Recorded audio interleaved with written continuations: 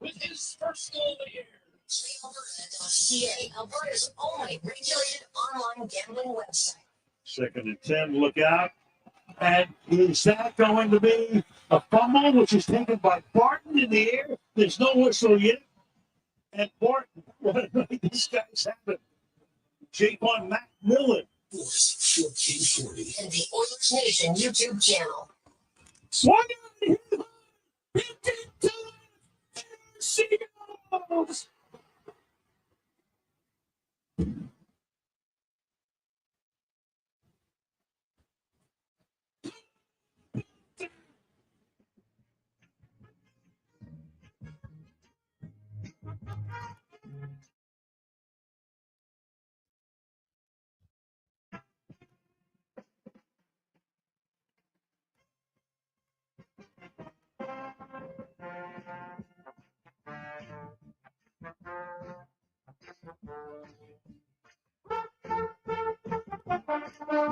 What a positive Friday.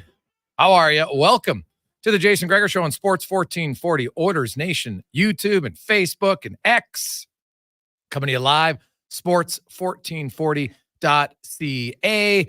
And it is a busy day. Lots happening in the world of sports. Lots happening last night. The Oilers have won 2 in a row. The Yankees and Cleveland had one of the greatest baseball playoff games you've seen in a while, especially the 8th and 9th innings. Oh, my goodness. It was unreal if you were watching that. Busy night in the National Hockey League. You have some teams continuing to play well, other teams continuing to struggle. And it's early, but there's lots to discuss. 833-401-1440. In our email inbox, 833-401-1440. We'll get lots of your thoughts.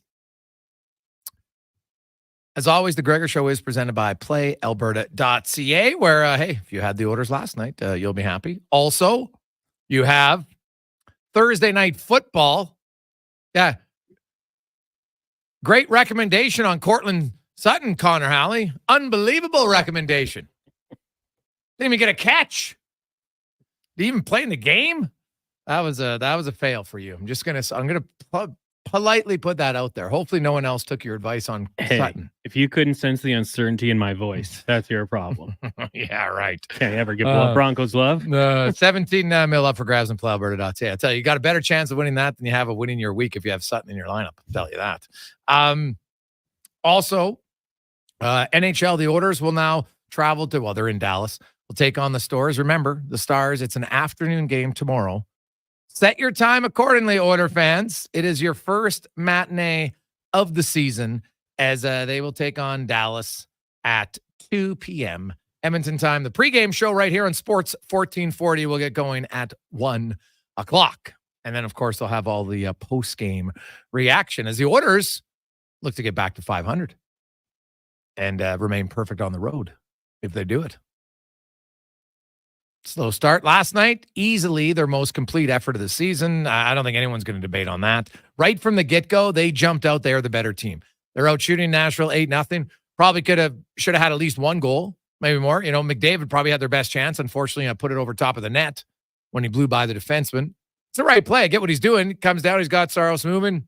He's looking to go top shelf, which he did later in the game to win the game. But Edmonton, they came out there, the quicker team. Defensively, they gave up very little in that game. Nashville, after 2 periods, did they have one good scoring chance? I rewatched the game this morning. I was like, maybe you give them one. Like high danger chance. Pickard was solid, but he didn't have to be spectacular. Right? Had no chance on the Forsberg goal. Not much you can do there. But Edmonton, Brett Kulak has played 503 NHL games. And last night, first time he scores 2 goals in a game. Now, afterwards, he's like, scoring's fun. But, you know what, as a typical defenseman, he's not there to score goals. But, hey, I don't care who you are. It's nice to score goals. Let's make no mistake about it. And he, just a good shot. Get it through upstairs on a smaller goaltender. Saros didn't even see that puck. Through some traffic. got them tied, and then, of course, salted away in the final 36 seconds. And Edmonton skates out of Nashville with a win. McDavid extends his point streak to 14 straight against the Nashville Predators, gets his first goal of the season. And, the Oilers, they've gotten, they're getting good scoring from up and down the lineup. That's a positive. However, it is very early. But did you know the Edmonton Oilers, when the games start today, are 32nd in goals per game from their forwards? As their forwards have a grand total of 8 goals in 5 games. And Draisaitl and Skinner have combined for half of them. They each have 2. McDavid has 1. Henrique has 1. Brown has 1. Corey Perry has the other. Now, we know they've had some goals called off. I get it. Some are right, some are But either way, their forwards like to chip in a little bit more. And they've had some chances. But obviously, they got off to a slow start the first 3 games, but now you've scored back-to-back games where you've scored 4 goals. That's a good sign. As offense, they've been the number 1 offensive team in the NHL the last 2 seasons, so I expect it to continue. They'll be a good offensive team, but they need some guys going offensively. And I know it's only 5 games, but trust me, you're Nugent-Hopkins, you're Arvidsson, you're Hyman. You want that goose egg to disappear as quick as possible. They were looking for Hyman many times with that empty netter, and I get it. Because trust me, you don't care if it's into an empty net or not. You get that goose egg gone, and you just feel better about yourself. So we'll look for the orders. I thought last night defensively, Darnell Nurse. What did we say at the start of the year, Cons? Darnell Nurse, when he's physical, is a better player. And Darnell Nurse has been involved in more scrums, been more physical. Takes a fight with McCarron last night, does just fine. But he's playing... I think he's playing a little bit more on edge this year than he did last year. I think it helps his game. He's an emotional player. And when you play with emotion, you naturally play better. Him and Stetcher have been fine, which doesn't surprise me. I thought Stetcher was the best fit for him as a partner when Cam started. And you know what? Stetcher, typical kind of his career, he's had to work his way up to get there, but him and Nurse, I thought, were solid. Very solid. And Emerson's a third pair guy right now. Nothing wrong with it. He's only played 5 NHL games, 34. I don't need him in the top 4 pairs at all. Top 4, I should say. Not top 4 pairs. I don't have 4 pairs. But Emerson's looked good. Brett Kulak is what Brett Kulak is. Since that guy came to Edmonton, he's been nothing but steady. And then he elevates his game in the playoffs. But in the regular season, he's pretty much steady Eddie. Echo and Bouchard have been good. I'd still like to see more from Bouchard. Still hasn't reached the level that he was at last year, which is pretty high. So it might take him a while, but they definitely could use a little bit more from him in all ends of the ice. Calvin Pickard, when your backup gives you a solid performance, he'll take it all day long. And that's what he gave you. So now Stu Skinner will take on Dallas tomorrow. There'll be a little extra juice in that game, especially for the Stars. But Edmonton, you play like that defensively, which they did a lot of last year. I think some people forget the Oilers under Knobloch were one of the best defensive teams in the NHL. And Stuart Skinner led the NHL in wins. He was top 5 in save percentage, 6 in goals against. He was really good. And 7th in saves above expected in that time.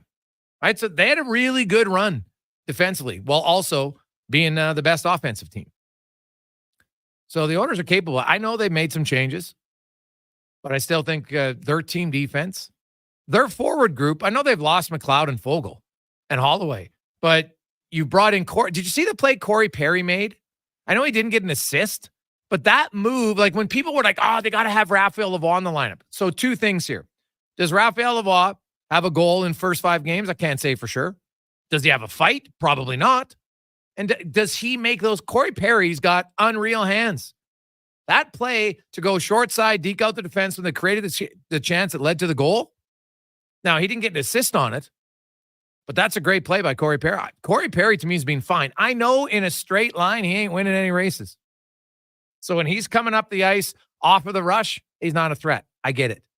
But down low, behind the net, in front of the net, Lavoie is not Corey Perry. There's no chance he is. So if you want to upgrade on Corey Perry, then do it with an NHL player. I have no problem with that. Right? And I get that speed can help, no question. Can help on the forecheck at times. But what Corey Perry does very well is he produces. Last year, 12 goals in 54 games. Right on pace for that again this year. Probably should have 2 goals because I still thought his disallowed goal was kind of a joke. But he's been good. So now they're going to Dallas. A little bit step up. Nashville last night, their power play, Edmonton's penalty kill. They killed off the double minor to Podkolzin. I thought that was a huge point in the game.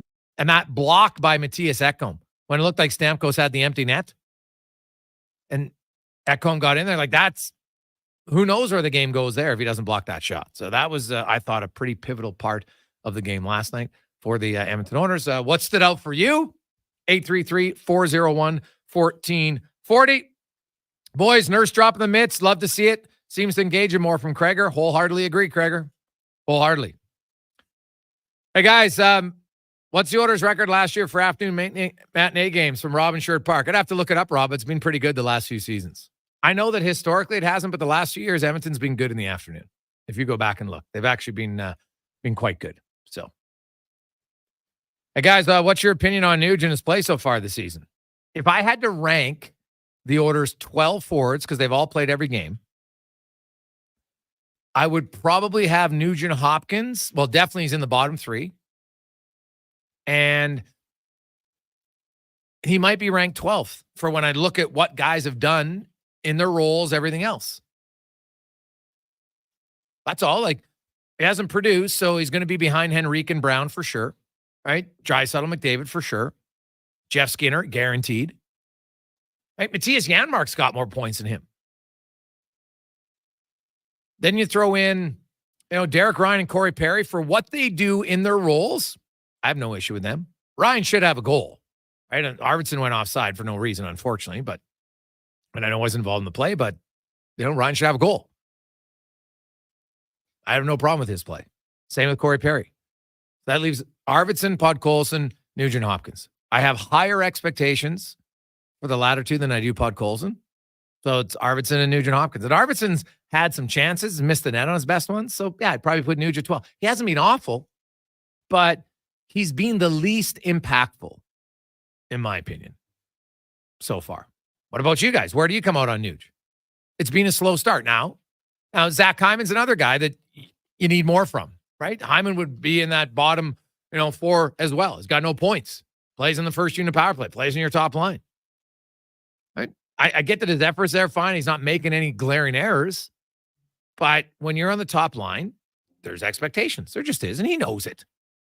So, I think he'll be fine. Nugent Hopkins, Nugent Hopkins to me is a good complementary top 6 forward at this stage of his career. That's what he is. Good power play guy. All right, he can play in the penalty kill. He does lots of little things well. I'm not sure he does anything great, and that's okay. He's not paid like a great player. But he needs to get going offensively, no question. And I expect he will. Right? Like, I don't think Nugent Hopkins is going to be in an offensive funk all season long, but so far through 5 games, he's been rather quiet. Hey, guys, I think Perry's been good filling in for the hard to play against kind of nasty guys, a little cheap and dirty, and his leadership is invaluable from the Stair Farmer. I would agree with that. Yeah, Perry, he just adds a little jerk and rat factor to your team that the Oilers need because they don't have a lot of it. I think Arvidsson does, and the guy who surprised me the most, watch Jeff Skinner. Skinner very subtly, quietly, while he's sticking guys, giving them the gears. Like, he's not going to hit anybody. He's not overly physical. But he's in the game. And what did we say at the start of the year? Jeff Skinner, 5-on-5, produces. On a 4-game scoring streak, all 5-on-5. That guy, that's what he does. And he's done it for the last multiple seasons. That was the best part of the acquisition of Skinner. Is going to bring you a player who's top 20 in 5-on-5 scoring the last 2 seasons in the NHL. That's not a small sample size. He has always historically been a good 5-on-5 player, and that is key for him. Coming up on the program today, well, quickly, Cons, what stood out for you? What was your takeaways from last night? Well, Gregor, I got to talk about the trend continued. 6 goals, 5 goals, 4 goals, 3 goals, 2 games, 2 goals, but it's continuing. So you're saying 1 goal tomorrow? Is that what you're calling?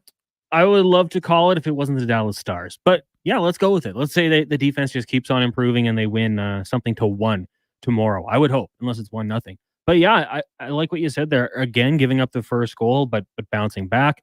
The power play, unit 1, I would love to see some improvements there, maybe a little simplification, but good to see that second unit get out there. I know technically it wasn't a power play goal, but an ugly goal. Skinner goes to the net, knows how to finish, like he said, counts 5-on-5, so they'll take that one. And, Calvin Pickard, give him some credit, made some big saves, one down the stretch there when it was still a 3-2 game. So a good win for the Edmonton Oilers with this start. I'm not going to bash the wins too much. Just want to see them get back on track, and they'll get a very good test tomorrow afternoon. Looking forward to see what that one does. We know it. Even if the record isn't that bad as of late, Oilers fans are still going to say they've got struggles in the afternoon. So I want to see how they come out and perform early on in that game, because I know they've been the second team to score in all but one game this year. So hopefully they can get out there and get a good quick start. Yeah, you know what? There's just something about the playoffs that will intensify a rivalry. I don't know if it happens right away, but I just think there'll be a little extra juice in that game. And the Oilers, hey, they come in, they've won 2 in a row. They'll be feeling better about their game. They know they've been on the other side of losing, Colorado, Vegas, teams that have beat them. So they know how Dallas is feeling. And I think that just adds to it. Vancouver and Edmonton have built up a pretty decent rivalry. Here, Vegas has a good one. Now you add in Dallas. That's the one benefit about being a team that's in the playoffs regularly. There's more teams where some of those regular season games just have a little bit of extra juice in it, which I find fantastic. So we'll get to all of that coming up on the show. John Buccigross from NHL and ESPN will join us. Lori-Ann Muenzer will be by. Bruce Levine from Dallas, analyst for the Stars Radio Network, will be by. We'll get to Wanye Gretz. Craig Button, as always, joins us every Friday at 4:20. Spec and Low Tide. There's lots going on. By the way, that World Series game, when there's certain places where you're like, gosh, imagine being in Cleveland last night. Because 2 outs in the bottom of the 9th inning, home run to tie the game. It's never happened before with 2 outs in the bottom of the 9th. So you're a Cleveland fan, you're in the crowd, you're like, oh my God, we're done. We're going to go down. And all of a sudden, Noel hits a 2-run blast. And that place was absolutely busting. I love, those are the moments in sports I love. Just imagine you've been there. You saw, if you were in game 6 in Edmonton and the whole building's going crazy, you're like, this is so much fun. But now you take that and you have 20,000 fans.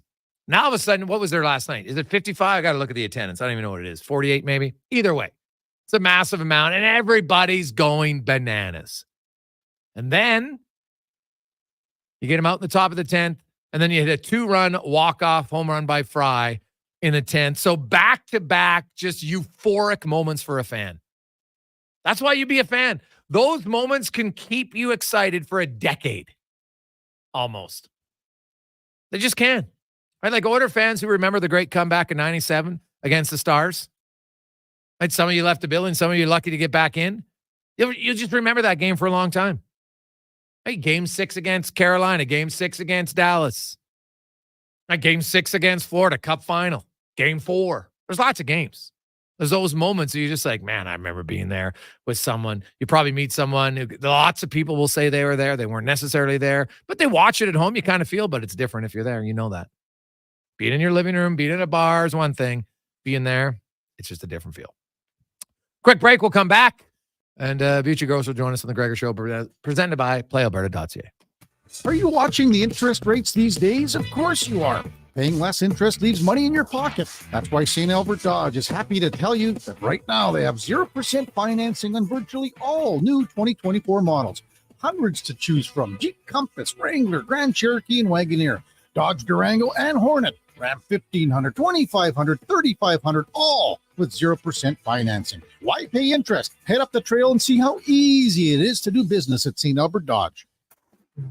Ready to tackle your toughest tasks? Edmonton Kubota has you covered with the all-new M8 Series tractor with powerful 181 and 201 horsepower engines, Cummins power, and loader readiness. It's built to handle any challenge. And now, for a limited time, get a free 4-year extended warranty when you drive off with an M8 Series tractor. Don't miss out on this unbeatable offer. Visit Edmonton Kubota today and power up your productivity. Edmonton Kubota, where power meets performance. Raise a smoothie to any friend you've had since 1999. That's a good friend. And Booster Juice was there. Now celebrating 25 years in Canada. 50 locations from coast to coast. A silver anniversary splashed with lots of oranges.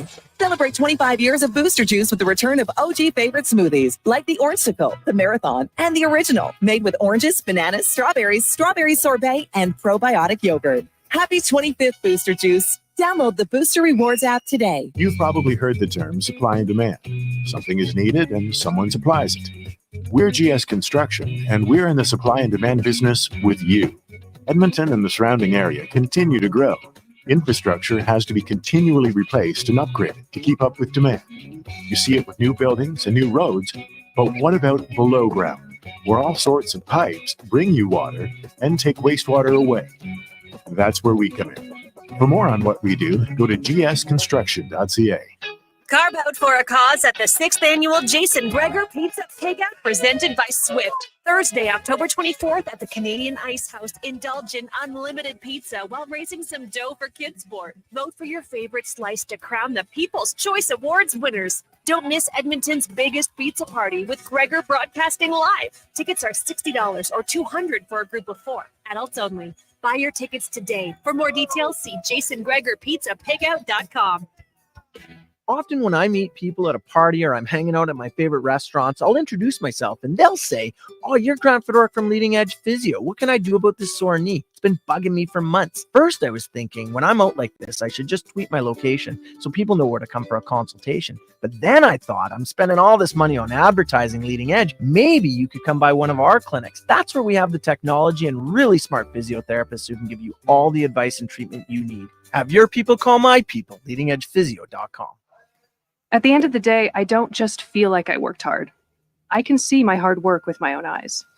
At the end of the day, I come home to my own place. At the end of the day, I know I'm making a difference in my community. At the end of the day, I grab a bite with my coworkers, or as I like to call them, my friends.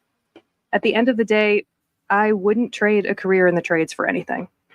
Get more with a career in the trades. Explore careers at alberta.ca/trades. A message from the Government of Alberta.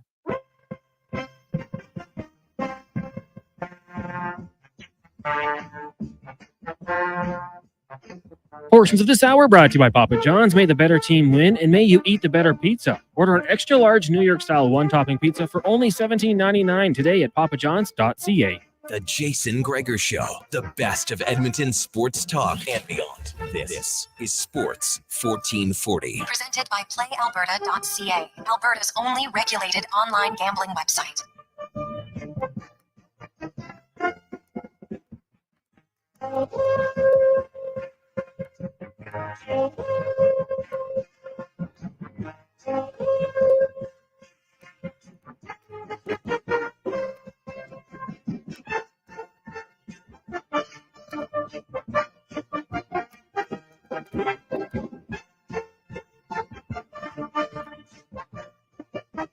$2:23 on a lovely positive Friday. Welcome back. Jason Gregor Show alongside Connor Halley. It's always presented by PlayAlberta.ca. Get in the game. And of course, Lotto Max 17 mil up for grabs tonight. And remember, if you use the promo code Gregor50, you'll get a free $50 play. And you're always entered into a win a pair of seats for an upcoming Oilers game, courtesy of PlayAlberta.ca.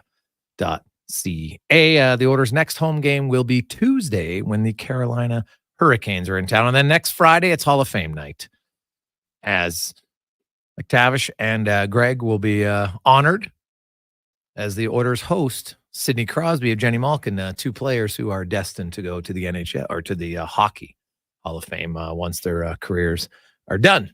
Let's go around the NHL now, brought to you by McDonald's. If you haven't tried the Big Arch, what are you waiting for? I think it's the best burger they've ever had. Bigger, better. And also, while you're there, you can play Monopoly only until the end of the month. So great prizes from furniture, food, cars, and more, only at McDonald's. As we are joined by a gentleman, you watch him on ESPN, the NHL on ESPN. John Buccigross joins us. John, welcome to the show, my man. How you doing? Great. Thanks for having me.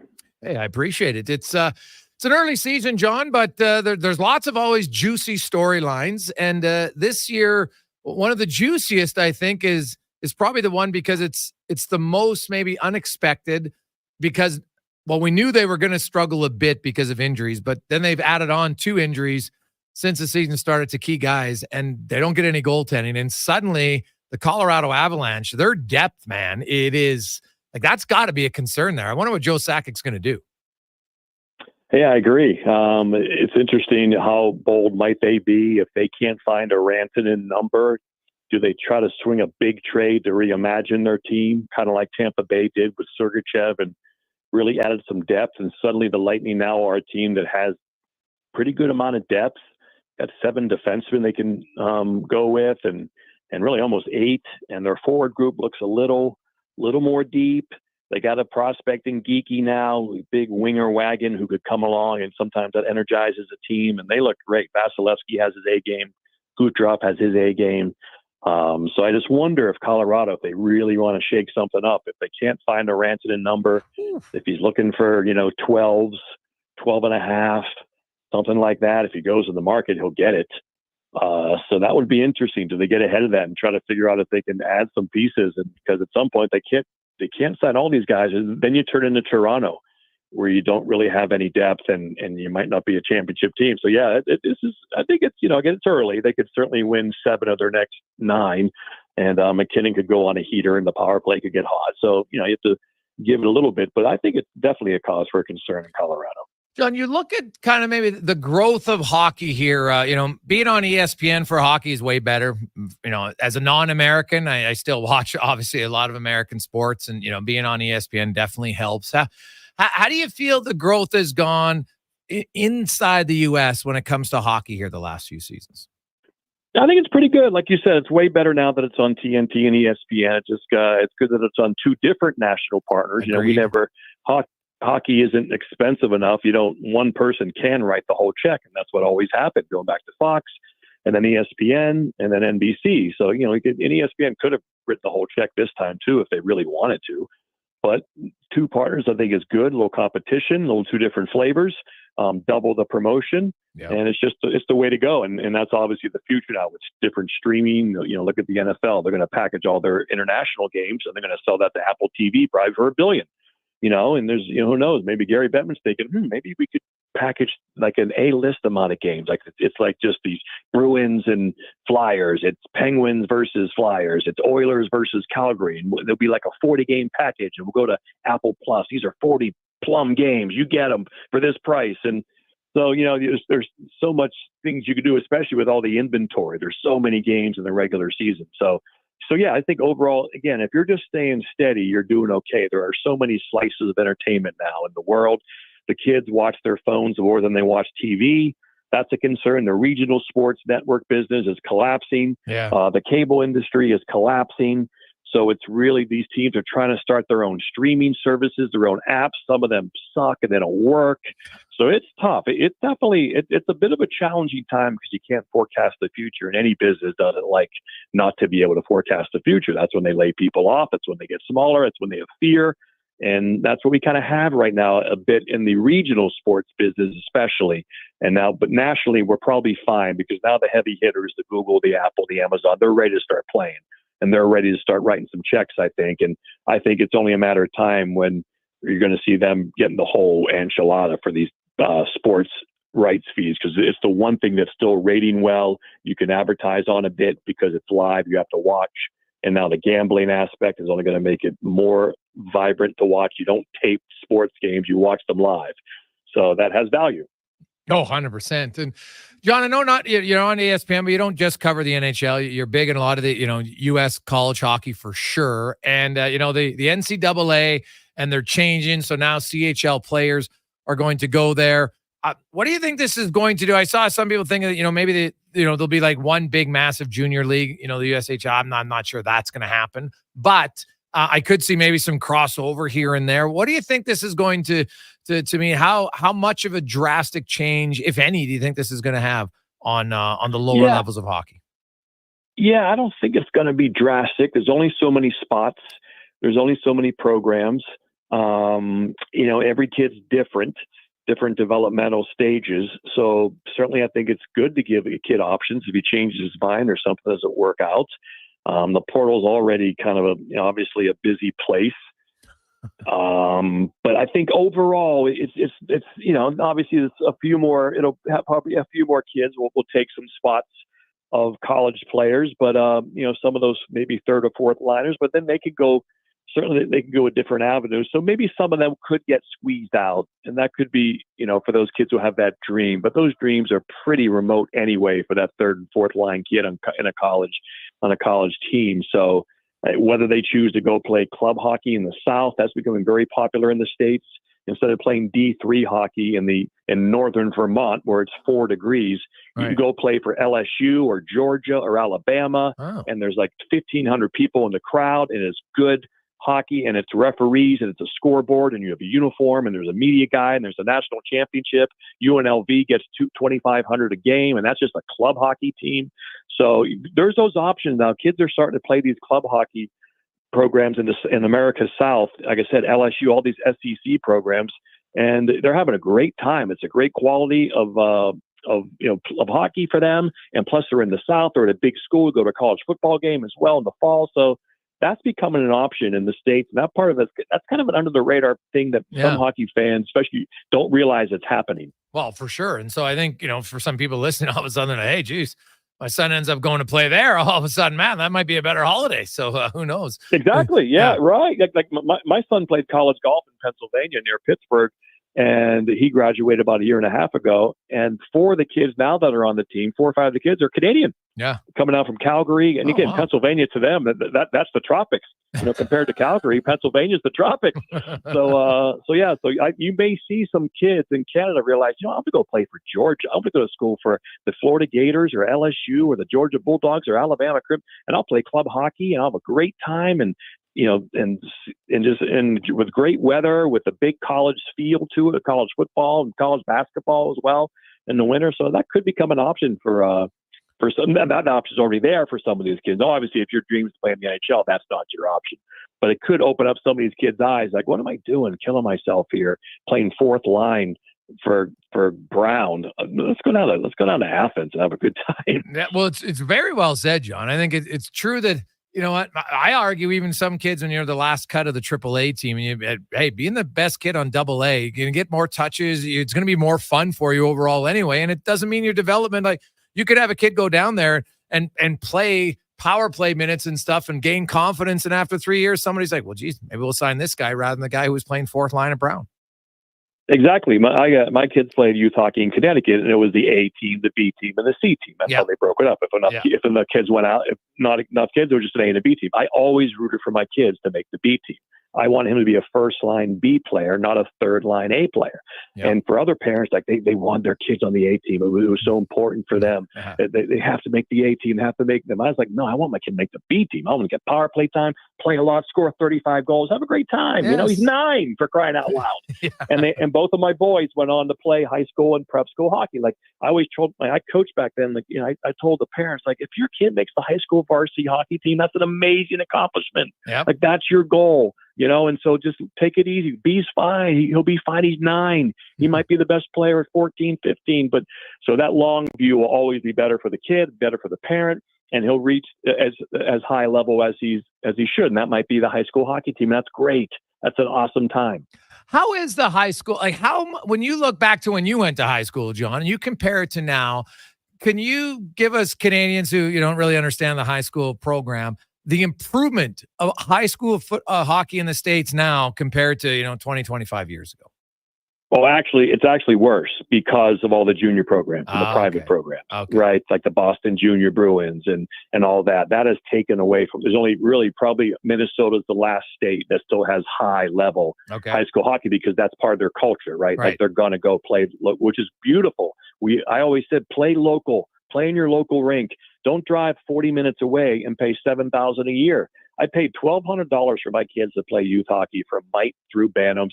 They let you pay in 3 installments of $360. It was perfect. It's like, I'm not going to go across town, play for the Lasers and pay $7,000 for my 9-year-old, 40 minutes each way. So So as a result, Massachusetts, Connecticut, high school hockey has really suffered, and it's not what it used to be. People, back in, Tony Amani or Jeremy Roenick, Right. and that was, and even those prep schools aren't quite as good because these junior programs are coming along, and it's not quite what it was. And it's sad to me because I liked it, because as a result, and look, Massachusetts is not producing the quality of NHL players that they used to. Right. I mean, look at all those players they used to produce, Kachuk and Rodick and Amonte, and I mean, they're everywhere. But now it's not as rampant as it used to be.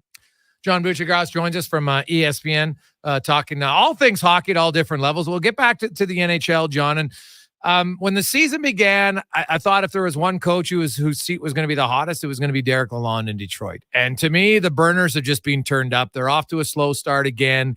And I never blame the coach fully, but I just look at the reality of things, and they had higher expectations. I know it's super early, but you lose their next few games here. All of a sudden, I could see Steve Yzerman having to make a decision there. We saw it in Edmonton last year that you can make a coaching change and it can pay serious dividends. Granted, you got a decent team. I think Detroit, they're not a dominant team, but they should be better than what they're showing. Yeah, I don't know, man. I look at that roster, and of course, he was patient with Blashill. I know that was a different situation. He was trying to get lottery picks and get lucky, and he did. He got unlucky in the lottery for the Red Wings. But and I guess, as we know, Joe Quenneville is out there, and he's ready to coach again. But I just look at that roster, and I look at those defensemen, I look at those goalies. I'm like, who's winning there? I just don't see them as a playoff team at all. But like you said, the league is still kind of close together. The bubble, I don't know. I thought the bubble was really big in the East. Now I'm not sure it's very big at all. I think it's like maybe 10 teams. Buffalo still doesn't look good. Ottawa still doesn't seem to have the culture of a winning culture. Detroit, to me, seems down. I think Washington got better. I think the Penguins got a little bit better with what they did. Not that much, but a little bit with the energized Malkin. And I like what Washington did. I think they have a great coach. I think he's like a 15-year coach, Spencer Carberry. I like what they added. I think they're going to be right there. And like I said, on that 10 teams for 8 spots in the East. But I don't see Detroit even. They look like an 84-point team to me, 85-point team. Yeah, no, you're right. But that might be enough for Yzerman to make a change. You're bang on that he was patient. But you're right. At some point, you got to do something. Yeah. I don't know if they have the talent, but you're right. He might, because they're no longer in lottery land, and that's when the coach is more susceptible, and if he thinks he can make a big swing. But it's not Derek Lalonde's fault, that's for sure. Oh no, yeah. They played the Rangers twice. They played the Penguins, which was a stinker, and they shut out Nashville. Yeah. Although Nashville is off to a slow start. So 2 games against the Rangers in the first 4, that is tough, because the Rangers are certainly a top 5 NHL team. Yeah, that's fair. Is there a team that is peaked? And I always exclude New Jersey because I think most people thought they'd be good. Is there a team early on where you're like, I'm going to be watching them a little closer? Maybe they're better than I thought. Tampa Bay, I did one of their games for ESPN in Carolina. Kucherov is playing the best hockey of his career. I think he is so energized. And I think Jake Gensel, playing with Gensel, was going to get him his first 50-goal season this year. Gensel was such an amazing hockey player, playmaker, puck retrieval guy, really dogged on the puck. And, of course, Braden Point just up the middle and power play will get Kucherov assists. So, and like I said, Vasilevsky is absolutely back to his A-plus form. Whether it was mental fatigue after the 3 straight cup run, and then last year the surgery, he looks unbelievable. Kucherov, like I said, they have depth. They have 7, 8 defensemen now. They can plug guys in a lineup like Mikey Eyssimont. Their bottom 6 are fighting for spots. Hagel is such a good player. I can't believe Chicago would trade a guy like him. He would not have been expensive. He's the kind of guy they're now going to try to go get. Just like Nick Paul. Why did Ottawa sign Nick Paul? He would have been inexpensive.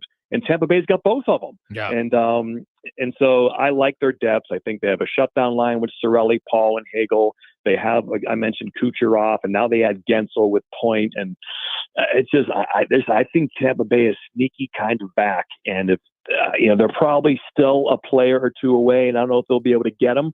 But I kind of like what they did on the fly, what Brisebois did. And that's why I said where our conversation started with Colorado, if that's something I wonder, like in this copycat league, they're thinking, geez, if we get 3 players for Ranson, that might be the way to go, because if we're not going to give 13 or, whatever he wants, 12.7, I don't know what his number he's looking for, but it's going to be a big one. Yeah. Well, geez, if they put him on the market, could you imagine the bidding war to get him? Although, some teams might say, hey, we'll just take him and we'll worry about the future of re-signing him down the road, and we'll just see what we can do. So it would, and then if they opened up that, hey, you can negotiate a contract before the trade, and now you're going to get even more in return. So absolutely. I didn't even think they'd do that. I think for sure. I thought I wasn't even thinking of a trade, but I like John. You put that in my head. I'm like, ooh, that would make it much spicier. And how about this? Because I think New Jersey is too small in their top 6. Yes. Like, what if they got together and there's like a Nemitz? Because they have too many young defensemen. So Nemitz is a huge prospect. They have Casey and they have Hughes and they have all these right-handed shot defensemen. And what if they and they figured out the salary, and there's like this big Ranson and trade to New Jersey. All these prospects and depth go to Colorado, and like one of those big old-fashioned trades. That would be awesome. Yeah. You know what? It would be amazing. I love it. I'll say I'm loving my John Cooper for Coach of the Year pick. Say that. That's a good one. I love that. I'm telling you, Tampa Bay is back. They're going to have a really good year. And like, I would not be shocked if they won the division. Like, that's how bullish I am on Tampa Bay and the way they look right now. I think Kucherov is pissed he didn't win the MVP last year. I saw from Carolina. He came off the ice in the morning skate. I go, Nikita, I have a vote in the awards every year, and I voted for you MVP last year. He goes, it did not help me. it did not help me. Thank you, but it did not help me. Yeah. So I think he's upset about that. I think he's upset about not getting. And I think Stamkos leaving is he wants to flex a little bit, because Stamkos got a lot of attention, as he should, even though they're 2 different players and they never had a problem. But he's like, you know what? I'm going to show these people that he's gone, but I'm going to carry it. And I wonder too if he's a little upset he didn't get the C, because he's the best player in the team. And for whatever, and he's thinking, why Hedman? Why was Hedman the automatic pick? Why wouldn't it be me? I'm the best player in the team. So I just wonder if a couple of those things kind of get him juiced this year to go. Besides his incessant love of hockey and his dedication, he loves it. I mean, 2 years ago when they got bounced, he was on the ice 3 days later in Tampa. I don't know if he did it again this summer, but before last season, he was on the ice 3 days after the season ended. Yeah. Training, getting ready to go. Like he loves the sport. Yeah, no, I agree. I said on this at the start of the year, I thought that Stamkos would miss Tampa Bay more than they would miss him, and that's not a knock on him. No doubt. Tampa Bay, like you're playing with Kucherov and Point, and they just don't have that in Nashville. Nashville's good, but they don't have a Kucherov, not even close, and they don't even have a Braden Point. He's playing with Tommy Novak now. Yeah. I mean, good luck. Yeah, have fun with that. It's definitely not the same. Awesome, John. Great stuff, man. Love talking NHL and college hockey with you. Really appreciate it. Have a great day. All right, brother. Anytime. You betcha. There's John Buccigross from ESPN. Really enjoyed that interview. And you know what? Kind of maybe something many of you, we got a lot of texts coming in about it. Guys, I never even thought about that option of going to some maybe non-high level colleges could help you out for different opportunities. It's totally true. Right? I get that some people have the goal of the NHL, but that can be a goal, but it doesn't mean that you always have to be at the highest level all the time to get to there. There's lots of guys who go different paths. Did you know? And I always like to repeat this stat. First round players are the most in the NHL. Second round are the second most. You know what the third most group of players is? Undrafted. You do not have to be among the top of the top at 17 and 18 years of age to fulfill your dream. Always remember that. Hockey is still a late developing sport. Despite what some people want to tell you, don't fall victim to it. Young 8 and 9-year-olds, give me a break. It's a late developing sport. When we return, we'll talk the mental side of the game with Lori-Ann Muenzer on the Jason Gregor Show on Sports 1440, Oilers Nation, YouTube, and Facebook.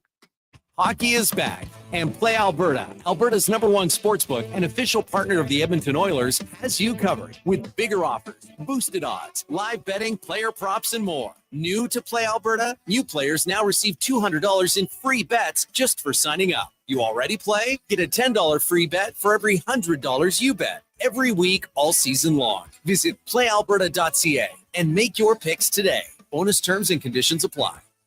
I'm Ryan Nugent-Hopkins. And I'm Zach Hyman. And when we're not making juicy, sweet passes or having my goals disallowed, we're working for Legacy Heating and Cooling. You know, guys used to call me a plumber. And now they call you an HVAC technician. Nice. Hey, guys, you're not here to install furnaces. You're here to sing the jingle. Oh. Well, Okay. Call Legacy. Call Legacy. no payments and no interest for 1 year from qualified installers. Legacy Heating and Cooling. Some things just work together. Sticks and pucks, cleats and AstroTurf. Your love for the game and Papa John's passion for better ingredients. Better pizza. Nothing pairs with the game like Papa John's. Crafted with signature sauce, toppings, and original fresh dough. They're the champion of pizza. And now you're the champion of winning deals. Just order at papajohns.ca. Use promo code SPORTS20 and score 20% off any regular menu price order. Better ingredients, better pizza. Papa John's. That's SPORTS20. When it comes to your health, trust Dr. Bryce Henderson for expert care in hip and knee replacements. With years of experience and advanced techniques, Dr. Henderson helps you regain your mobility and quality of life. Your health is my priority. Let's get you back to doing what you love. Put your health in the hands of a trusted expert. Book your consultation with Dr. Henderson today. Visit vitalsurgicalspecialist.ca or call 587-391-7864. Ain't it beautiful? What does excellence mean to you, and how does it impact your decisions? Friends, it's Carrie Dahl, and I know that at Volvo Cars Edmonton, excellence isn't an option, it's their everything. From customer satisfaction and sales, service, inventory, and retention, they excel in all. Congratulations, Volvo Cars Edmonton, Canada's only 12-time Volvo Excellence Award winners. Volvo of Edmonton. Scott McGilvery here, HGTV host and renovation expert. The one upgrade I know homeowners will love: better, fresher Culligan water straight from the tap. Culligan's Aquasential reverse osmosis filtration system takes your water to the next level. With up to 7 stages of filtration and 14 filter options, they're certified to reduce over 90 contaminants. Your tap water is about to get a major upgrade: safer water that tastes great. Get started with a free in-home water test at Culligan.com. Culligan, water you love. Are you losing sleep over your debt? Being hounded by collection calls? My name is Parveen Middleton, a licensed insolvency trustee at BDO here in Edmonton. I understand this can be a stressful situation, and I'm here to help. I can put a stop to these collection calls and guide you towards your debt-free future. All it takes is one phone call. Let's discuss your debt relief options during a free consultation. Call 1-833-BDO-TALK or visit bdodebt.ca to learn more.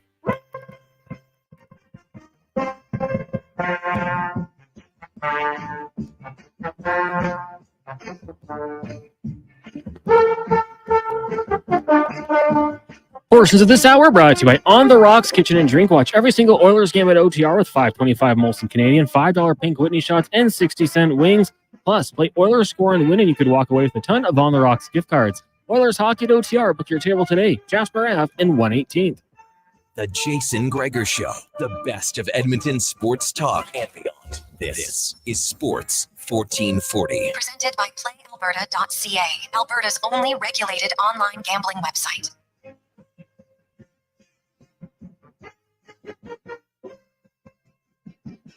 $2.48. Welcome back. Positive Friday. Oilers fans, a little bit better of a mood after 2 victories and easily their most complete game of the season last night in Nashville.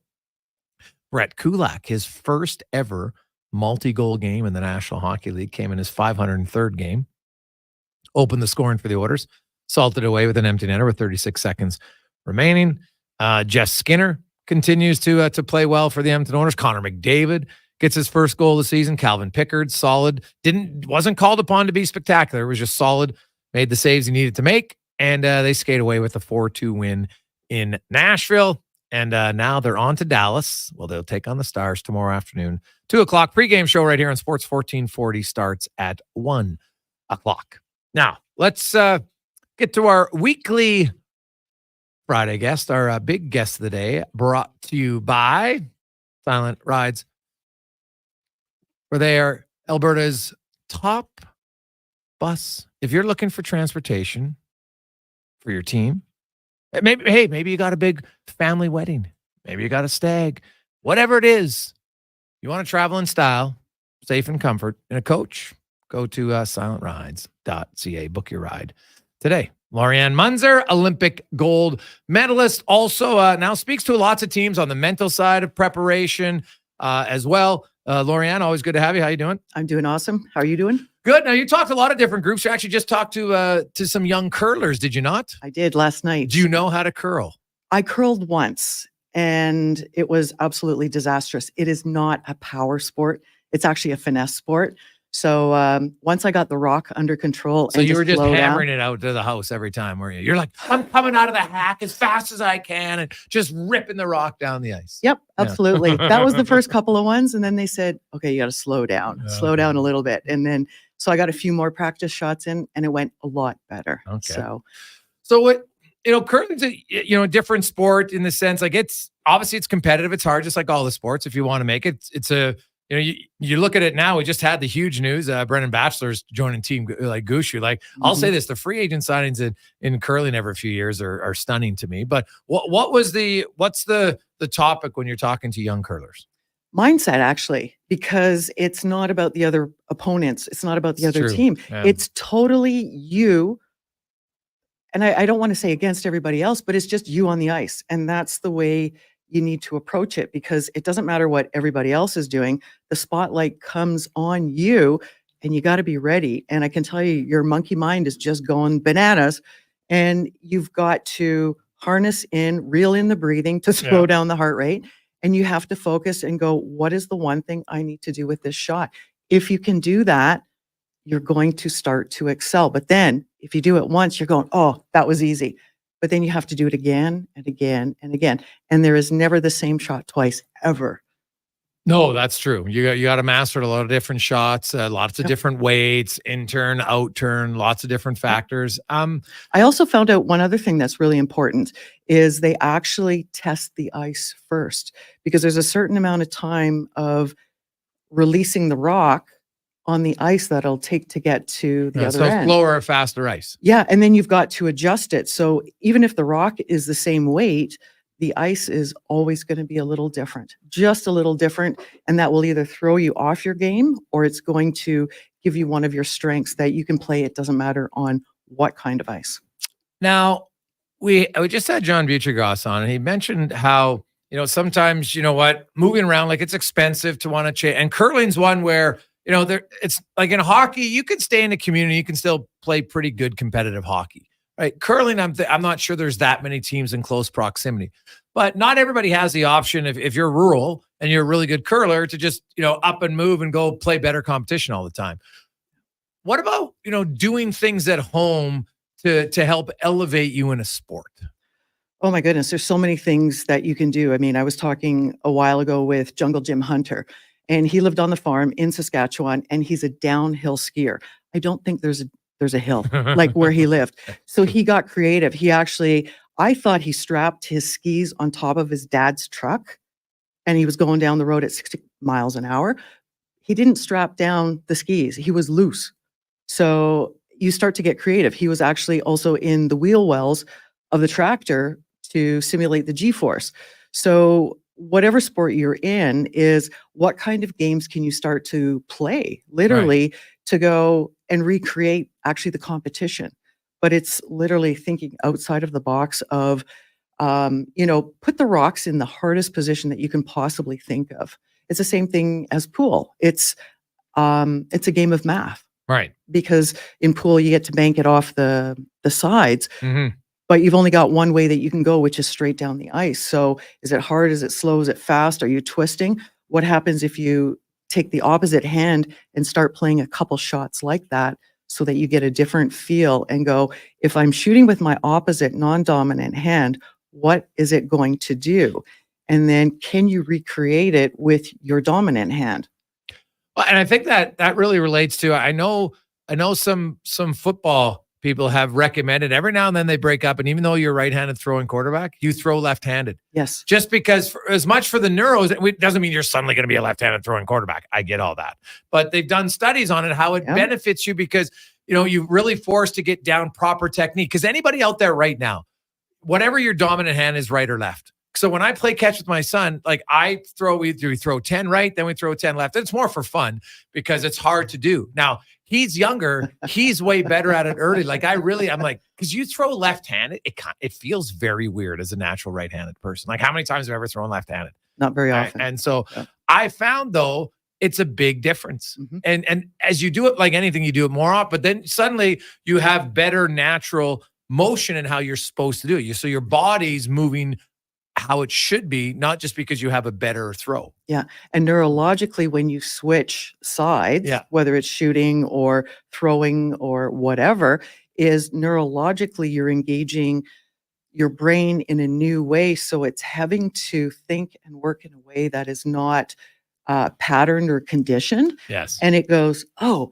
and then what it does is it gives the opposite side, oh, am I doing? Yeah, it gives it a break, but it also gives it that check of, oh, I didn't do that quite right, or I just need to move one way or another, or just slightly adjust. And it gives you that mind break. And neurologically, you can actually rewrite how you're going to pattern, you're going to program to have the end result. Well, they do studies on left brain, right brain, and how you think differently. And so I actually, on my home desktop, my mouse is always on my left hand now. Yep.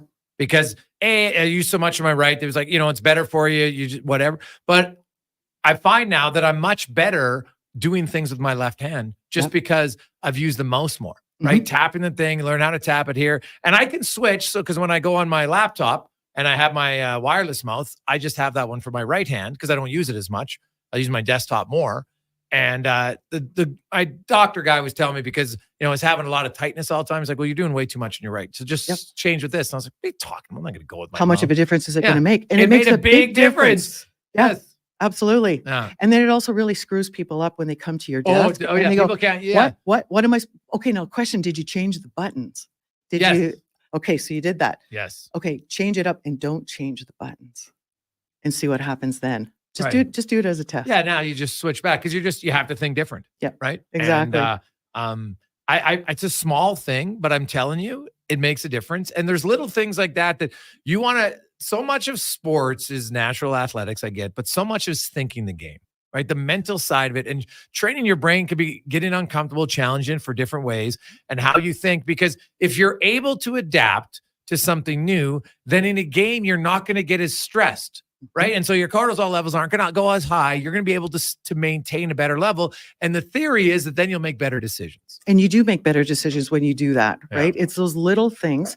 But then also too, Jason, I think I see a lot of athletes where they're either playing the game or they're doing so much technical stuff that there isn't that combination, not in competition, that they need to play and do both. They need to do some skills, the technical part, and then go play a game. What did we used to call it when we were kids? Just hacking around, right? But you just go Hacky play. sack?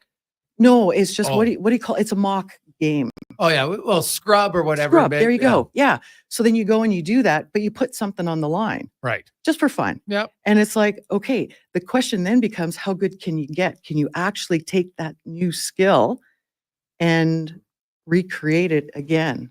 Just in the scrum and just the playtime. And a lot of times it's just more fun. You get your team together and say, okay, we're going to play a game of football, catch, whatever, but everybody has to throw with their opposite hand. Yep. And and it's more so for fun. You can't do it. Don't get upset. Let's just see how it looks. Yep. I have a rule playing golf. I golf a couple times a year. I'm not super great at it, but I always end up with right-handers. I'm a lefty. Yeah. And so my one rule is we have to switch clubs on at least one hole, just one hole. And usually the guys wait till 18, the last hole. And we do. And I tell you, Jason, every time I have a better swing, I have a much better shots because I'm not powering it through left-handed. When I'm right-handed, I literally have to give in because my form sucks. Right. So I have to just go through, okay, do the stance. I've got the club, take the swing back and let go and then just follow through. I have the best hole ever. So I just tell the guys it takes me 17 holes to warm up. And then I've got a good one. Switch the other way. Yeah. And Why don't you normally switch the other way more often. Well, I was thinking about that the last time, but it's just, it's just really interesting when you switch sides and then like it ups the ante, especially if you're playing in a tournament, Texas, what is it? Texas Scramble. You play off the best ball. Well, I've seen a guy, because I've golf left as well, but turn around and swing right with your left-handed club. Yep. Right. Because you turn your driver the other way around. Yep. I saw Gary Cohen when I was in Calgary at a golf tournament with Lisa Longball. Oh my God, those guys just made the ball fly. It was unbelievable. She can really pound the ball. Yeah. And Cohen, oh my God, he could do everything with the club. Like, it was silly, but he spent so much time playing. Yeah, you gotta play her, and it does. So just challenging your brain that way. Some days I think we always have to incorporate to ensure as coaches that there has to be a fun element of it still. Even I think people be surprised at some of the fun games that the coaches put into NHL practices. Yep. They're just fun, healthy competition ones that get people engaged. Totally. And it's like, I think about kids in hockey, and all they do is hockey on hockey. And it's like the kids get so burnt out so quick. And can you take, even in season, and go do something fun, like, play badminton, or let's go shoot some hoops, or let's go swimming and see what happens there. And it just gives you, I think, a greater appreciation. It gives you a little wider spectrum of going, oh, it looks really easy on TV, but those athletes have spent years and years and hours, and just trying something new will sometimes bring you back fresh into your sport. For sure. Lori-Ann, as always, great stuff. We appreciate it. Have yourself an awesome weekend. And you too. Take care. Lori-Ann Muenzer, Olympic gold medalist, joins us every Friday here on Sports 1440. We'll get to the con man. Sports 1440 update brought to you by Booster Juice. 25 years they are celebrating right now. Great accomplishment from a small idea started right here in Edmonton by Dale. And look what it's grown nationally, internationally. It's fantastic. And they're bringing back some favorites just for you. The Creamsicle, the original, and the Marathon. Check them out now at Booster Juice. This is the Sports 1440 update.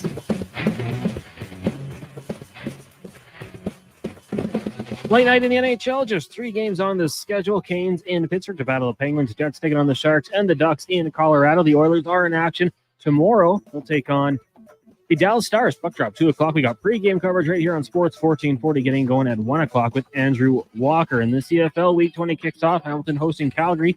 That one gets going from Hamilton just after 5 o'clock. Major League Baseball. We're about 5 minutes away from first pitch as the Dodgers try to wrap up their series with the Mets, leading 3-1. And then later today, the Guardians will try to even up their series with the Yankees. First pitch set for 6:08 from Progressive Field in Cleveland. It is game 4 of the WNBA Finals. New York can wrap it up as they're in Minnesota taking on the Lynx. Tip-off at 6 o'clock in that one. We've got college football. Number 2, Oregon, heading to Indiana, taking on Purdue. Kickoff 6 o'clock. Also, Florida State's in Duke. BYU hosting Oklahoma State, and Fresno State takes on Nevada. NBA preseason. The Raptors in Brooklyn taking on the Nets. Tip-off at 5:30. Coming up in hour number 2 of the Jason Gregor Show, we will be joined by Bruce Levine, the Dallas Stars radio analyst. I'm Connor Halley. This has been a Sports 1440 update. It's Sports 1440, a Stingray radio station broadcasting on Treaty 6 territory. Download the free iHeartRadio app and listen to CKJR wherever you go. Some things just work together. Sticks and pucks, cleats and AstroTurf. Your love for the game and Papa John's passion for better ingredients, better pizza. Nothing pairs with the game like Papa John's. Crafted with signature sauce, toppings, and original fresh dough. They're the champion of pizza. And now you're the champion of winning deals. Just order at papajohns.ca. Use promo code SPORTS20 and score 20% off any regular menu price order. Better ingredients, better pizza. Papa John's. That's Sports20. New Jizz Nuggets. This is New Jizz Nuggets, brought to you by Legacy Heating and Cooling. What nugget of heating and cooling advice does Nuge have today? You can save a lot of money by bundling your new furnace and AC with Legacy. It's kind of like saving money on an endorsement by bundling me, Ryan Nugent-Hopkins, with someone like, Zachary Martin Hyman. Thanks for suggesting me, Nuge. Get no payments and no interest for 1 year on your new AC and furnace from Legacy Heating and Cooling. Proud sponsor of New Jizz Nuggets. Michelle and Colette are sisters. Sisters who don't agree on much, especially when it comes to which hockey team is the best. Edmonton is the best, baby. Vancouver's number 1. Even when it comes to meat snacks from Wilhawks. I love the Herrenschwiener. The ham sausage rules. But they will agree Wilhauk beef jerky is the best. it might just be the only thing Alberta hockey fans can agree on. Others can try to imitate, but no one can duplicate Wilhauk beef jerky. Only available in Leduc. Get yours today, because you don't win friends with salad. Brand new to Sports 1440 this hockey season. It's the Cross Mitsubishi pregame show with your host, Andrew Walker. Get expert analysis and so much more before every game this year. Sports 1440, Edmonton Sports Station. At Fountain Tire, we love jingles. Get up to 25% off select tires. Until October 19th. Plus a bonus $50 off any service of $150. Restrictions apply. Look online today. Fountain Tire. We're on this road together. Get ready to revolutionize your job site with Edmonton Kubota's game-changing compact construction equipment. From mini excavators and skid steers to track loaders, carriers, and utility vehicles, they have a model to fit every need. All powered by legendary Kubota diesel engines. These machines are built for performance and reliability. Transform your work with Edmonton Kubota's top-of-the-line compact equipment. Visit them today and see why they're the name you can trust for power and precision. Raise a smoothie to any friend you've had since 1999. That's a good friend. And Booster Juice was there, now celebrating 25 years in Canada and more than 450 locations from coast to coast. A silver anniversary splashed with lots of oranges. Celebrate 25 years of Booster Juice with the return of OG favorite smoothies, like the original, the Orangesicle, and the Marathon, made with cranberries, bananas, strawberries, orange sorbet, and probiotic yogurt. Happy 25th, Booster Juice. Download the Booster Rewards app today. Have you heard of anything more chilling than frozen beef? Until November 3rd, get an always fresh, never frozen Dave single from Wendy's for only $4. Nothing scary about that. Taxes extra at participating Wendy's until November 3rd. Terms and conditions apply. At Fountain Tire, we love jingles. Get up to 25% off select tires. Until October 19th. Plus a bonus $50 off any service of $150. Restrictions apply. Look online today. Fountain Tire. We're on this road together.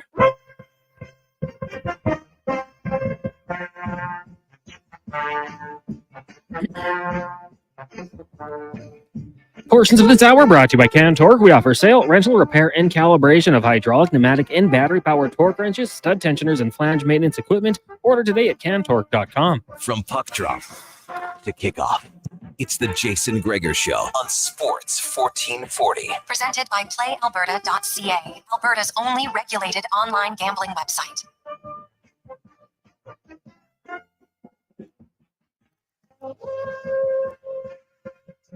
Rolling through, lovely positive Friday. How are you? Jason Gregor, Connor Halley, Sports 1440, sports1440.ca. Coming to you live at Oilers Nation YouTube and Facebook and X. Thanks for watching as busy time of the year. Oiler fans, MLB fans, CFL, Elks have the bye week. They will wrap up their season next Friday against the Toronto Argonauts. And then a massive offseason for the Green and Gold begins. President, GM, what are they doing at quarterback? There is some massive decisions to be made for this franchise. So let the games begin, shall we say there. Oilers coming off their best effort of the season. And hey, they take on the Dallas Stars tomorrow. And if you look at that game against the Stars, Oilers little slight underdog on the road in Dallas. So if you're feeling confident in the Oilers, check it out at playalberta.ca. We got a lot of text to get to, 833-401-1440, 833-401-1440 in our inbox. We got a few things to get to. Hey, guys, what do you think's going on with Bouchard? It looks like he's nervous with the puck, almost his puck handling decision-making are off from the rig. Yeah, which is funny because those are the best elements of his game. And because it's that, I'm like, he'll come around because you don't just lose those things. At his age, at his level of play, that'll come around. If he was making egregious defensive reads, I'd be like, ooh. But you're right. Right now, more of the kind of head-scratching decisions coming from Bouchard are when he has the puck. And that's normally not the case. So that's why I'm not too concerned about that for him. Because that's the best element of his game. I think he will figure it out. Now, why is he doing it? I have no idea. Confidence can wane for players. You know what? I don't know if you read my article today, but I'll read the quote because I was looking at the Edmonton Oilers and, they found their defensive stride here lately. And, Brett Kulak played great. It was a great start because that was their whole thing, was a great start, unrealistic for Edmonton. And if I look at the last 10 seasons where the team who lost the Stanley Cup final What did they do in their next 10 games? So you go to the Stanley Cup final, you're a pretty good team. Now there's the outlier every now and then, some super team, low seed gets hot and goes in. Okay, sure. But the other teams are all pretty good. And so out of the last 10 years, the average over 10 years, you know what their record was in their first 10 games, Cons? They get 11 points, which is 5-4-1. So you win half your games, you lose one in overtime. Shootout. It's not like, that's an okay record, but it's not great. Right? Like if you did that 10 times in the year, you'd have 88 points. You wouldn't be a playoff team. So that's really not a good start. Like it's okay, but it's not a great start. So that's 10 years. That's a pretty good sample size. So when you looked at the Oilers, was it realistic that they were going to come out of the blocks? Now, one team who did was the Bruins, who lost the cup in 2019. Then they came out the next year and they went 7-1-2. They're the one team who had a great start.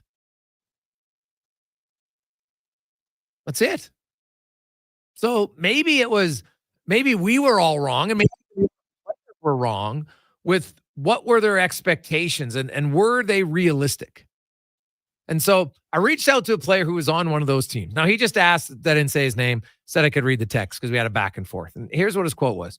I'd lost in the playoffs before, but losing the cup was so much bleeping harder. Starting the next season is more challenging than some think. It is hard to find the proper motivation. The pace is so much slower than the playoffs. And at least for me, playing hockey reminded me more of losing. It was a bit of a fog the first few games. I can't really explain it, but it took us some time to play the right way. That's a guy who's been through it. And I thought it was a pretty honest, now that's his one person's experience. But when I went and looked at the 10 teams recently, I'm like, well, 5-4-1, that's an 88-point season. That's a non-playoff team. Now, out of those 10 teams, you know how many made the playoffs? 8.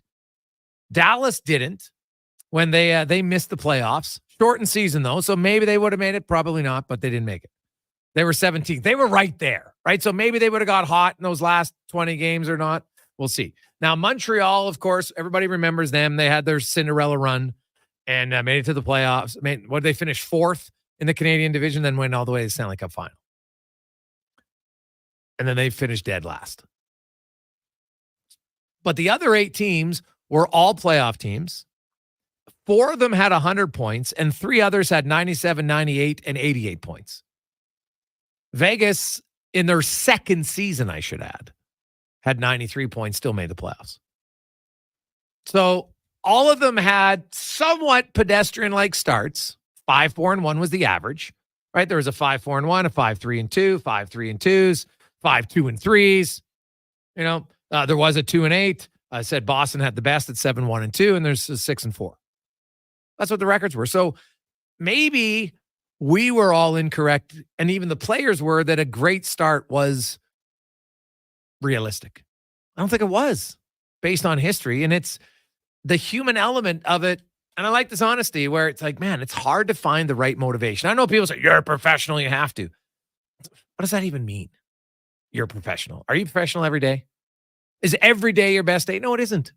Something happens. You know what? Let's say you break up. Are you great at work for the next few weeks? Or maybe you're kind of in a fog? It happens.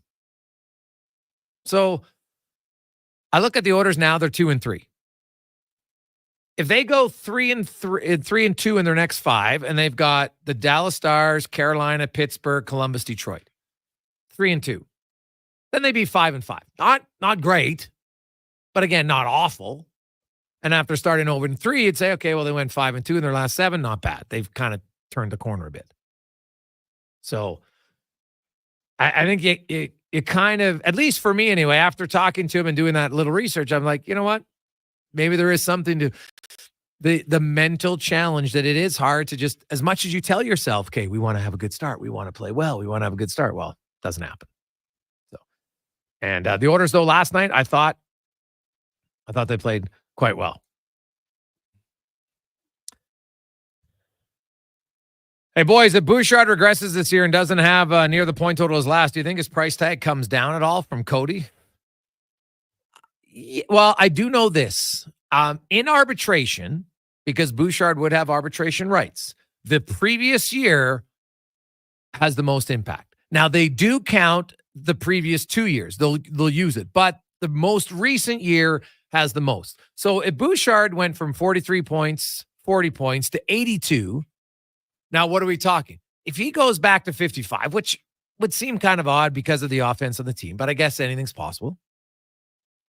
Then yeah, I think the Oilers would look, okay, we got a 40 season, a 55, and an 82. I don't want to pay him for the 82. And Bouchard, at that point,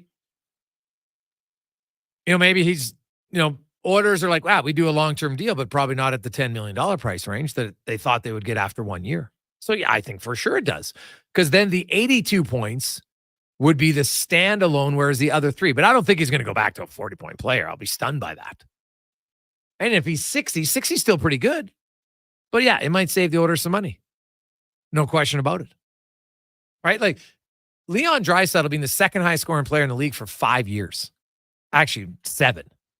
So for them to, commit to him is a little bit different than a guy who's done it 1 year, even though it's been an unbelievable year.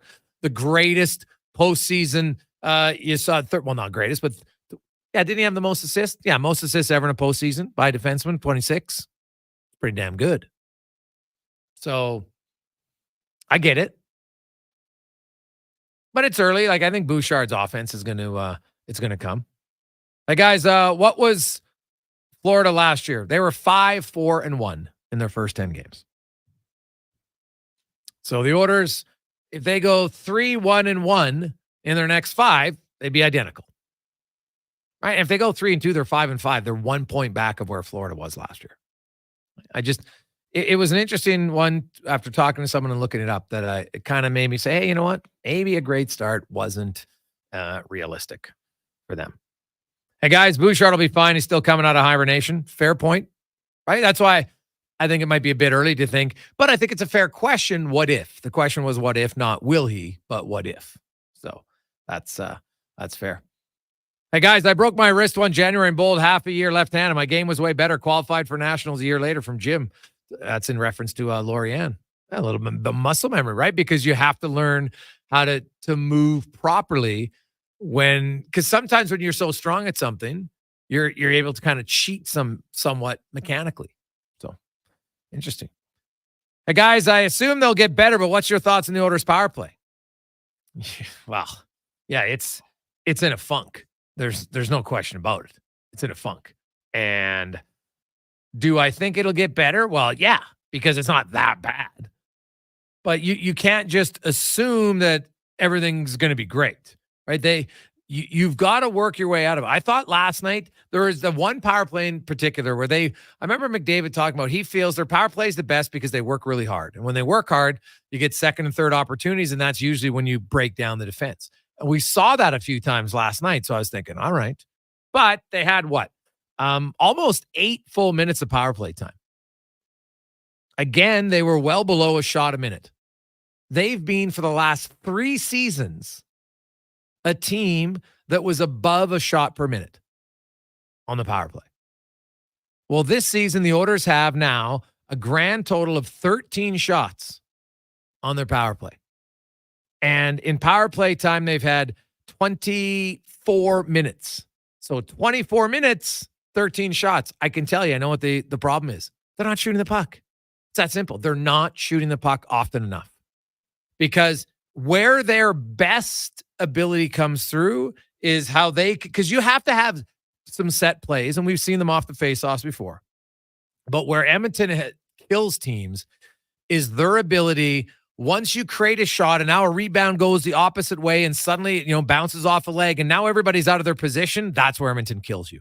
They are great at ad-libbing, reading the play, recognizing it, bing, bang, boom. And they haven't done that at all this year. Yes, it's only 5 games, but now it's 6 games. And then it's 10. Like, the simple thing, they got to shoot the puck. Their shots are down significantly. They used to be a team that would shoot more than 1 shot per minute. Now they're almost above a half shot per minute. It's just simply not good enough. So they'll have to get that mindset to be a little bit more selfish, and selfish may be the wrong word, just a little bit more assertive and go after other teams. Because you got to shoot the puck, man. It's that simple to me. It's that simple. 833-401-1460. 1440, 833-401-1440 in our inbox. When we return, we'll talk Dallas Stars. The rivalry renews tomorrow. The Stars, by the way, lost their first game of the season to the Capitals last night when the Oilers defeated Nashville. So they'll be a little bit hungry, but I think they'll be motivated very much by this. No Joe Pavelski. How are the Stars looking different? No Ryan Suter. They got younger. They still look good. Jake Ottinger just got himself a new big contract, very similar to Jeremy Swayman and Linus Ullmark. We'll talk about that on the Gregor Show, presented by PlayAlberta.ca. Hockey is back, and Play Alberta, Alberta's #1 sportsbook and official partner of the Edmonton Oilers, has you covered with bigger offers, boosted odds, live betting, player props, and more. New to Play Alberta? New players now receive $200 in free bets just for signing up. You already play? Get a $10 free bet for every $100 you bet. Every week, all season long. Visit playalberta.ca and make your picks today. Bonus terms and conditions apply. Excavators, loaders, lifts, compaction equipment, and more. Find the XCMG construction equipment you need. Available for rental or sale at Japa Machinery Group. Japa, helping build Alberta from the ground up for 50 years. Visit japamachinery.com. Edmonton's premium live music and party venue is On the Rocks. Check out Bingo Tunes on Monday. Perform on the best stage in town with karaoke on Wednesdays. Learn how to salsa with Salsa Rocks on Thursdays. And every weekend, OTR goes live. With your favorite bands on the OTR stage and DJ Kenny K. For everything that's going on at On the Rocks, give us a follow. Facebook, Instagram, or Twitter. At On the Rocks, BDM. Eat well, party hard. On the Rocks. On the Rocks. On the Rocks. Open every day till 2 a.m. The madness continues at the Brick. Find huge savings in every department, like up to $900 off sofas and sectionals, up to 25% off bedroom and dining furniture, up to $800 off select big screen televisions, and up to 40% off select mattresses. Plus, buy more, save more, up to an additional $500 off select major kitchen appliances. Some exclusions apply. See in store for details. At the Brick, saving you more. A premier hockey solution with a clear path for long-term development is proud to be entering its 8th season of independent borderless hockey, featuring provincial and cross-province competition with showcase-style regular season gameplay and a strong commitment to individual skill development. It's an attractive option for those seeking family life balance. The Hockey Super League offers opportunities for both male and female athletes born between 2012 and 2017. Visit hockeysuperleague.com for more information. Need a truck? Want a great deal on a truck? Get into Wolf GMC Buick. It's GMC's Canada-wide clearance. Take advantage of 0% financing on Sierra half-tons. Oh, and guess what? GMC employee pricing is back on all in-stock 2024 Sierra HDs and Yukons. That means thousands of dollars in savings on GMC Sierra 3/4 ton and 1 ton. Also thousands off the industry-leading SUV, the GMC Yukon. Get to Wolf GMC Buick now and drive away with money off and a smile on. Just off the Anthony Henday. Some things just work together. Sticks and pucks, cleats and AstroTurf. Your love for the game and Papa John's passion for better ingredients, better pizza. Nothing pairs with the game like Papa John's. Crafted with signature sauce, toppings, and original fresh dough. They're the champion of pizza. And now you're the champion of winning deals. Just order at papajohns.ca. Use promo code SPORTS20 and score 20% off any regular menu price order. Better ingredients, better pizza. Papa John's. That's SPORTS20. Brand new to Sports 1440 this hockey season. It's the Cross Mitsubishi pregame show with your host, Andrew Walker. Get expert analysis and so much more before every game this year. Sports 1440, Edmonton Sports Station. I'm Colin Livingston, president of Cantork. Since 2016, we've been at the forefront of hydraulic torque wrenches in Canada. I'm delighted to share our latest venture, in-house production for quicker turnaround, superior quality, and heightened versatility. Experience excellence at cantork.com.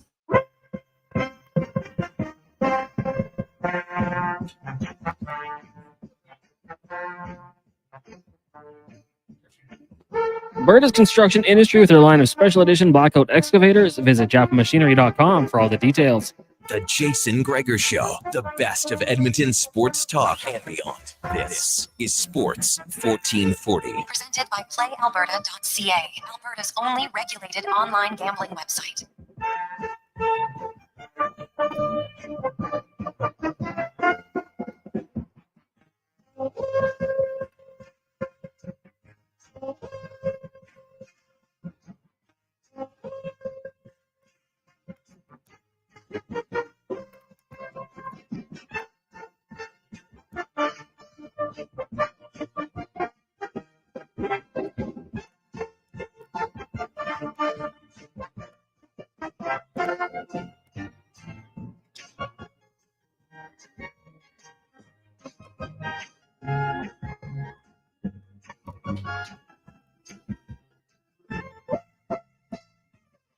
.323. Welcome back, Jason Gregor.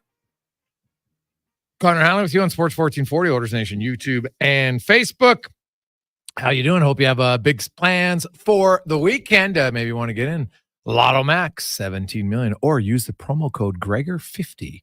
You'll get a free $50 play and also enter in to win a pair of seats to an upcoming Oilers game, courtesy of playalberta.ca.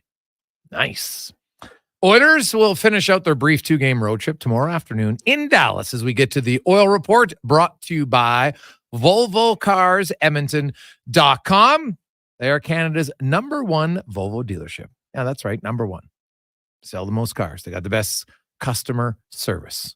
They treat it more than just a car dealership. They make you want to keep coming back. And right now, XC90s, XC90 plug-in hybrids, the 2025 models are in. Going fast. Get in this weekend. Try them out at VolvoCarsEdmonton.com. And radio analyst from the Dallas Stars, Bruce Levine joins us. Bruce, welcome to the show, my man. How you doing? Jason, thanks for having me on. How are things up in Alberta today? Bruce, they're good. Now, I just want to double. Is it Levine or Levine? It's Levine, but I wasn't going to correct you in the first 10 seconds. No, I like to ask. So, Levine, there we go. Thanks for that. My apologies. It's important to get it right. So that's why I wanted to ask. I couldn't find the proper one. So you're not in the NHL guide, Bruce, for enunciation. So I couldn't find it. So you got to get on the player roster, I guess, to get in the NHL official book.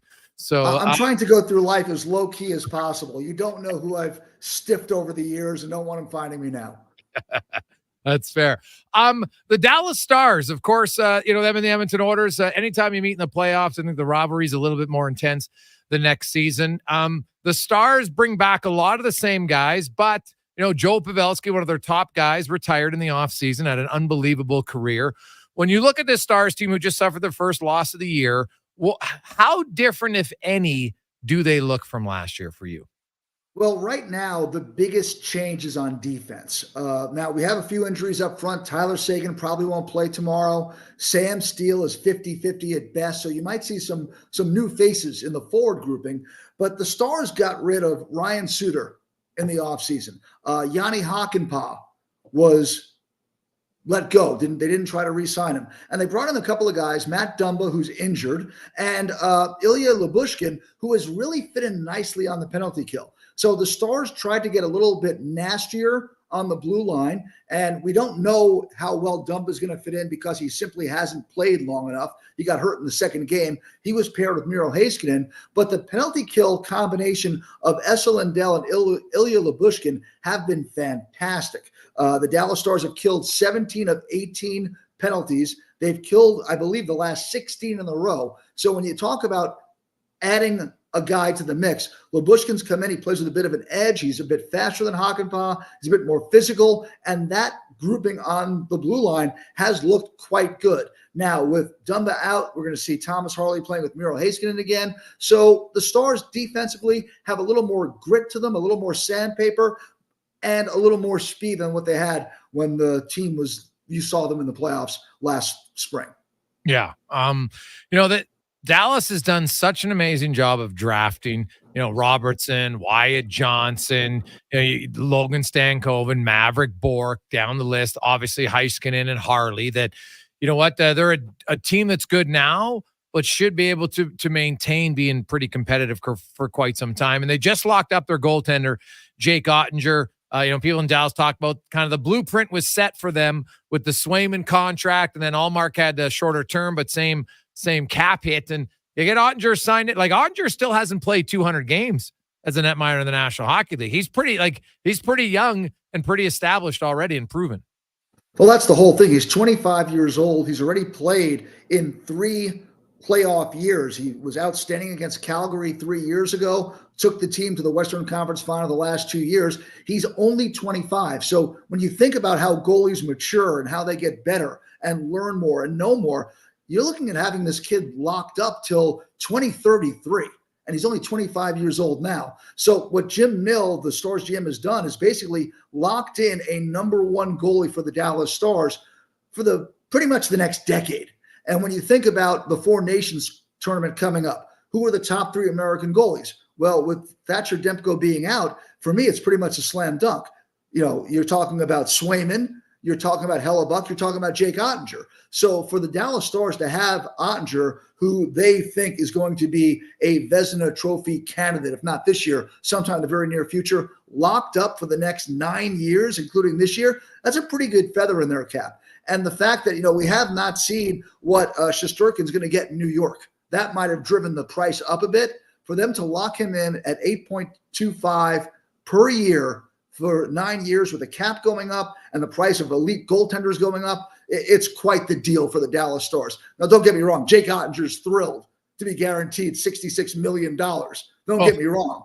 But from the Dallas Stars point of view, you don't have to worry about who's going to be the guy in the cage. And that's what they wanted to see. So you look ahead, Maverick Bourque, dominating the American League. Now, I know the American League's not the NHL, but still, a young player like that, obviously there's lots of arrows pointing up.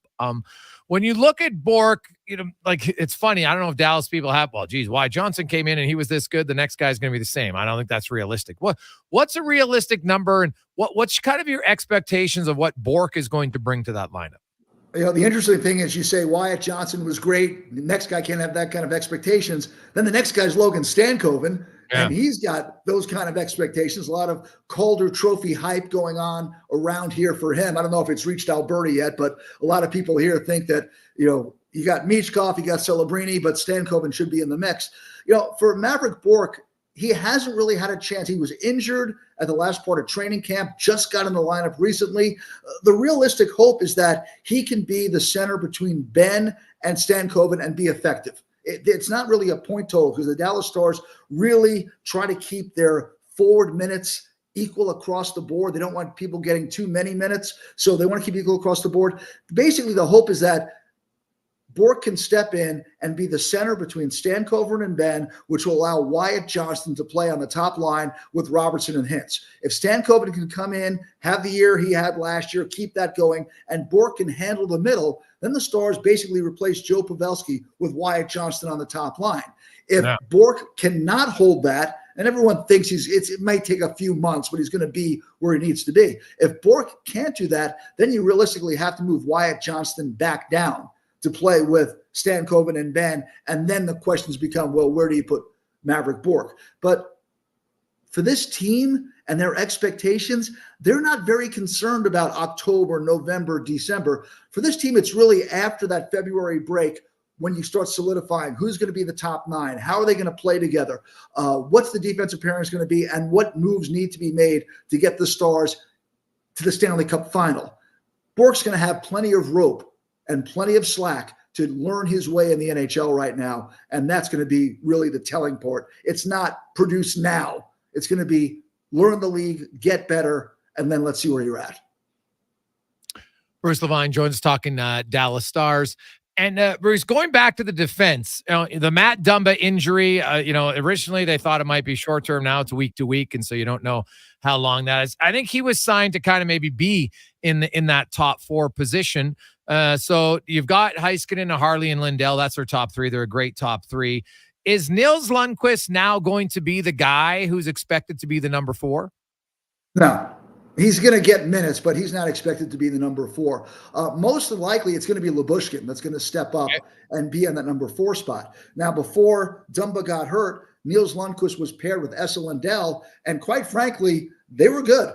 They were fine. You look at Dallas's goals against, except for that first game against Nashville, Dallas has been very good defensively.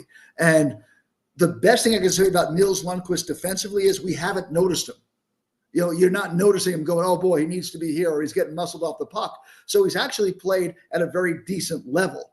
But at the end of games on a penalty kills, it's going to be Lyubushkin, Lindell out there. So it sort of moves, not that Nils Lundqvist isn't good offensively, but when you talk about trying to shut down opponents, Lyubushkin's a step ahead. And then you have Brendan Smith, who came over from New Jersey. He was sort of the seven, sort of, for lack of a better term, the Joel Hanley role that he played so well in Dallas for a while. So Lundqvist is going to get his chance.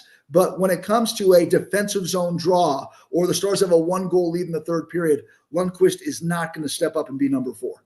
Okay. And, Like Matt Dumba's a pretty solid player. So that's, quietly a pretty important injury. Anybody who's playing in your top 4 on defense, that will hurt for them. If Sam Steele can't go tomorrow, and I know he wants to, of course, playing his hometown team, who then will be the 4th line center?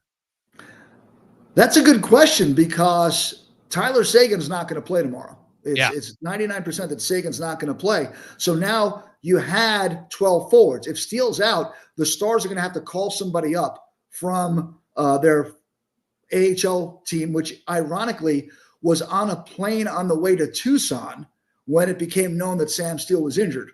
So my guess is you're either going to have Matej Blumel come up, or they also have a player by the name of Lind, who was a signing from Finland last year. And he had a very good training camp, a very, very good training camp. So one of those two guys get called up and they will most likely slot in on the 4th line. Of course, Blumel has had more NHL games, but Lind really came up and impressed everybody. He was one of those Finnish kids that came over, and the Stars have a guy by the name of Yuri Lehtinen you might have heard of. That is technically just a tremendous pipeline asset to the team from Finland. If there's a good Finnish hockey player under the radar, Yuri Lettinen's going to know about it, and he's probably going to tell the Dallas Stars. This is the latest of that group. So you will either see Blumel or Lind.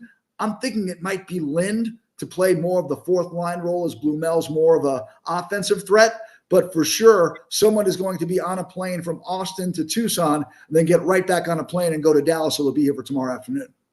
Okay. So, it's an afternoon game, so they probably got to make that decision the minute that plane lands to find out if Sam Steele is going to be able to go or not, because they don't even have a 7th defenseman around either, do they? Or do they have a 7th defenseman around? They do not have a 7th defenseman.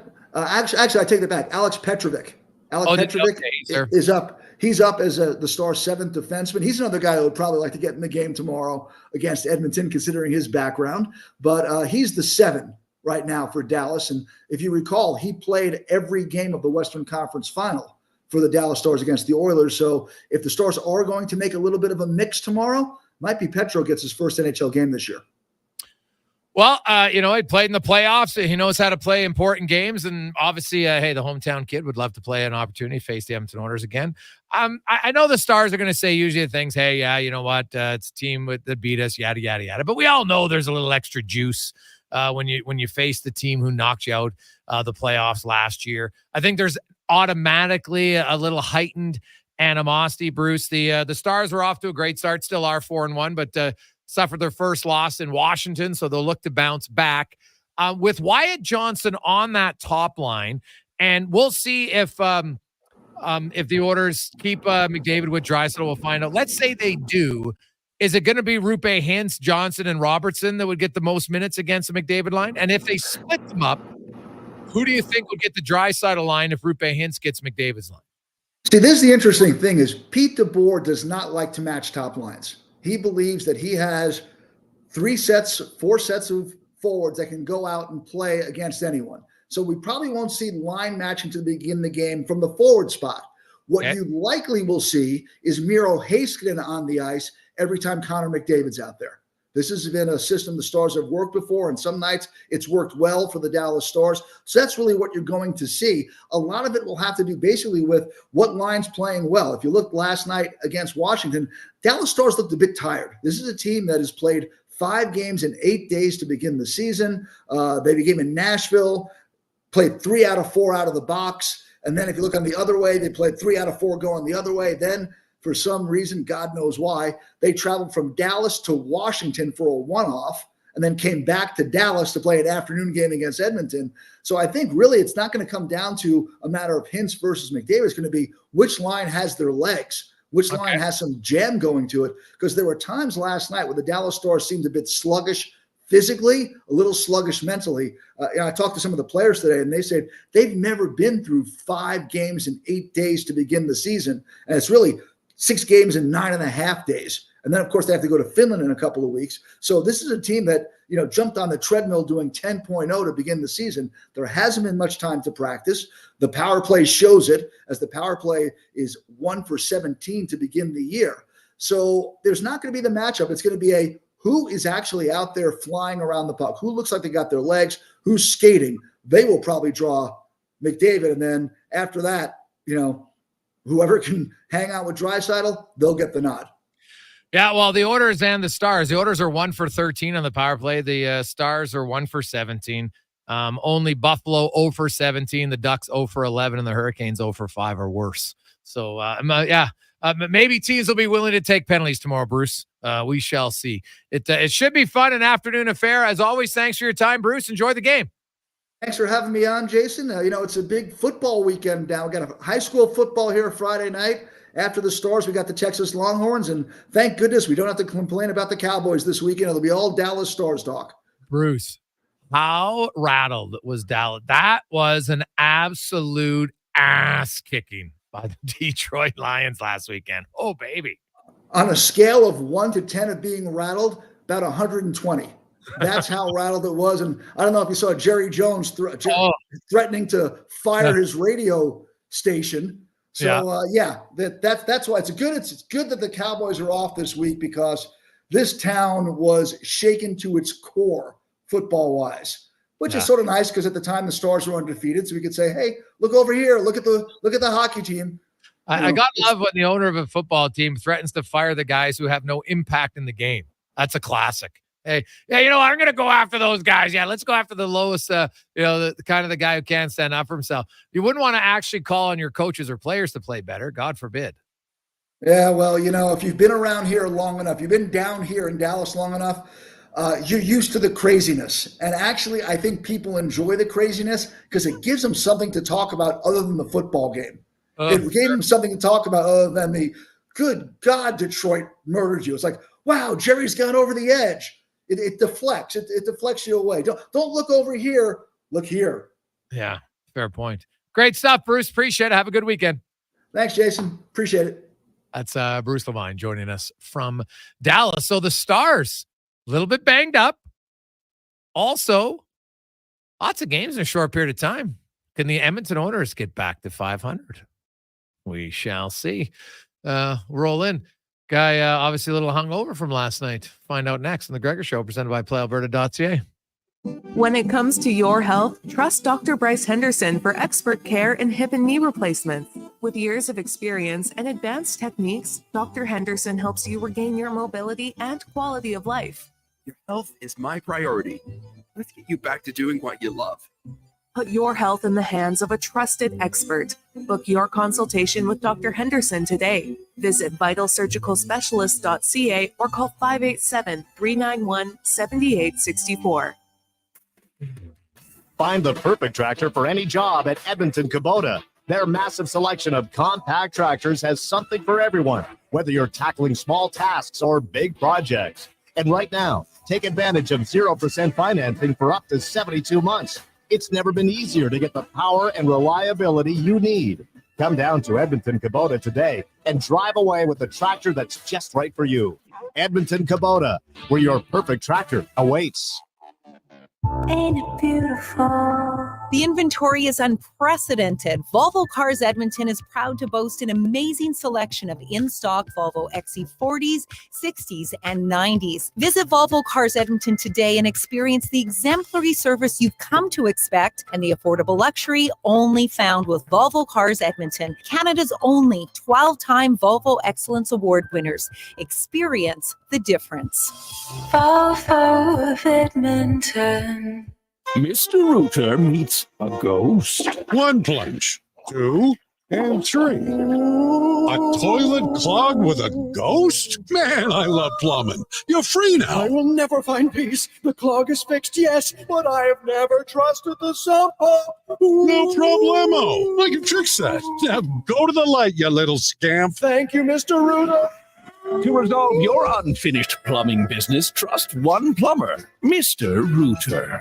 Some things just work together. Sticks and pucks, cleats and AstroTurf. Your love for the game and Papa John's passion for better ingredients. Better pizza. Nothing pairs with the game like Papa John's. Crafted with signature sauce, toppings, and original fresh dough. They're the champion of pizza. And now you're the champion of winning deals. Just order at papajohns.ca. Use promo code SPORTS20 and score 20% off any regular menu price order. better ingredients, better pizza. Papa John's. That's Sports 20. When you want to recognize the top performer on your team, come create memorable and customized trophies and awards with Elite Promotional Marketing.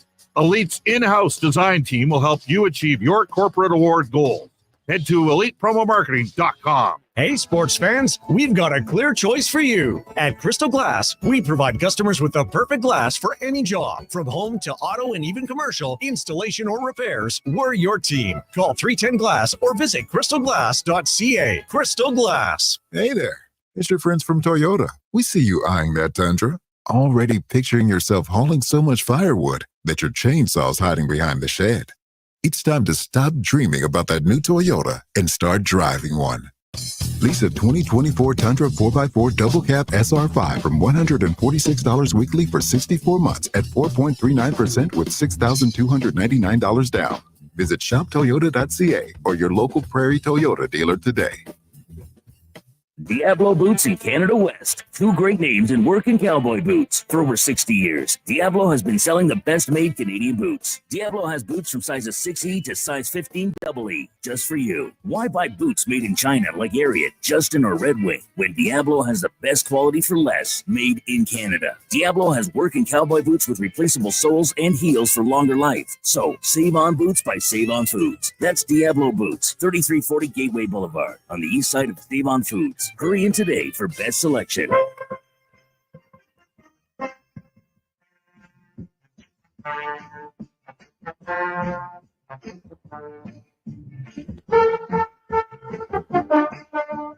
Brought to you by the Kids Sports 6th Annual Jason Gregor Pizza Pig Out. Come try the best pizza in Edmonton and area has to offer. Thursday, October 24th at 6 p.m. Get your tickets at jasongregorpizzapigout.com. Look good, feel good, play good. It's the Jason Gregor Show. Thanks for listening to Sports 1440. Presented by PlayAlberta.ca, Alberta's only regulated online gambling website.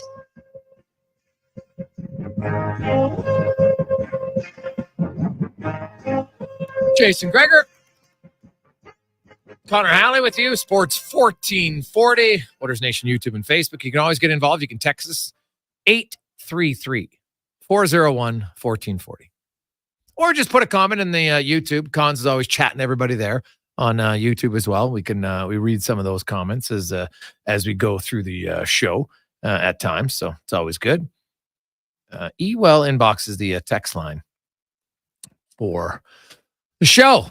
The Oilers, of course, are into Dallas, taking on the Stars. Now, this will be both teams' fifth game in 8 days. The Oilers, of course, played Saturday, Sunday, Tuesday, Thursday, and then they'll play tomorrow. Dallas played the exact same. So I don't think there's any sort of advantage whatsoever travel-wise for either team, fatigue-wise for either team. So we'll see where it goes. The Oilers, they just got to keep rolling as we welcome in Wanye Gretz. Wanye, how you doing? Doing great. Doing real good. Big win last night. Back in the winners column. Everybody can cancel the plans to tank for the draft. Yeah. Cancel. Yeah. Well, that's true. We're back. That was their best complete game from start to finish. They took over the game right up. They're out shooting them 8-0. They had some chances. McDavid, missed an end, probably their best chance when he blew by the defenseman, made the right play, just shot a little bit too high. Arvidsson had a chance. So they had some good chances early on. And then even though Nashville scored, it didn't really seem to bother them, right? Like that was, it's a good deflection by Forsberg. Don't get me wrong. Edmonton did have a chance earlier in that sequence to clear it out, but they were unable to do it. But overall, I thought Edmonton, really from start to finish in that game, they really did a great job of limiting quality chances. Calvin Pickard was solid without being spectacular. I'm impressed with a bunch of different storylines right now. I thought that Kulak, obviously, it's an incredible game, 2 goals. Skinner with points in the first 4 games. This is the depth scoring you need if you're not going to have a Vander Kane in the long-term lineup. And I think it's amazing if this start that he has points in 4 straight games. Well, Skinner's, I wrote at the start of the year, Skinner came in Edmonton the last 3 seasons, 20th in 5-on-5 scoring in the NHL. Like that, Hyman was in the top 20, obviously McDavid and Draisaitl as well. So you look at it, Edmonton's the only team in the league who had 4 guys 5-on-5 scoring. And Jeff Skinner right now has been the best of them. Now, the power play's done absolutely nothing other than 1 goal. And like history would tell us that they're going to get better. I just can't see it. Although I will say, if they don't shoot the puck, it's not getting better. You can't score on the power play if you do not shoot the puck. They've got 13 shots in 24 minutes of power play time. It's just not good enough. Flat out. It's not good enough. So I think when that happens, and then usually for this team and for a lot of teams, you start scoring on the power play, which is usually all your top guys. And guess what? Now they feel a little bit better about themselves. Usually they start scoring more 5-on-5. Were you paying attention during the intermission when Oilers legend Ryan Smith and Oilers current legend Zach Hyman met? Did you see that, Gregor? I saw the brief video of it. Very similar styles of players. There's an argument to be made around Nation HQ. We debate things like this because it's technically our jobs. Is Zach Hyman the new Smitty? Is he the fan favorite, blue collar guy who's willing to go in front of the net and get the hard goals? And then when they met, first of all, Ryan Smith looks amazing. He looks like he hasn't aged a day. Still got the Smitty hair. Yeah, that's true. He does. And then Zach Hyman, and then they touched. And I don't believe in lightning and conspiracy theories and stuff, but I swear I saw lightning, Gregor, from the 06 Cup Run Oilers surge through Smitty's hand as he shook Hyman's hand. Now Hyman has the Smitty lightning, I swear. Well, the one thing Hyman does is he plays very similar, around the net to Smith. I think Hyman's probably a little bit better of a skater than Ryan Smith was. Ryan Smith was way better deflecting pucks in front of the net than Hyman was. They score in different fashions, but and Smith did kill penalties more than Hyman does. So I remember Smitty along the wall always doing that greasy move kind of on the outside on guys, and Hyman forechecks like nobody I've probably ever seen in the NHL. Like Zach Hyman's forecheck he creates opportunities on broken plays as a result. But in terms of being like fan favorites, right? In terms of being notably nice guys, you can make an argument that Zach Hyman is the 2024 Smitty. No, I think that's Zach Hyman is honestly like when you see Zach Hyman, there's no facade there as far as just a genuine human being. Like I watch him interact with lots of people, and it might sound cliche. He was raised right in how to interact and treat people. He's an NHL player. He's a 50-goal scorer. He never, you don't ever get any sort of arrogance off of him. He's very comfortable talking to anybody. Doesn't matter who they are, at least in the interactions that I've seen with him. And so I think if most Oilers fans met Zach Hyman, they'd be like, man, like he's maybe nicer than I thought he could be. Wow. Yeah. Like, honestly, I'll say it. I think he's that type of guy. Matthias Ekholm's another one like that. And yet he'll smile and cut you in half on the ice. Just because Zach Hyman's smiling on the ice doesn't mean Zach Hyman's in a good mood. He will smile and then give you the butt end of the stick to the face. Yeah, well, he wants to get going offensively. No question about it, right? Like you come off at 50 goals, like 5 games. I'd have to go back and look. I'm almost guaranteed he didn't go 5 games without a goal last year. So it's super early, but every player's told you, if you go 5 games to start the season without a goal, it's magnified way more because there's all zeros. You could be in January and you go 5 games without a goal. You still look, you might have 18, you might have 14, you might have whatever it is. You don't have a 0 unless you're Connor Brown last year. But I think so. It does become a bigger issue for some guys. No question. I'm not saying it is for him, but it becomes more of an issue. And, Hyman, that's the thing. The Oilers, Hyman can get going. Nugent Hopkins has to play way better. Arvidsson, like the Oilers forwards right now are 32nd in the NHL in goals per game from your forward group. They're averaging 1.6 goals per game. And that's just any 5-on-5 power play, shorthanded, empty, whatever. They're at 1.6. So they will, they need to get some forward guys going. And I expect they will, because history tells us that this group, they'll start scoring. And when it does come, it might come in bunches. I think ideally they'd like it to start tomorrow. And with Dallas being a little bit banged up, why not? It's crazy looking at the stats. Like you would argue that the big boys have had a slow start to the year. Yes. Connor has 5 points in 4 games. Leon has 5-5 for McDavid. Sorry, 5-5 and 4-5. Yeah. Which is slow for them. But still impressive that like a slow start and they're both point a game. Well, Drysdale's not a point a game, dude. He's got 4 points. Well, let's round up, Gregor. Come on now. Let's be real. It's game 5, baby. Buddy, on your pod, you can just make up numbers. I'm not making up numbers. On our show, we're about facts. We're about facts. Drysdale, 4 points in 5 games. Correct. Is not a point a game. No. 5 points in 5 games is a point a game. Yes, it's a point a game. Connor McDavid is a point a game player. Yeah, for a guy who's like, but by his standards, it's well below his standard. I'm just saying they're playing well enough. We could award an extra win to the team. Yeah. Is that a fact? No, it is not. I see. So we'll see where it goes. I think Edmonton, hey, they get the win. Suddenly they're 3-3, calms everybody down, gives them a boost of confidence. And then like Carolina's not playing great. Carolina's not the team of the past. Pittsburgh comes in here, and in the last few years, the Edmonton Oilers have absolutely ravaged the Pittsburgh Penguins. They've been historically a way faster team. Now Pittsburgh's off to a great start. Jenny Malkin's playing unreal. It's good to see, but that's been a matchup. And then they got Detroit and Columbus. And my question is Derek Lalonde the head coach by the time the Oilers go into Detroit? What game of the season will it be? For the Oilers, that would be game 9. Right? Did they play Detroit first and then Columbus? I can't remember. It's one of the two. They're playing back-to-back nights, right? They play a Sunday, Monday. Cons, is it Detroit first and then Columbus? I think it might be. But either way, yeah, it's early in the season. But, at the start of the year, I thought Lalonde was the one guy who was on the hot seat the most because of there's pressure in Detroit. They got to get better. And, Columbus, there was nothing happening there. Buffalo just got a new coach. Ottawa just got a new coach. So if you look in the East, how many other coaches are really going to be on the hot seat? Not many. So Marty St. Louis, they don't have the same expectations in Montreal. I thought it was Derek Lalonde, and they're not off to a very good start. Now, they have lost to the Rangers twice. That's a fact. They're a pretty good team. But if it continues here, if all of a sudden Detroit, you get into game 7 or 8, hey, Edmonton let their coach go after 10 or 12 games. Now, they obviously had much higher expectations, but still.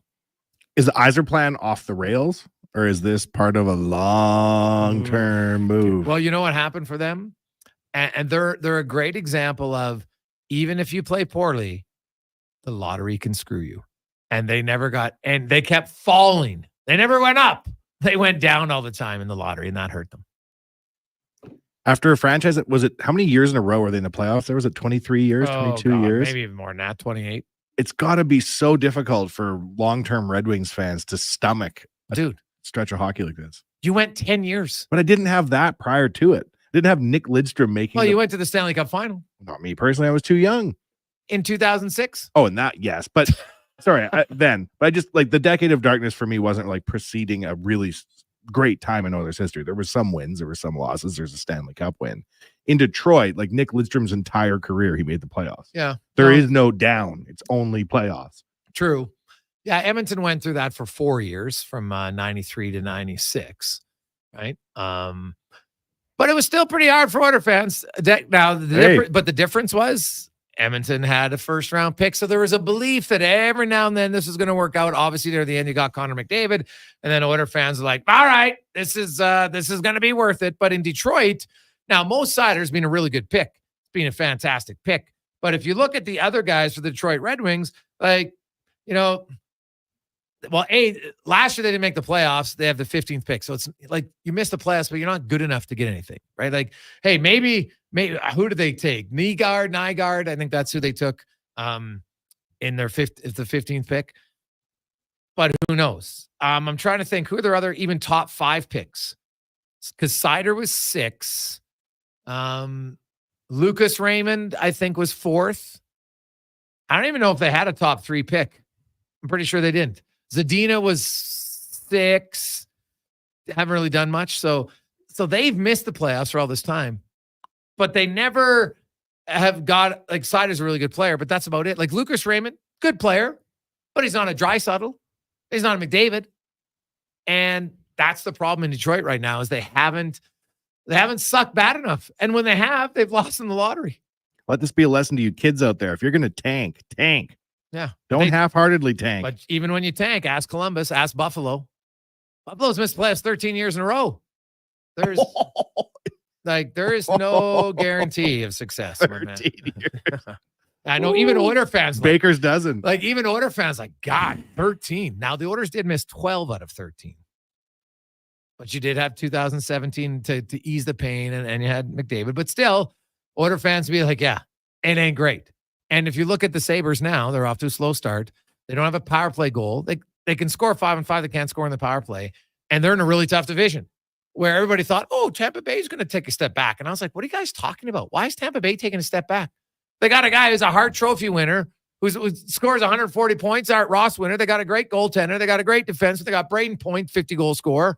People thought they were falling back. I was like, that was delusional to me. So, and they're showing it. They've looked unreal. So it's tough sledding if you're in Buffalo and you're in Ottawa and you're in Detroit, because I don't necessarily see any light at the tunnel, because Florida's good, Tampa's good, Toronto's good, Boston's good. When you're in that low 5-6 teams of the league, it is so hard to get out. Like, look at San Jose. Oh, they're locked in, Batty. Well, They're locked. Everybody, like, look at their off. They haven't won a game. Look at their offseason. Everyone's like, oh, yeah, they're going to take a step. And I was like, what are you guys talking about? They got the worst blue line in the NHL. Like, remember that line? Remember the Oilers blue line that game after the trade deadline when Struddy was like the number 2 defenseman on the Oilers? Like, Struddy will tell you. He's like, oh, my God, it's terrible. It's kind of what the Sharks are. Do you think Celebrini's going to be good? Oh, yeah. Unfortunately. Unfortunately for no, I said unfortunately he's hurt. Right? He played at one the moment. game. Yeah. So yeah, like him and Will Smith, they could be good, but it's going to take a while, and you need so much more. It's like Chicago with Bedard. They got one superstar pick. You need 3 or 4 to really, if you want to turn it around, not just 1 or 2. You can see maybe how people looked at the Oilers when they first got McDavid around the league. We were so convinced that we were going to be. Well, he made it to the playoffs the second year. Yeah. But then he only made it in McDavid, who, no offense to these other kids, none of them are McDavid. And they got McDavid after they had Draisaitl and they had Nugent Hopkins, had some other ones. Like, Bedard was kind of their first guy. So that's why I always say you got to understand where you are in the pecking order of your rebuild. Right? Like Celebrini they got, but who'd they have before Celebrini? No one. It was like Smurf City. They're in there and it's like Barba Smurf, Papa Smurf, Brainy Smurf. That's all they're drafting. It was Smurf City. I And can't it hasn't trust. worked. Eklund, Bordelot, Weisblatt. It's terrible. I can't trust that Will Smith prospect because I don't trust people who have the same names as other people. Well, That's not Will Smith. unless you have it first. And he did. Let's get to the con man. Sports 1440 update brought to you by Fountain Tires. Stop in. Harvest time. Hey, all of you. You know what harvest time is. You can get up to $200 off select Goodyear and Titan tires. Some restrictions apply. Find a location near you at fountaintire.com. This is a Sports 1440 update. Late night in the NHL. We just got 3 games on the schedule. Avs host the Ducks at 7 at 6. The Jets taking on the Sharks. And in just about an hour, the Hurricanes in Pittsburgh set to take on the Penguins. Oilers take on the Stars tomorrow at 2. Pre-game coverage here on Sports 1440. Gets going at 1 with Andrew Walker. Tonight in the CFL, Week 20 will kick off. Hamilton hosting Calgary. That gets going at 5 o'clock. Major League Baseball, Mets lead the Dodgers 3-1 midway through the third out in Queens. The Dodgers do lead that series 3-1. And just after 6 o'clock tonight, the Yankees in Cleveland taking on the Guardians. Guardians trailing 2-1 in the series, but did win yesterday. WNBA Finals, New York Liberty looking to wrap up their series with the Lynx in Minneapolis. Tip-off 6 o'clock. New York leading 2-1 there. In the AJ tonight, Lloyd's hosting Devon. GP heads to Drayton Valley and Whiteport up against Olds in the BCHL. The Sherwood Park Crusaders taking on Blackfald at 7. And in Surrey, you got the Eagles and the Spruce Grove Saints. Collegiate level, Golden Bears hockey in action at the Drake, taking on the Saskatchewan Huskies tonight and tomorrow. Both those games get going at 7. Tomorrow, Golden Bears football taking on the Manitoba Bisons. That's Footfield, 1 o'clock. As for the Pandas on the ice tonight out in Saskatchewan, taking on the Huskies, 7 o'clock puck drop.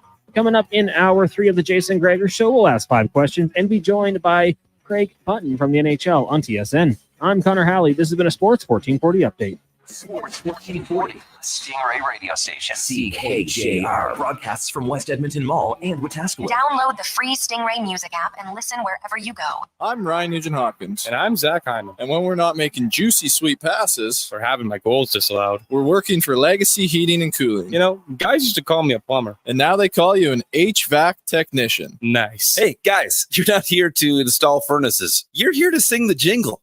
Oh. Well, okay. Call Legacy, call Legacy. No payments and no interest for 1 year from qualified installers. Legacy Heating and Cooling. You got a go-to coffee spot, a trusted barber, even a lucky game day jersey. But when it's about looking your absolute best, there's only one name you need. Mr. Dirk. Family run since 1939, we're experts in crafting impeccable tailor-made suits and offering a wide variety of everyday styles. Pair that with personalized one-on-one fittings and the convenience of on-site tailoring. Mr. Dirk elevates your style game. Visit our Edmonton store or explore MrDirk.com. Score big on style with Mr. Dirk. Edmonton's premium live music and party venue is On the Rocks. Check out Bingo Tunes on Monday. Perform on the best stage in town with karaoke on Wednesdays. Learn how to salsa with Salsa Rocks on Thursdays. And every weekend, OTR goes live. With your favorite bands on the OTR stage and DJ Kenny K. For everything that's going on at On the Rocks, give us a follow. Facebook, Instagram, or Twitter. At On the Rocks, EDM. Eat well, party hard. On the Rocks. On the Rocks. On the Rocks. Open every day till 2 a.m. Gateway Toyota treats us like we're precious gems. Because that's what we are. Every vehicle purchase from Gateway Toyota includes enrollment into their GEM program. It stands for Gateway Exclusive Membership. And it gives you 5-year access to over $2,500 in benefits. Free oil changes. Free tire and windshield repair. Free car washes. Even an annual detailing. You'll also get special discounts, trade-in bonuses, and referral rewards. I feel like a gem. At Gateway Toyota, just off Calgary Trail at Ellerslie Road. Experience more at the Edmonton Expo Center. Come for Canada's largest trade show, the biggest names in entertainment, exhilarating sporting events, and more. Stay for the experience. But it doesn't end there. Maximize your brand exposure with Edmonton Expo Center's new cutting-edge feature screens, spanning Western Canada's largest venue space. Captivate an annual audience of over 1 million visitors during iconic events like Pro Rodeo, Disney on Ice, Glow, K-Days, and so much more. To learn more, call 780-660-0514 or visit EdmontonExpoCenter.com today. Wow, get ready for a silly hockey fans. Your partner in power just skated onto the ice. EWEL.ca, the new e-commerce website for electrical wholesalers Edmonton, is ready for the power play 24/7, 365. UL skates to where the puck will be in 5 years. Now that's forward thinking. Killer selection, slamming products from the best brands, and legendary service. Don't sit on the bench. Get your account today at EWEL.ca and win that project. Plug into your partner in power. Get an EWEL.ca account today. At the end of the day, a job well done is something I can see and touch. At the end of the day, I'm proud to see the things I'm building in my community. At the end of the day, I cash my paycheck without worrying about student debt because I never had any. At the end of the day, I wouldn't trade a career in the trades for anything. Get more with a career in the trades. Explore careers at alberta.ca/trades. A message from the Government of Alberta. Are you ready for full throttle fun? Because the 2024 Alberta Snowmobile, ATV, and Off-Road Show is back, baby. With over 100,000 square feet of displays and great prizes to be won. See the 2025 lineup of sleds, ATVs, and side-by-sides. Loads of fun and entertainment for all ages. Check out albertasnowmobileshow.ca for more information. The Alberta Snowmobile, ATV, and Off-Road Show, presented by GMC, on today and tomorrow at the Expo Center. Kids are free. Tickets at the door.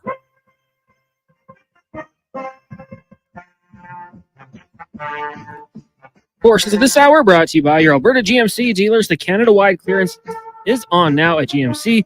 Get a $7,500 cash credit on a 2024 Sierra 1500 Crew Cab Elevation. See more at gmcoffers.ca. Hat tricks, touchdowns, and home runs. Get it all with the Jason Gregor Show on Sports 1440. Presented by PlayAlberta.ca, Alberta's only regulated online gambling website. Hey, how are you? Only got an hour left in the work week, boys and girls. Ready for a big week. It's going to be 19 degrees tomorrow. Woo, live it up. Final day for all of you, you know. Little muscle shirts wheeling around town. Oof, nice. A little matinee Oilers game if you want to. Check it out. When we got MLB playoffs. Oh, man, I can't wait for the next game of the Yankees and the Guardians. That was a hell of a game. Hell of a game. And the Mets need a win today to stave off elimination against the LA Dodgers. And they're off to a good start as they lead 3-1 in that one. Hey, man, I love playoffs, so I'd like to see it extended a little bit. Never want to see a team lose at home out. I guess we're going to lose, at least lose on the road. So we'll see. I know it doesn't happen very often. 833-401-1440 is a text line, 833-401-1440, where you can text in our E-Well inbox. Jason Gregor, Wanye Gretz, Connor Halley. with you. And let's get to the 2-minute warning brought to you by Legacy Heating and Cooling. Home of the no payments, no interest for 1 year on your furnace. You don't want to wait till it's minus 20 and it conks out. If you know you need one, do it now. No payments, no interest for a year at legacyheating.ca. Cam Tate, a longtime journalist in our lovely city. Cam, of course, born with cerebral palsy, is in a wheelchair. Has always wanted to be on radio, but his disability made that not an option until now. Due to the wonders of technology, Cam's words come to life in the 2-minute warning. Thanks there, Jason. As someone with a disability, I cannot mow my neighbor's lawn, shovel their snow, drive their kids to hockey or soccer. So I've attended many of funerals and memorial services, always in the back row. And if a family member of the departed sees me, but not always, I try to offer a warm smile as they leave the chapel, so they know they are not alone on that painful walk. I've seen many wonderful ways people celebrate someone at a funeral. My Uncle Bob, great musician, when we went out of the church at his memorial service, a few of his favorite songs came over the sound system. That helped when my father, also a great musician, left us. We had a clarinet player play one of Dad's favorite pieces, In the Mood, at his memorial, causing plenty of toe tapping. Yet when the Columbus Blue Jackets paid tribute to Johnny and Matthew Goodrow this week and before the playing the Stanley Cup champions, Florida Panther I was, without question, moved the opening faceoff. The spot on the left side of the center ice of the face-off circle was empty. It was so very poignantly pointing out the Blue Jackets will forever be playing without a player. Johnny Goodrow played left wing, and he played it well. 763 games, 243 goals, 500 assists. But as stories came out after the crash that killed both brothers, were good guys. Great gentlemen, the outpouring of support solidified that notion. So when the Blue Jackets gracefully tackled the daunting task of honoring Goodrow, they knew absolutely it had to be special. And oh my goodness gracious, how it was. The National Hockey League had to agree on the first 13 seconds, 13 being, of course, Johnny's number, being ticked off the score clock with all 11 players standing still as Sean Monahan ever so gently nudged the puck to his left winger. Friend, teammate, wasn't there. Powerful indeed, especially when we consider that loving gesture was all about 13 seconds. It was about time, something we all wish we had more of with Johnny Goodrow. The 2-minute warning with Tate, Gregor Show, Sports 1440. Well said, Tater. It was, heartbreaking, but also a very heartwarming decision by them to do it. For the players and really, you look at someone. It's hard to lose anyone in your life. I would think it would make their departure a little bit easier at how often they're remembered and honored. Right? You look because I think when you lose someone, your world stops, but everybody else around you just keeps going. And sometimes that can be overwhelming and it can be difficult. And I'm sure for his family, like you see, his father was huge into hockey, and like Columbus has had him out to practice. Philadelphia's had him out to practice just to kind of, feel part of something, feel close again. And I think I'll give the NHL a lot of credit. I think what has been obviously a very tragic situation for them, something you don't see very often in the NHL, and they've handled it with grace and class. And lots of people have really, I think, shown the human side of it. It doesn't matter if you didn't like the Flames or you're not a Blue Jackets fan, that you can put that aside for the human side of it, because most people, I think, if one of their loved ones passed away, they would want to see them remembered and honored as often as they have. Credit to Coach Tortorella too, having Mr. Goodrow out at practice. No, I saw him doing an interview, and he's like, Coach Tortorella understands being a heel, I think, and he understands going in front of the media and saying bombastic stuff. But I gave him credit; like he wasn't doing it to be showy. He was inviting Mr. Goodrow out there because he said he just wanted to be part of the hockey community, and that's a very genuine gesture. Yeah, no, for sure. And I think, well, and his dad's talked about it. Like there's different ways to grieve and there's different ways to heal. And anybody out there who's listening, who's lost a loved one close to them, whether it's your brother, your sister, your mom, your dad, your son, your daughter, niece, nephew, grandparent, whoever it is, good friend, that, at different times, the void just hits you and you don't know when it's going to hit you. And I think, at least I can only speak from my own experience. For me, when I talk about my dad and remembered him in the first few months and time afterwards, that in itself was, for me anyway, I liked, everybody reacts different. For a while, I know my brother didn't want to talk about it for a bit, right? Just early on, because everybody's different, right? And there's no right or wrong way. You find out what works for you and what's comfortable for you. And other people just hopefully don't judge you. Like, as long as you're not doing anything crazy, and then I think it's fine. So, it was a pretty powerful moment for 13 seconds, and the gesture of just, passing the puck over. And Monahan, especially because he came from, they played in Calgary, they were line mates, had great success. And one of the main reasons why he signed there was to play with as a good friend. And then obviously that didn't ever transpire. I think sometimes, especially like when there's a high profile person that passes away like this, honoring them can have a huge impact long after they're gone, right? Yep. The Ben Stelter Foundation. Right. Look at the good work they're still doing. Oh, it's amazing. Right? Like there's some good that can come from a terrible tragedy. Yeah. No, it's very, very well said. 833-401-1440.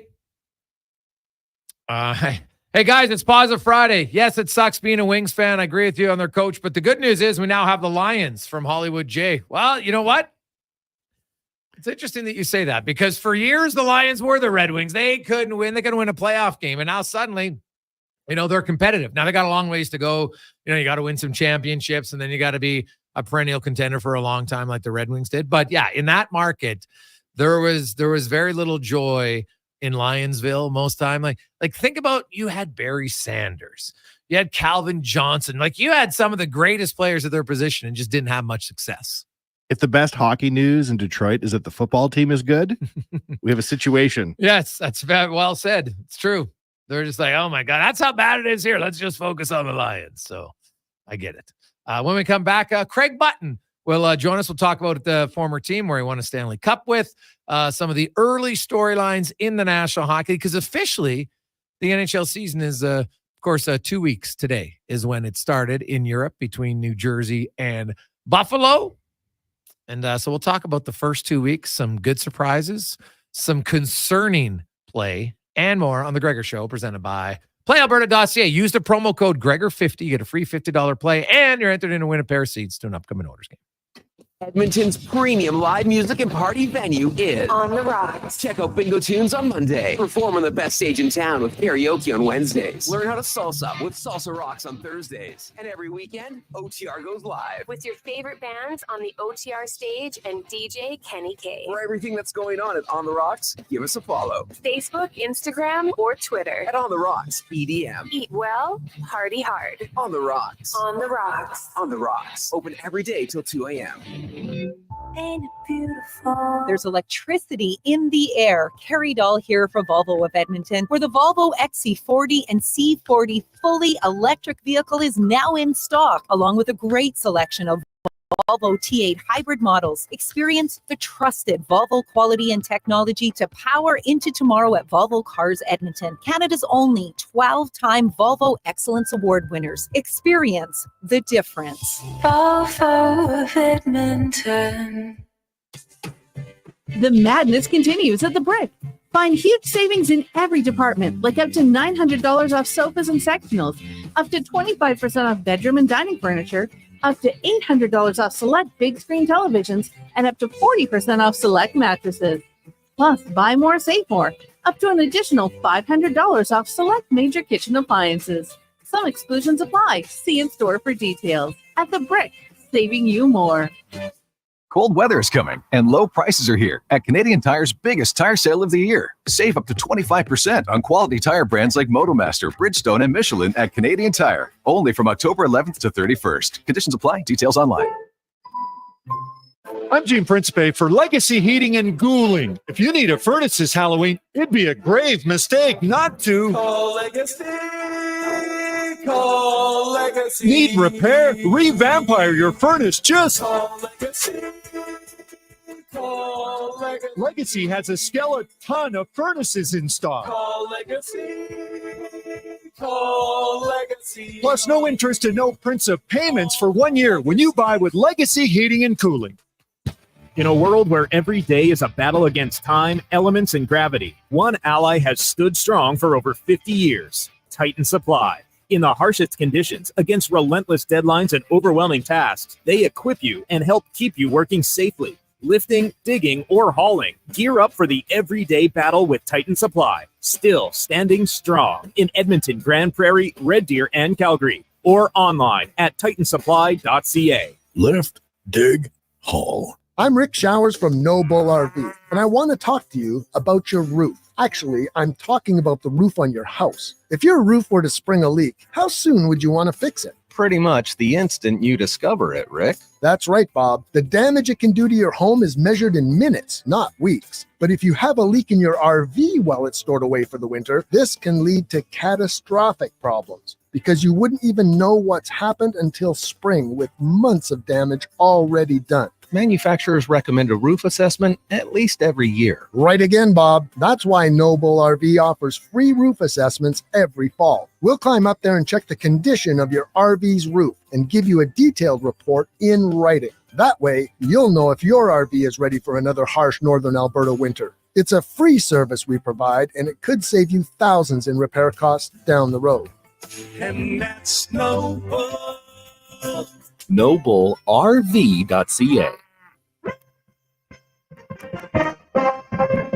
Portions of this hour brought to you by Cantork. We offer sale, rental, repair, and calibration of hydraulic, pneumatic, and battery-powered torque wrenches, stud tensioners, and flange maintenance equipment. Order today at cantork.com. Tricks, touchdowns, and home runs. Get it all with the Jason Gregor Show on Sports 1440. Presented by PlayAlberta.ca, Alberta's only regulated online gambling website.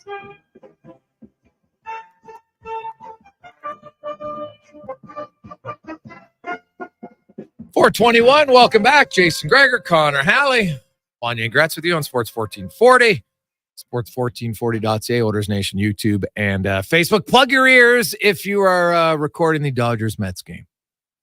5, 4, 3, 2, 1. Oh, the Mets making sure that they don't get knocked out tonight. They are all over the Dodgers. 8-1. Third inning. Woo. Gotta love it, buddy. Love it. Let's go in the room, brought to you by Action Electrical. They remind you to always take action with your savings. If you're looking to save, you've been sitting on the fence. Should I get solar? Should I not? Well, call them. They'll tell you all the reasons why you can, the benefits of it, and the best way to save the most money. ActionElectrical.net. Craig Button, former NHL GM, Stanley Cup winner with the Dallas Stars, ace analyst and scout for TSN, joins us as he always does every Friday afternoon. Butts, how you doing? Good. I have a question. Did you play baseball growing up?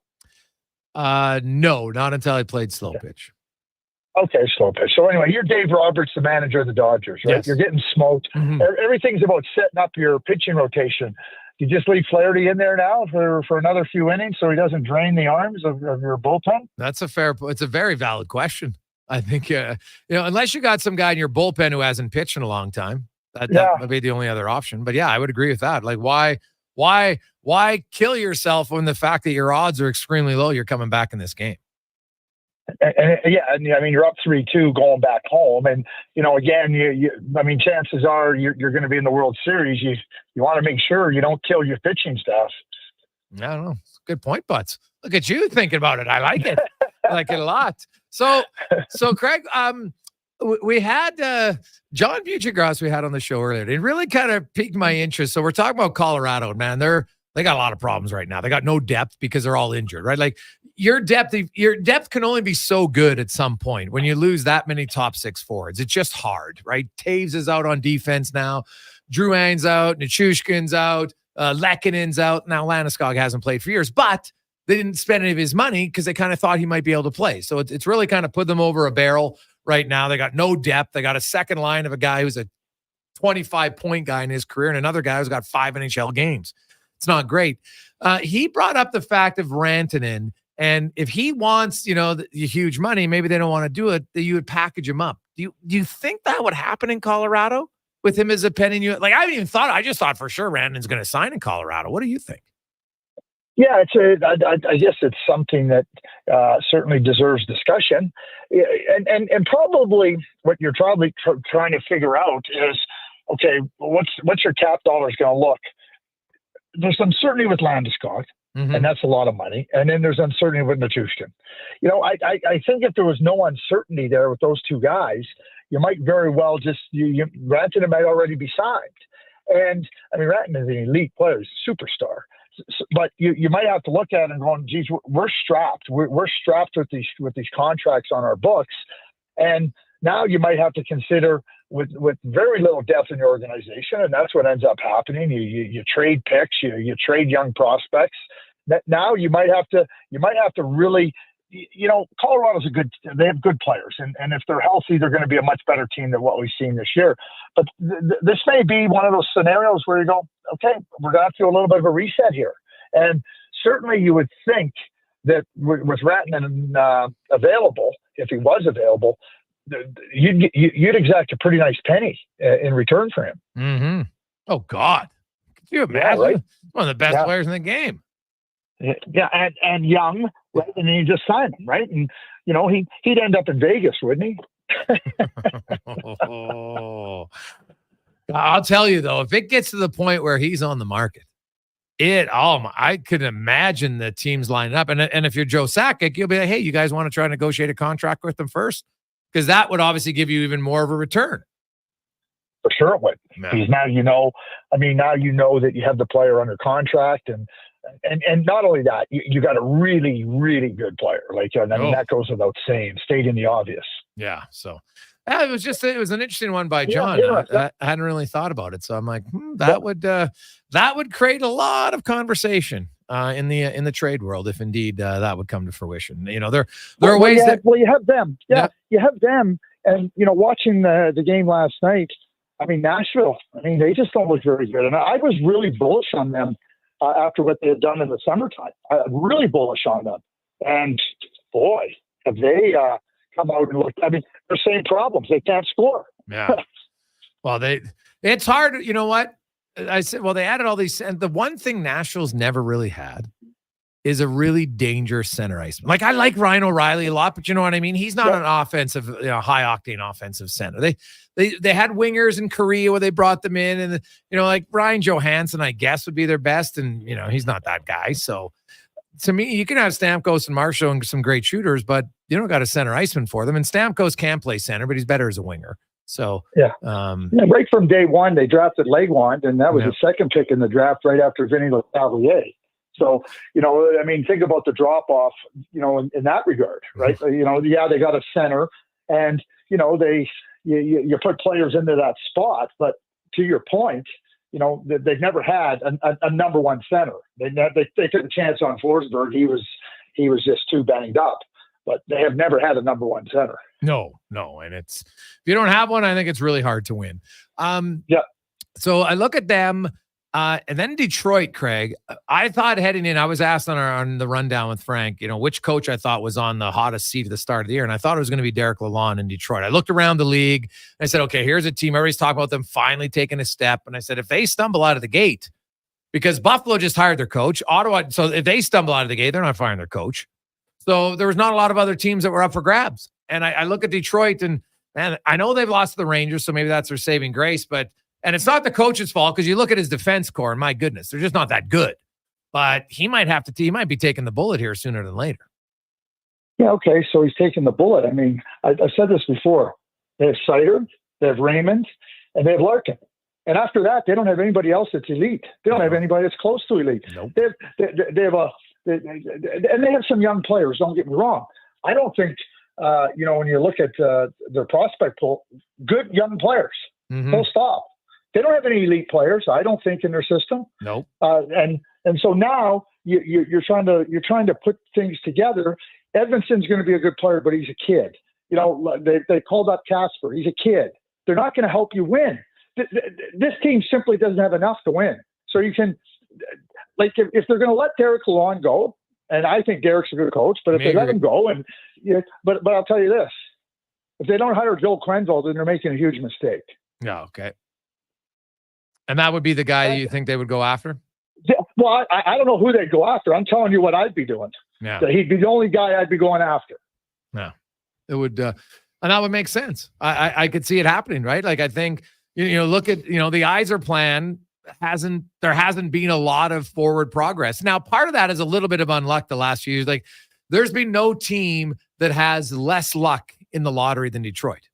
Right? Like they're losing positions. They're not even staying status quo. And so I think over time, like I went back and looked, and you know what? They've never had a top 3 pick. Like, if you're going to miss the playoffs, sometimes it's better to be bad enough to really miss the playoffs rather than just, let's teeter on the edge, and then it's like, hey, you know what, guys, I want to lose some weight. I don't want to lose 15 pounds. I'm only going to lose 5. Well, great. But then you're still not going to be good enough. You're not going to lose as much as you want. If you want to lose the 15 to run a marathon or whatever it is, and you only lose 5, well, you're not as good. And that's where Detroit is. They've had one top 5 pick, and that's Raymond.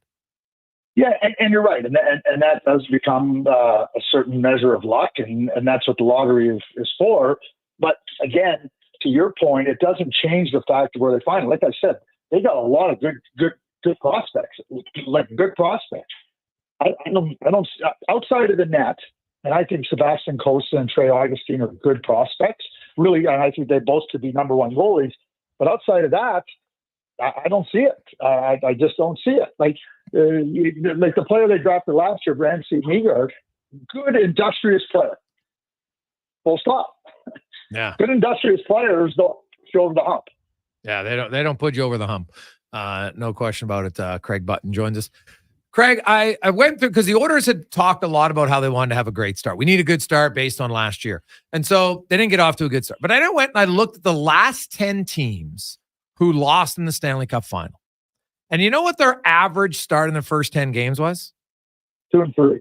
5-4-1. So 11 points, which isn't even a playoff team, right? Because that's 88 point. Well, it actually prorates to 90 points, which isn't a playoff team. And, there was Boston was the one exception. They won 7 games, but lots of teams were 5-2, 5-4-1, 5-2-3, whatever it was. They weren't getting that many points, average 11 points. And so maybe Edmonton's, and I get why they said they wanted to get, I understand it all, but I talked to a player who lost a cup, and I got his quote in my article today, and he just talked about how, you think that you're ready and all this stuff, but he says, I can't describe it properly. You're just like in a funk. And for him, even at first, playing the games again almost reopened the scab of losing again. And even though you tell yourself you're not supposed to think about it, like maybe Edmonton just didn't have a realistic chance to have a good start because it's too emotionally draining. What do you think? Yeah, I think that's very plausible, Jason. And I love, well, there are many things I love about you, but, the fact that you go and you do the detailed work and you look back at things to give context. And that's really good context that you just gave, an average of 11 points. We all watched the Oilers in their first 3 games. No. And they were in preseason physical and mental form. That's where they were. That's fair. I mean, right? That's where they were. I mean, they were terrible against Winnipeg. They weren't much better against the Calgary Flames, and certainly, you look at how they start, but they were in preseason form, and I think what you just described is something that's totally legitimate. The last 2 games, they looked like, hey, okay, enough of that. Yeah. No, let's get past what happened in Game 7. Let's get past what happened this summer. Let's get playing now. And watching them play, I thought they played a real sharp game in period 3 versus the Blackhawks, really sharp. And they took that right into last night's game. Yeah. Well, they looked really good last night. I hadn't watched Jeff Skinner enough, Craig, he's not physical, but he plays inside. Like, he gets in on players, right? He's not fast in the straight line, but he's quick. And man, does he have great offensive instincts in the offensive zone to find the opening. Mind speed is as important as foot speed. I've seen a lot of guys with lots of foot speed and no mind speed. So, as my dear friend Tim Bernhardt used to say, they get nowhere fast. Jeff Skinner gets to the right places fast. And you don't score 353, what has he got, 370 plus goals in the NHL? Yeah. You don't score that, and he hasn't been on great teams. You don't do that unless you play inside, and that's the bottom line. And Jeff knows how to read off of players, and there's going to be an adjustment period for him. I mean, he was trying to adjust to a new team in preseason. We talked about he wasn't very good. He wasn't very good at all, but he has those. He has that ability to read what other teams are doing and to understand what he needs to do to get open. And when he gets open, that puck arrives. I mean, there's a good chance it's going into the net. And it takes a little bit of time to acclimate. And keep in mind, too, Jeff Skinner's played his career in the Eastern Conference. I think there's an adjustment coming playing against teams you're not really used to playing against. Yeah, but he's looked good, points in 4 straight games. The other thing he's great at is scoring 5-on-5, Craig. And, that is such an important aspect that I don't discount power play. I think power play is huge, and it's why the Oilers offense is a little bit of a rut here because their power play just isn't shooting the puck. They go into Dallas more. Give me your thoughts on the Stars and, their revamped team a little bit. Pavelski's gone. They made some changes on defense. Now Dumba's out. And, they signed Jake Ottinger. What do you make of the Stars? And do you think Maverick Bourque, because we had Levine on earlier, and their goal is to have Bourque as their third line center so they can keep Wyatt Johnson on their first line as a winger. Yeah, and so they have some flexibility. Let me just say one thing about just quickly back to the Oilers. With that power play that's so elite, so good, when you get more 5-on-5 scoring, that only helps. And so what you just pointed out about Jeff Skinner, that's really important, I think, to keep opponents off their on their heels. Because remember, you take a penalty against the Oilers, you got to throw out your best defense pair, your best checkers, and now another line, another trio that can come out there and score. That makes you really dangerous. Dallas Stars. We know how good Jake Ottinger is. The blue line's not as good. I think the blue line for the Dallas Stars is very similar in terms of where they find themselves today to the Edmonton Oilers.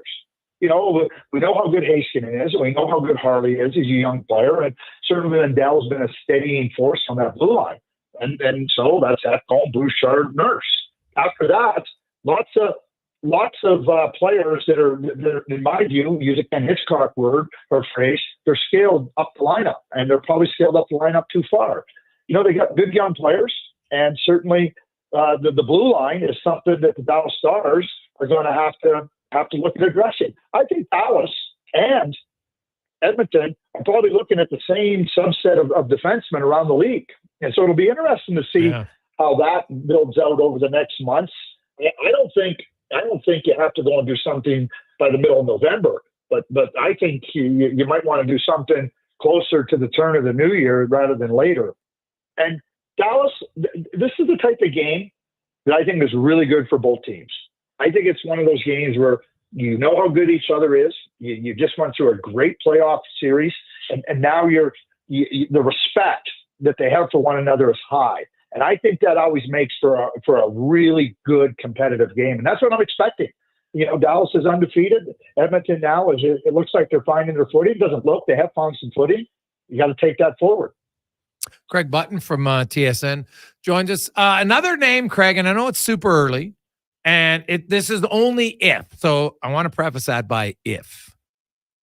If the Carolina Hurricanes, who I think are taking a step back this year, if suddenly they take a bigger step back than I think, and Brent Burns, because right defenseman, Craig, it's like trying to find gold right now. There's just not enough of them.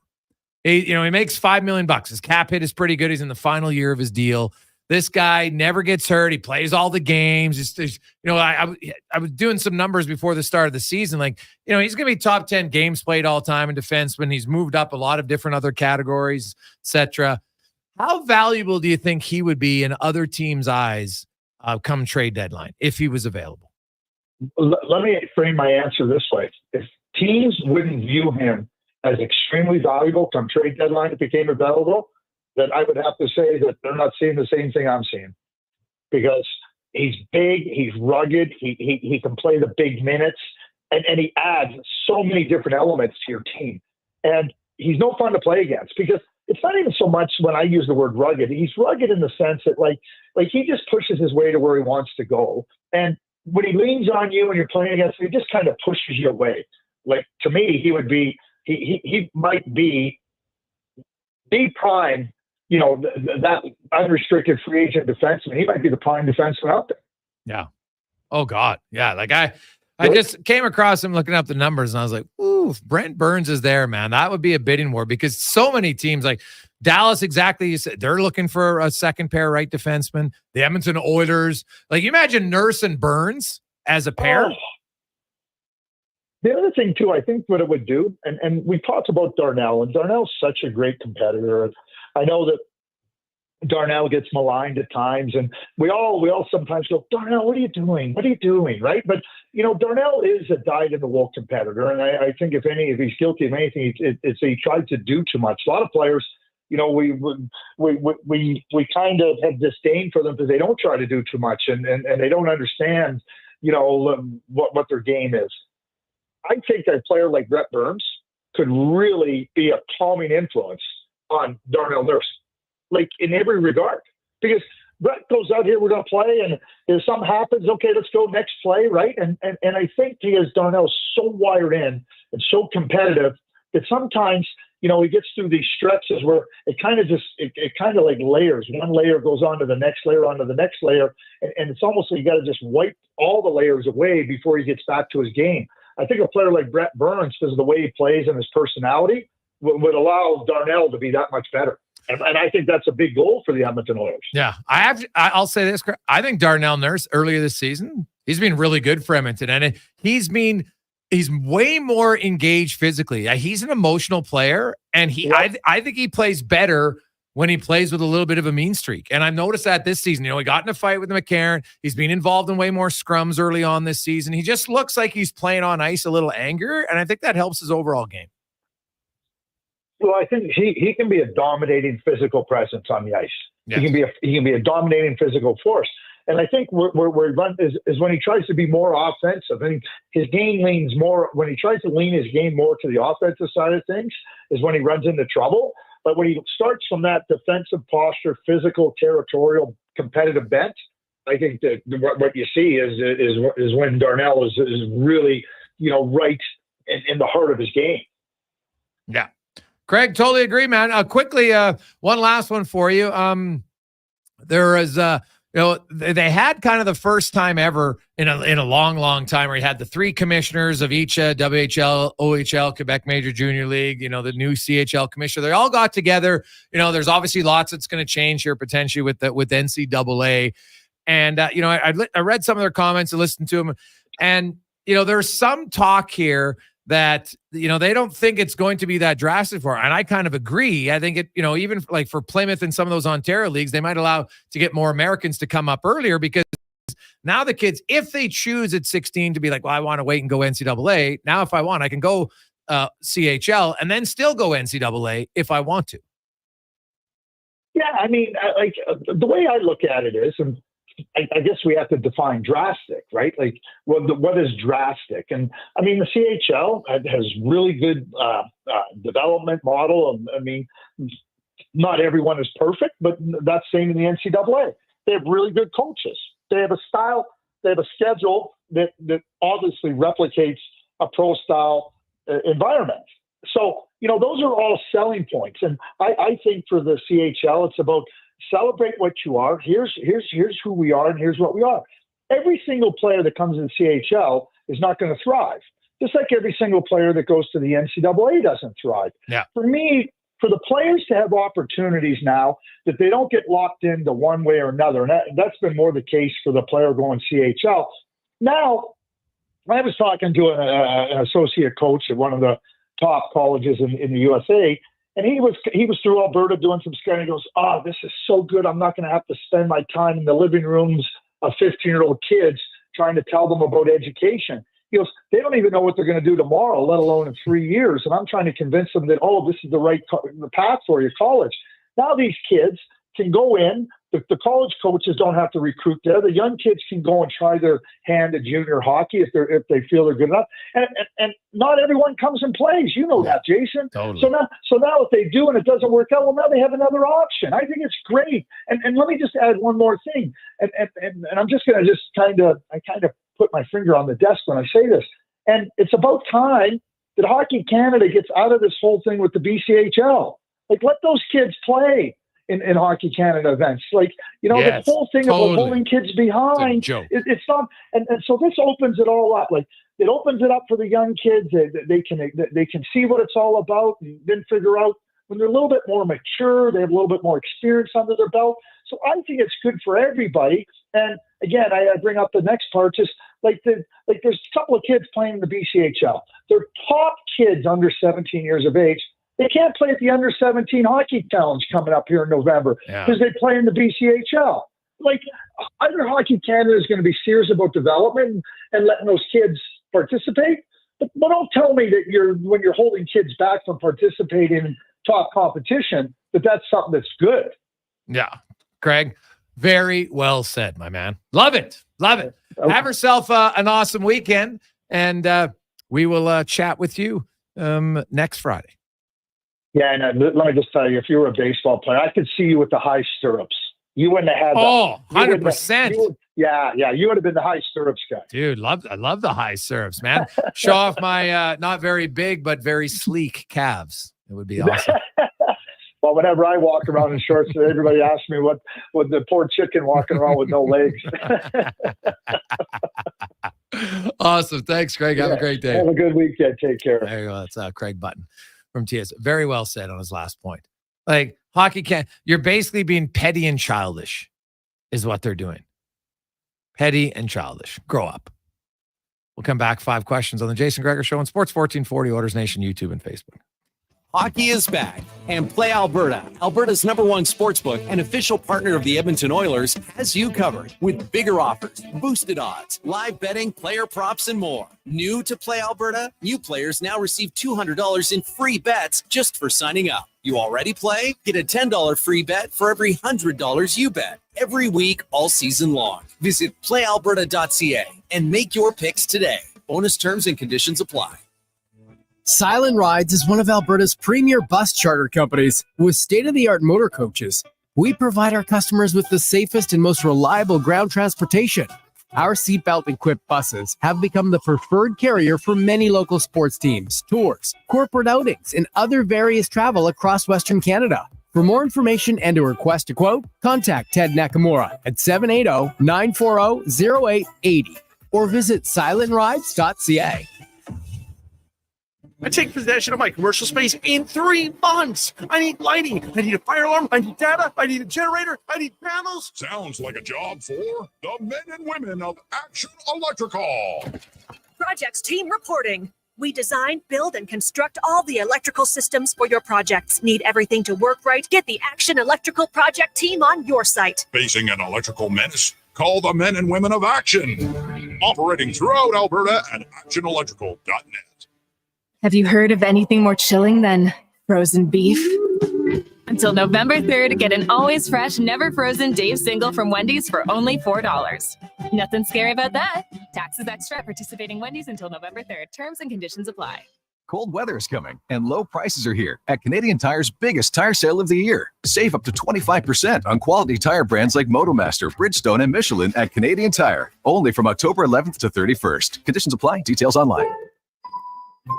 Diablo Boots in Canada West. 2 great names in work and cowboy boots. For over 60 years, Diablo has been selling the best-made Canadian boots. Diablo has boots from sizes 6E to size 15 EE, just for you. Why buy boots made in China like Ariat, Justin, or Red Wing, when Diablo has the best quality for less, made in Canada? Diablo has work and cowboy boots with replaceable soles and heels for longer life. So, save on boots by Save On Foods. That's Diablo Boots, 3340 Gateway Boulevard, on the east side of Save On Foods. Hurry in today for best selection.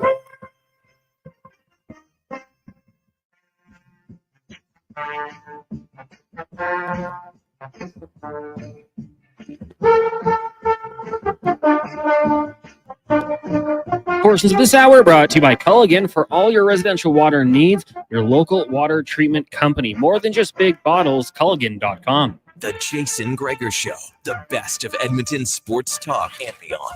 This is Sports 1440. Presented by PlayAlberta.ca, Alberta's only regulated online gambling website. Welcome back. Jason Gregor, Connor Halley, Wanye Gretz with you. Adam Ernie on YouTube states, hey, boys, The Gaudreau one was similar to Demaryius Thomas in Denver. Denver played one man short, and the Lions declined the penalty. So there you go. Yeah, you know what? Why not? And Cons was telling us how in Washington, when Sean Taylor passed away, they left his spot open, but the opposing team then had a 30-yard game. So maybe not that one wasn't discussed as well, is what you're telling us, Cons.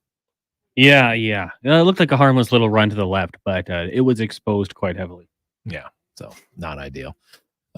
Jason Gregor, Connor Halley. Let's get to 5 questions brought to you by The Brick, and the madness continues this week. 40% off mattresses. You can get an additional $500 off brand name appliances, but only at The Brick and thebrick.com. It's time for 5 questions on the Jason Gregor Show.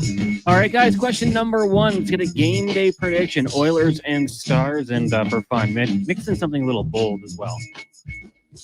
I'll go with the home team, meaning the Oilers, of course. And my bold prediction, I'll say they're 4-2 win.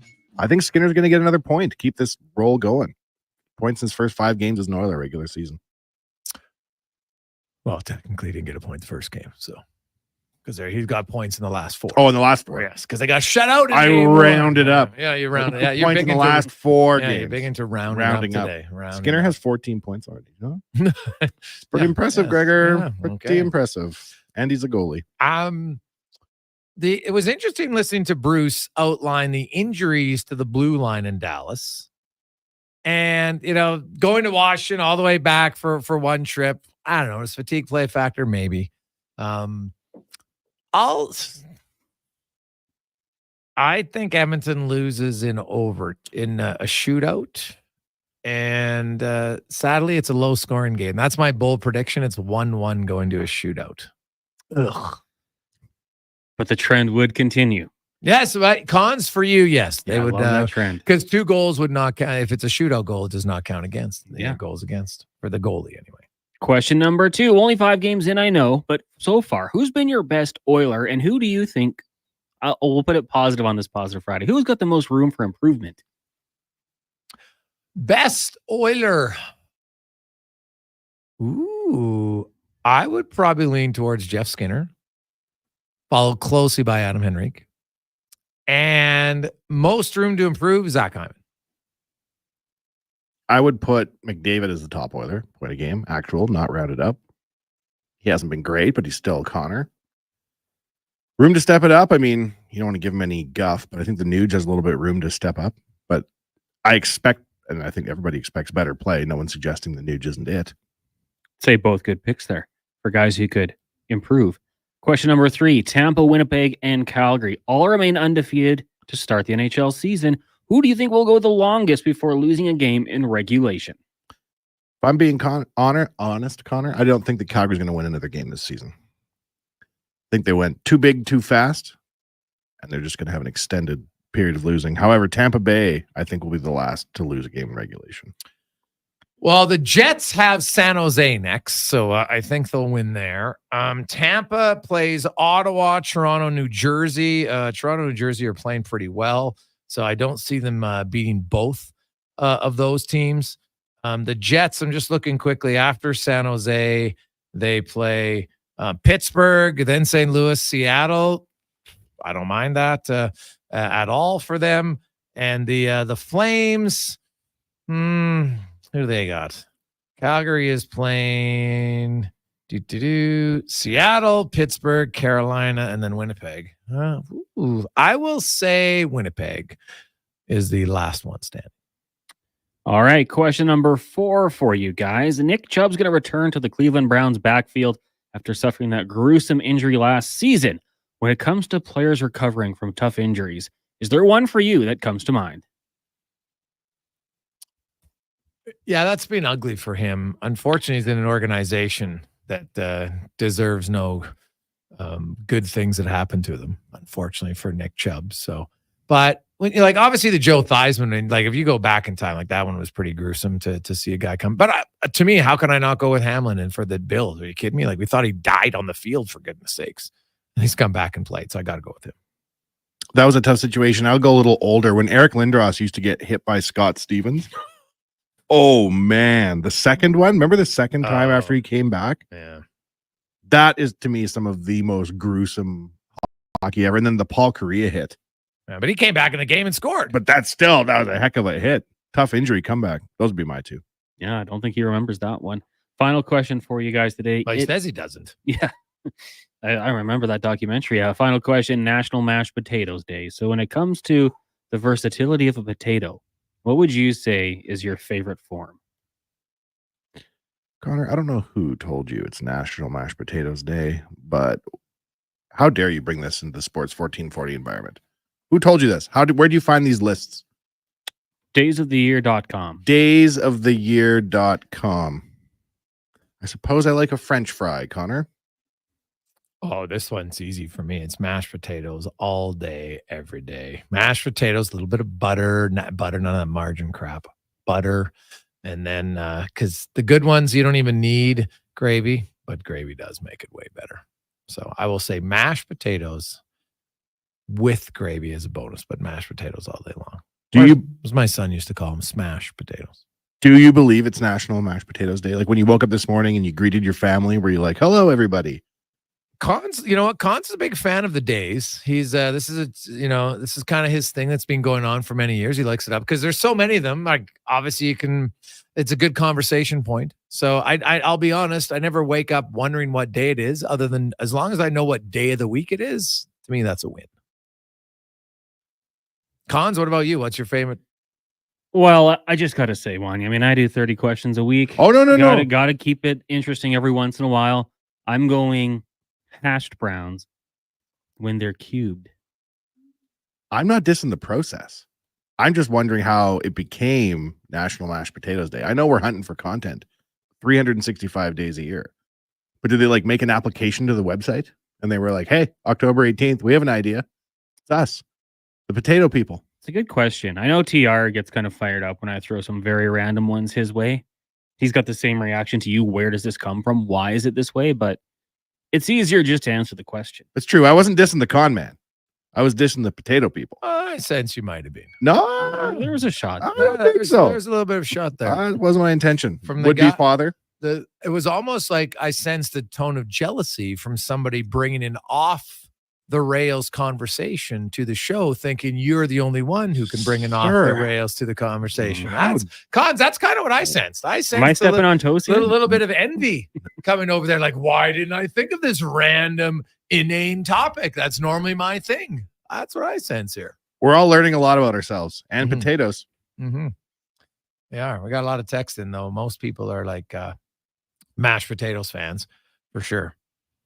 So, hey guys, what about when Sid Vicious broke his leg in WCW? Oh, from Spruce Grove Quarry. I do remember that video actually. That was like anytime like the broken leg one does, just because you see how it bends and it's just like, ugh. Gordon Hayward had the compound fracture when it breaks skin. Yes. Yeah, he had that. Mm-hmm. Like they didn't even show the Hutchinson hit or just recently here. They're like, we're not playing this. You don't want to see it. They took the opportunity for you not to watch it because here's the thing. People will say, oh, yeah, I don't want to see it until it comes on. And then they watch it. They're like, ooh, God, that was gross. Can't believe I watched it. I can remember two really bad Oilers injuries I witnessed live. One was when Boris Mironov hit Jason Arnott in the head with a slap shot. Do you remember that? And he dropped to his knees on the ice. And I think he was out cold. Well, what about Pronger hit Smith in the mouth? Yeah. Right. Bobo was taking crazy slap shots in those days. Mironov, dude, that guy he would unleash. You didn't know where he was going. And he hit Arnott square in the head. And I also remember Eric Weinrich hitting Dean McCammon from behind into the boards and cutting his Achilles heel. Yeah, I was up in the final rows of the arena, and you could hear McCammon yelling, screaming. Yes. Yeah, man. Yeah. That's when he sliced his Achilles. Yeah, that was. How about Taylor Fadoon? Yeah. That was the leg. Oh, yeah. God, that was another tough one. Oof. Curtis Foster, not an Oiler at the time, but no. But yeah, the Fadoon one was brutal. Even when Hall got cut in the forehead. Yeah, that was pretty gross. That wasn't quite as like graphic as a leg break, but that was still pretty horrific. Paul George, Anderson Silva. Oh, Conor McGregor. Oh yeah, that leg breaking in that fight. Oh yeah, gross. Yeah, there's been a few A few ugly ones. Hey, boys, how come no one went with scalloped potatoes? Unreal from Fire. Oh, yeah. Hey, guys, Paul George breaking his leg was too gruesome. Oh, another good one. Yep. Yeah, God. I love that you guys see everybody remembers the gruesome one. Hey, guys, Declan, I don't know if you'll remember this one, but Kevin Ware in college. Oh, yeah, that might be a little bit before Deck's time, maybe. Willis McGahee, he had the bad one in college, too. Oh, yeah. Marcus Lattimore, I believe, running back for South Carolina. No. Ruined his career. Remember that show Slam Ball with the trampoline basketball? Oh, yeah, yeah. Remember the injuries that started happening that made Slam Ball go away? Those are some of the worst. Yeah. Woof. Hey, guys, what about the Buffalo go? Oh, Clint Malarchuk from Dan. Yeah, that one was scary because all the blood on the ice. And even Rich, who's the other guy? Richard Zednick? Right? That's Yeah, who the he other got one throat was. cut. Yeah, so Evander Keynes. Luckily, there wasn't a ton of blood for Keynes, right? He got up pretty quick and acknowledged it really fast. So that was good. But yeah, there's been a few gruesome ones. No quite. What about when, I know it's not an injury, but what about when Monica Seles got stabbed? Remember that? Oh, yeah, on the court. Yeah, the weirdo. Like, that was a different one for sure. So Brian Berard was close too, right? The puck in the eye? In the eye, Yeah, that was an ugly one. Hey, guys, what about Bo Jackson when he ripped his own leg out? Yeah, basically, Bo Jackson was so powerful. Yeah, he pulled his hip out of his socket because he kept running down the side. You've never seen when he's running. Yes, I've seen that. Yeah, he's running down the sidelines. The guys are he was so strong, but in that moment, his own strength kind of hurt him, which is crazy, which is too bad because God, he was good. Let's get to the con man. Sports 1440 update brought to you by your Alberta GMC dealers. The Canada-wide clearance is on now at GMC. You can get a $7,500 cash credit on a 2024 Sierra 1500 Crew Cab Elevation. See more at gmcoffers.ca. This is the Sports 1440 update. The light day in the NHL on the ice. The Penguins host the Hurricanes in a couple of minutes here. You got the Sharks in Winnipeg at 6 and at 7. The Avs look to pick up win number 1 on the season when they host the Anaheim Ducks in the CFL. A few minutes away from kickoff, Hamilton taking on Calgary to kick off week 20 Major League Baseball. It looks like the Mets will force a game 6. Right now they lead the Dodgers 10-2. That one's in the top of the 5th. In about an hour, you got the Yankees in Cleveland taking on the Guardians. That's game 4 as the Yankees currently lead 2-1. The New York Liberty trying to wrap up their series with the Lynx and win the WNBA championship. They lead that series 2-1. Tip-off set for 6 o'clock. College football, number 2 Oregon heads to Purdue. They take on the Boilermakers. That'll start just after 6. In a couple minutes here, you got Florida State taking on Duke. In the AJ, 3 games tonight. Devons and Lloyd. You got Drayton Valley up against Grand Prairie, and Whiteport isn't old. BCHL, Spruce Grove is out in Surrey taking on the Eagles. Also tonight, Sherwood Park taking on the Blackfalds Bulldogs. Coming up in hour 4 of the Jason Gregor Show, we will be joined by Mark Spector of Rogers Sportsnet and Alan Mitchell from the Lowdown with Lowtide. I'm Connor Halley. This has been a Sports 1440 update. Sports 1440 in West Edmonton Mall and Wetaskiwin. CKJR is a Stingray radio station. Download the free radio player app and listen wherever you go. They are nice, tasting just so right. You can order oodle noodle at oodle-noodle.ca, delivering you the news almost right away. Remember, you can order oodle noodle at oodle-noodle.ca. So stay on your couch all day and order oodle-noodle.ca. Oodle noodle. The locks are on a timer. They're going to get out. Sounds like a job for the men and women of Action Electrical. Service team reporting. With the remarkable reach of our bucket trucks and other equipment, we assess, service, and maintain your electrical lighting and automation systems. Facing an electrical menace? Call the men and women of Action. Operating throughout Alberta at actionelectrical.net. The madness continues at the Brick. Find huge savings in every department, like up to $900 off sofas and sectionals, up to 25% off bedroom and dining furniture, up to $800 off select big screen televisions, and up to 40% off select mattresses. Plus, buy more, save more. up to an additional $500 off select major kitchen appliances. Some exclusions apply. Be in store for details. At the Brick, saving you more. Carve out for a cause at the 6th annual Jason Gregor Pizza Takeout presented by Swift. Thursday, October 24th at the Canadian Ice House. Indulge in unlimited pizza while raising some dough for Kids Sport. Vote for your favorite slice to crown the People's Choice Awards winners. Don't miss Edmonton's biggest pizza party with Gregor broadcasting live. Tickets are $60 or $200 for a group of 4. Adults only. Buy your tickets today. For more details, see jasongregorpizzapigout.com. Oodle noodle origin. In 1864, Francis Oodle took over his dying father's business as a leatherman. He was quite proficient, but his heart was never truly in the trade. After his father's death, Oodle met a cocksure young man named Vladimir Nudell, who was a trailblazer in the popular new art of food boxes. They formed a partnership and aimed to ply their trade in the new world. At Ellis Island, Nudell was renamed David Noodle, and henceforth, the franchise has been known as Oodle Noodle. Drive, pick, and win. All this month at Nisku Ford. Drive off in a brand new Ford with 0% financing or choose up to $24,000 in rebates. Then celebrate the season by picking your very own prize pumpkin from the Nisku Ford Pumpkin Patch. With every car purchase, new or used, you could plug TVs, gaming systems, AirPods, and more. Get all the prize details at niskuford.ca. Above expectations. Legacy Heating and Cooling jingle auditions take one for Gene Principe. Are you ready, Gene? Ready? I'm not just here to make a thermo a couple of bucks. I'd never just microphone it in. Take one. Call Legacy. Call Legacy. Nice. Boom! I'm a musical genius. Legacy's going to love this for furnace season. What's not to love? With no interest and no Principe payments for 1 year. Are you always like this? Yep. Unlike a furnace, I have no filter. Legacy Heating and Cooling.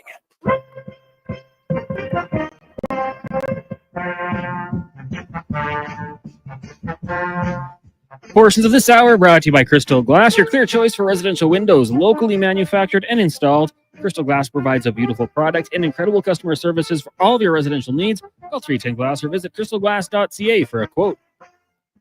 Hat tricks, touchdowns, and home runs. Get it all with the Jason Gregor Show on Sports 1440. Presented by PlayAlberta.ca, Alberta's only regulated online gambling website.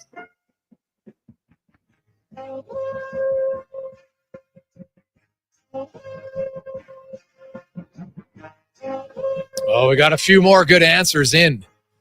Gruesome injuries. Welcome back. Positive Friday. Jason Gregor.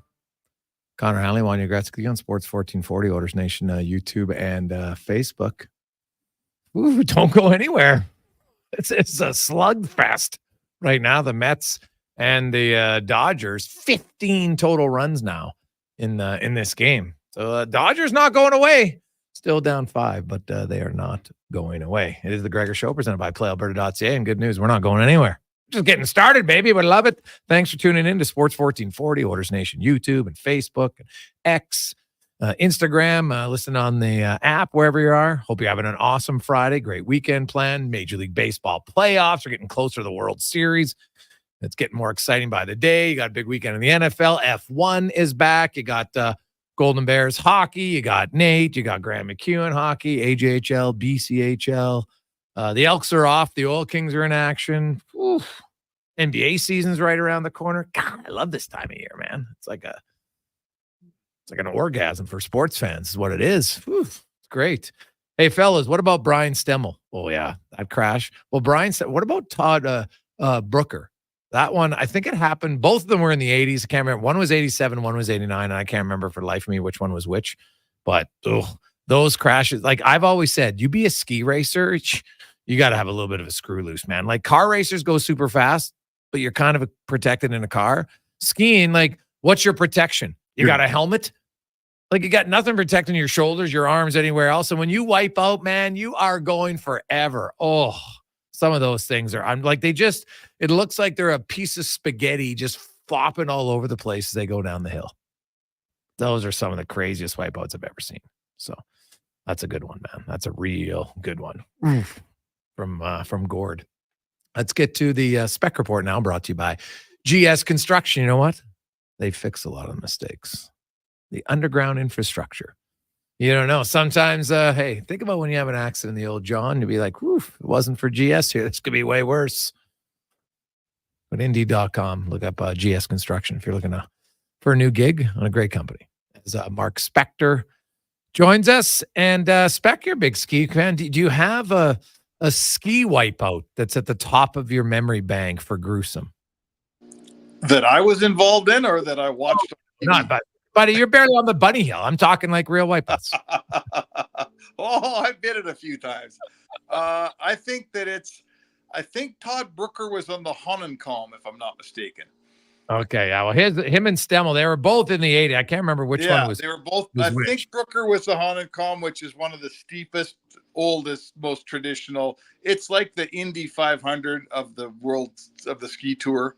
You know, it's got the most tradition. They've been skiing there for 200 years. That would probably be the one. I mean, anyone who's old enough remembers the guy falling off the ski jump on Wide World of Sports every Saturday, right? We watched that one, you know, every year of my life for a long time, right? Are you too young for Wide World of Sports here, Jay? Oh God, ABC Wild World of Sports on Saturdays? No, man, I loved it. That guy bid it every day, every Saturday at about 2:00. Well, that is true. Well, the Oilers didn't bite it last night. They came out from the opening puck drop and were the better team, and I thought we're the better team from start to finish. There really wasn't much of a lull in that game at all for Edmonton last night. No, really, really steady hockey all the way through for sure. You know, one of the measures to me of a team defensively, you're always going to get scored on. So the measure to me is, did the other team really have to make a great play or earn their goal? And both of the Nashville goals were deflections right in front of the net that were very well done. I thought that Stetcher was right on. I forget now who scored the first goal. Forsberg. Yes, Stetcher was right on him. Forsberg made a good spin and got body position, and then he tipped the puck all in one motion. It was just a really good play by a world-class player. And then the second one, Marchessault pulls a puck out of the air, a centering pass that should have gone to the corner. He whips it out of the air and tips it short side on Pickard. So my point is, they scored 2 goals on Edmonton, but they were both well-earned, excellent goals. They weren't easy. You know, they didn't just give up any goals. And in the meantime, Edmonton possessed the puck more. They had more zone time. They had obviously more shots, more goals. They were better, and their whole lineup was better. I love it. You know, as an observer of the Oilers, it impresses me always the most, Jay, when you go into those games and McDavid and Draisaitl don't carry you. They don't get 4 points. It's the rest of they got their goal. David had a nice goal, but their team won that game, not 3 or 4 guys. That's the way the Oilers have to play. Yeah, 2 wins this year, and neither one was due to their superstars being the obvious best players on the ice. And so that's because eventually they're going to be. It's inevitable that McDavid's going to have a McDavid-like game where 5 or 6 times in the game you're rewinding it saying, did you see that? Right? It happens. And it hasn't happened yet. You know, they don't even have a point from Hyman through 5 games. He's a 50-goal scorer last year. You know, Bouchard is oddly enough looking worse with the puck than he is without the puck, which which doesn't make much sense to me, but it's probably a good thing because I don't think that's going to last either. And the other thing was overall, like Brett Kulak, 503 career games, first time he ever scores 2 goals in a game. And afterwards, he's like, it's nice to score, but he was more excited about their team game and how they played. But I also so there's a few things. So I listened to Brett Kulak talk about, the pressure that they put on, and we want to have a good start, and we didn't have a good start. And, you don't have to be perfect. You just got to play well. And I don't know if you read my article today or not, but I got a quote because I went and looked back at, the Oilers wanted to have a really good start. And then I'm like, but is that even realistic when you think of the human element after losing a Stanley Cup final? So I went back and looked at the last 10 Stanley Cup finalists losers. And guess what? Their average record is 5-4-1. 11 points, which is under a playoff pace for over 10 games. And that was their average. Boston was the best at 7-1-2. Lots of guys were just under. Montreal was the worst the next season. But I looked and said, well, maybe Edmonton having a great start was never very realistic when you consider the emotional pain. And I talked to one of the players who had lost, not from the Oilers, but from one of those other teams who lost. And his quote was pretty eye-opening for me. how he said, man, it's way harder than people think. And when he got back to playing hockey, it was almost like it ripped open the scab again. Even though you're supposed to move on, that's when he was like, God, we were this close and we lost. And it said like it was you're in a fog. You couldn't really describe it. And so I wonder if Edmonton's whole emphasis of a great start was maybe unrealistic just because the human element of it. Oh, that's fair. And, I never really thought about it, how like the cup ends and you lose and then everybody goes their own way and you can, it's hard and you deal with it, but you're not surrounded in the same dressing room by the same guys. So when you come back in the fall, for sure, it's probably, you got to go through it again and you got to get over it again. That's a good stat because it's 10 different organizations over 10 different years. So to me, that would be your large sample size, a wide berth of samples. And that tells you something. If, you're right. I mean, 5-4-1, what's that? 11 points times 8. That's roughly a 90-point year, and that doesn't get you in the playoffs. So they're on their Knobloch's thing is 8-game segments. They want 5 wins out of every 8 games. They'll be hard pressed to get 5 wins out of this first segment. Yeah, they'd have to win their next 3, right? So it's doable, but if they play like they did last night, they'll have a good chance. And, Dallas will be fired up, but Dallas is a little bit banged up. And now Edmonton's going to come in. I think as Kulak was right, they're feeling good about their game. The only element of their game that it can't be good about is their power play, because their power play right now, like it's showing, it's not like they're getting close. Like if you look at Nashville's power play last night, if Ekholm doesn't have this out of this world block when there's a wide open net on Stamkos, they score. But Edmonton last night, did you say, oh, look at that great save by Saros? Not really. Their power play, they're just not shooting enough. I'd go backwards even to say, I don't remember them ever, to me, the biggest cheat code for the Oilers power play has always been the human zone entry, Connor McDavid. Of all the power plays I've ever seen in my life, I've seen some good ones with lots of different teams. No one's ever had a more consistently successful and not time-consuming zone entry. McDavid sets you up every time, and he hasn't been. The zone entries haven't been that good. No, and that's where your power play starts. So for sure, they don't have it. It's not there yet. I'm sure it'll come. It's the same guys. They've been good at it for a long time, but for some reason, and there again, they win a game last night without any help from their power play. What's their power play this year? 1 for 13. 13. Yeah, that's ugly. Yeah, 1 for 13. 7%. Yeah, so that's another thing that'll come. It'll come. They'll get their game where they get their 2 power play goals. So you get 2 power play goals a game, you win about 90% of the time. It's good to win games when that power play doesn't carry you, but it sure does look a long ways from getting any good, doesn't it? It does not resemble itself in any way right now. No, not at all. Like, not a lot of guys looking overly comfortable, but I guess maybe the good thing is, they're early on, they're finding ways to win. Jeff, they're getting huge contributions from Jeff Skinner every game. You got another line without McDavid and Draisaitl. You're like, those guys are going to produce, and that's what they've done. Even Corey Perry, Corey Perry doesn't get an assist on that goal spec. Oh, yeah. But man, he made the whole play, right? Like he made the whole play. And when you consider Corey Perry has a goal, he has another goal that should have counted. Then he has a fight. Then he makes that play. Like anybody thinking that they should have kept Raphael Laval over Corey Perry right now, I don't think is paying attention to how Corey Perry's playing. Not even close. And, those things count. Like, I think on the McDavid goal, Hyman was right in Saros's grill as well. And he doesn't get a point on that, but he's a big part of it. I remember so many goals that got scored that Ryan Smith never got a point on, that if he wasn't doing the Ryan Smith thing in front of the net, the goal never would have gone in, Yeah. And those guys, for sure, man, those having crease crashers and having one on, having a couple guys in your lineup that go in and get the dirty work done, and people all of a sudden there's a half a net open because the goalie can't see what's going on. Absolutely. Corey Perry, play for my team any day.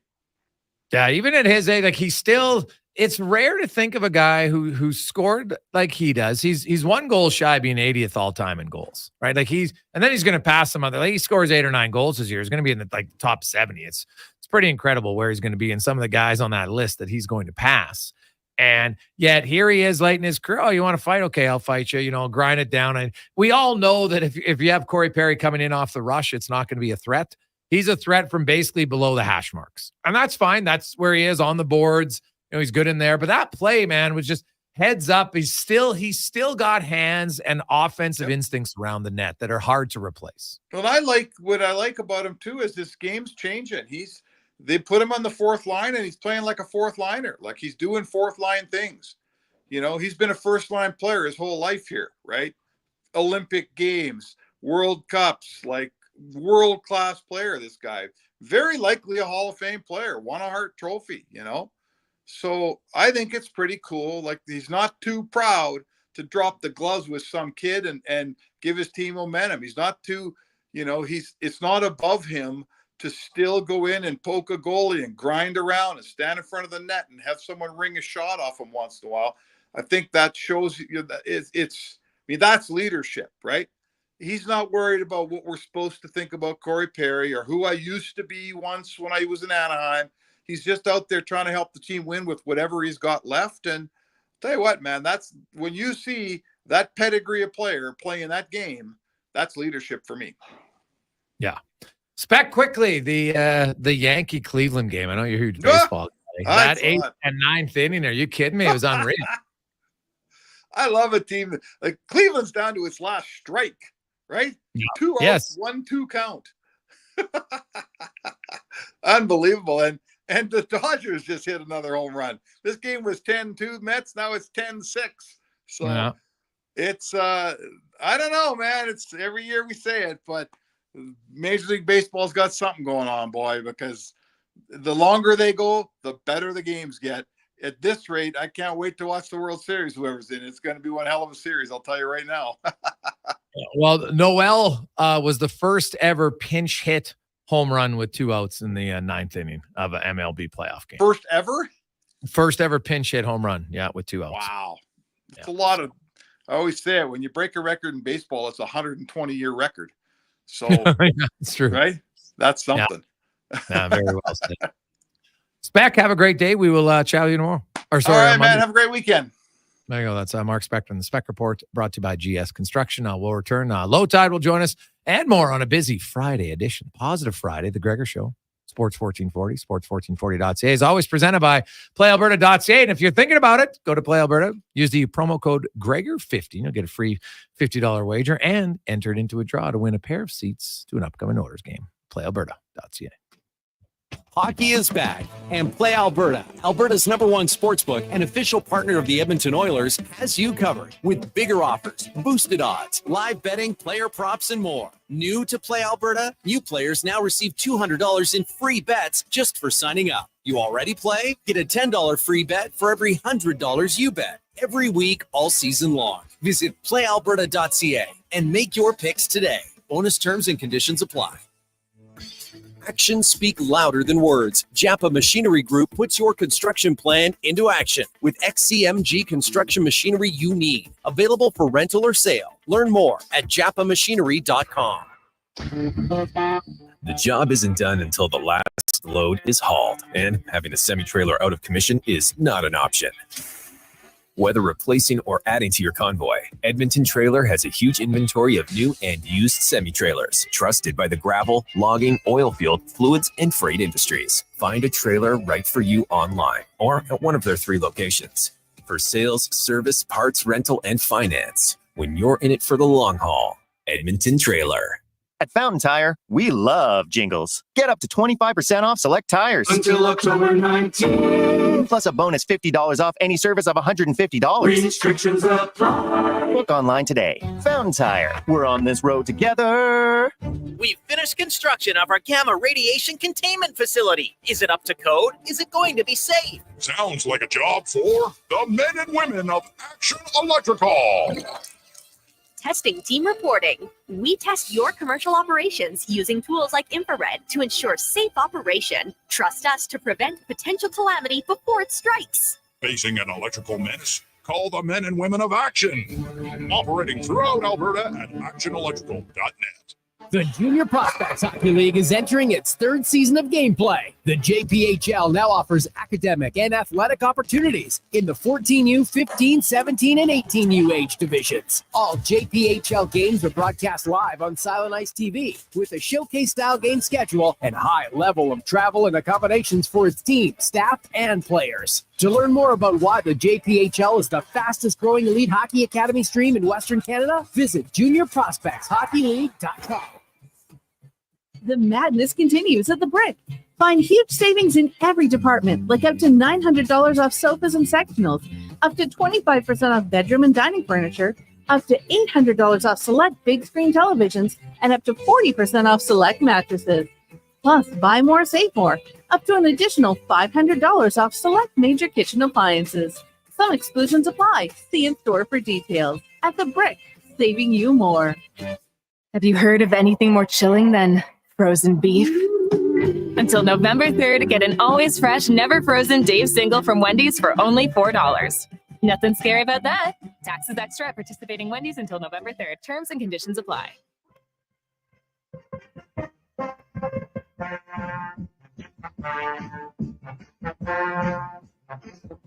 Portions of this hour brought to you by eWell. Get your power play amped up with eWell, supplying the City of Champions and Alberta with quality electrical gear since 1975. eWell.ca is your partner in power. The Jason Gregor Show, the best of Edmonton sports talk and beyond.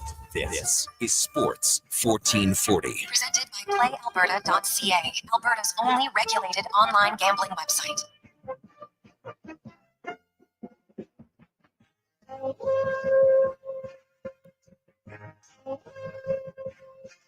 How are you, Gregor?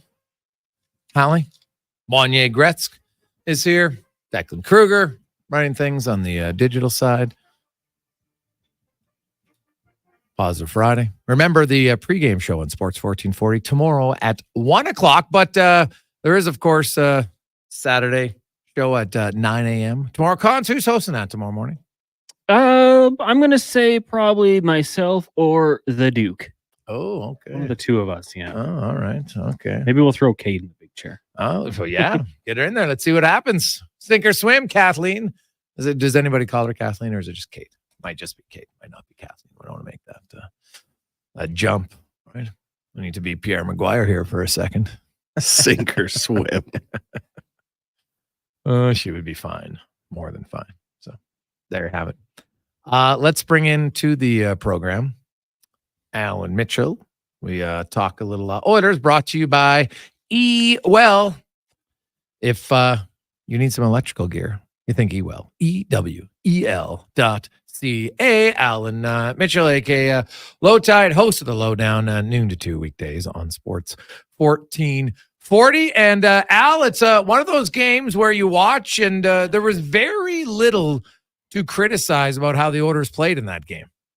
It was really well played, and all of the questions were answered. The toughness question was answered. The goaltending was fine. I thought all four lines played well. Nurse has been a worry. I felt like he was playing healthy and playing well, and he was so aggressive, which is, I think when he's at his best. If you could bottle that, the Oilers are, they were inconsistent to start, but they were getting into the season. They did have injury. There was a little rust. I think that was a hell of a game. And now it's at Dallas. If they can come out of that, I think that people will, the alarms will, be called off, as it were. Yeah, you know what? I've actually liked most of Darnell's game this season. I think Nurse has played infinitely better because he's more physically engaged. Well, the thing about Darnell Nurse is that and I don't know the answer, but they need him on the ice, and yet, we know from watching him that he's a hell of a fighter, and he's, with Evander Kane out, he's the guy you look to, but he's also a top four defenseman. And the National Hockey League, if you're a top four defenseman, you're probably going to penalty kill, and he does. So, his responsibility is to stay out of the penalty box a little bit because he's really important. But, I think that's why they signed Josh Brown. Maybe we'll see him up here at some point in time. But I thought he really stepped in there. And, I don't know anybody who would actually want to fight Darnell Nurse. He's a tough guy. Well, yeah, in today's game for sure. Like obviously Reeves and a few guys, right? And like in an ideal world, I get you don't want him fighting McCarron, but sometimes like I really believe that there are messages that you send that are bigger than just always looking, is this a fair matchup for us as far as quality of player versus quality of player? And, McCarron was looking at Podkolzin, and, Podkolzin's aggressive, right? He leads the orders. I think he leads them in hits. He's bringing something. Obviously, we'd like to have a little bit more offense, sure. But it's not like he's just done nothing. You notice him. He hasn't been a defensive liability by any stretch of the imagination. And I actually think Nurse plays better when he's more physically engaged. And I've always believed that.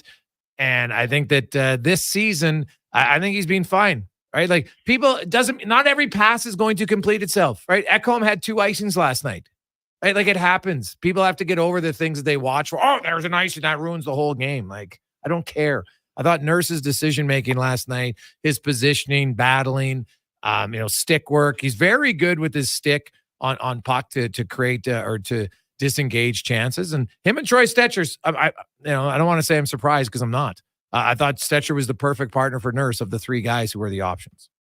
Yeah, well, you and I talked about that. I don't know if it was summer, but certainly before a training camp. And I'll give us both credit. I think we both felt like Stetcher would be a good match there, because he can move the puck, and he also, is he's not big, but he can play somewhat of a rangy game, in that he can be physical. And he also has, no disrespect to Ty Emberson, but, Stetcher's played in the National Hockey League, a really tough league, the best league in the world. He's played a lot of games in that league. So the little things that veterans learn, he's already, he's up to speed on those. And so I felt like, and I know that you had mentioned it, that he would be good for all of those reasons. He has experience. He's a gritty guy, even though he's not huge, and he can move the puck. And all of those things have kind of come into play over the last little while, the few minutes that he's played with Nurse, but I think there'll be more. Yeah. And I want to clarify, I think he's the regular season option. He's not the guy I want with Darnell Nurse down the stretch or in the playoffs. I don't think then it's going to help out, but for now, I think it'll be fine. The line combinations look like they're going to be the same, except the bottom 6. They switched up, because the Nugent Hopkins line with Podkolzin and Arvidsson wasn't really doing much, so they've Janmark and him have switched up, it looks like. Well, I love Ryan Nugent Hopkins, but I much prefer him as a winger. I don't know how they're going to fix, I don't know what conclusion they're going to come to, but my suspicion is that Nuge won't play wing. He's a complementary offensive player.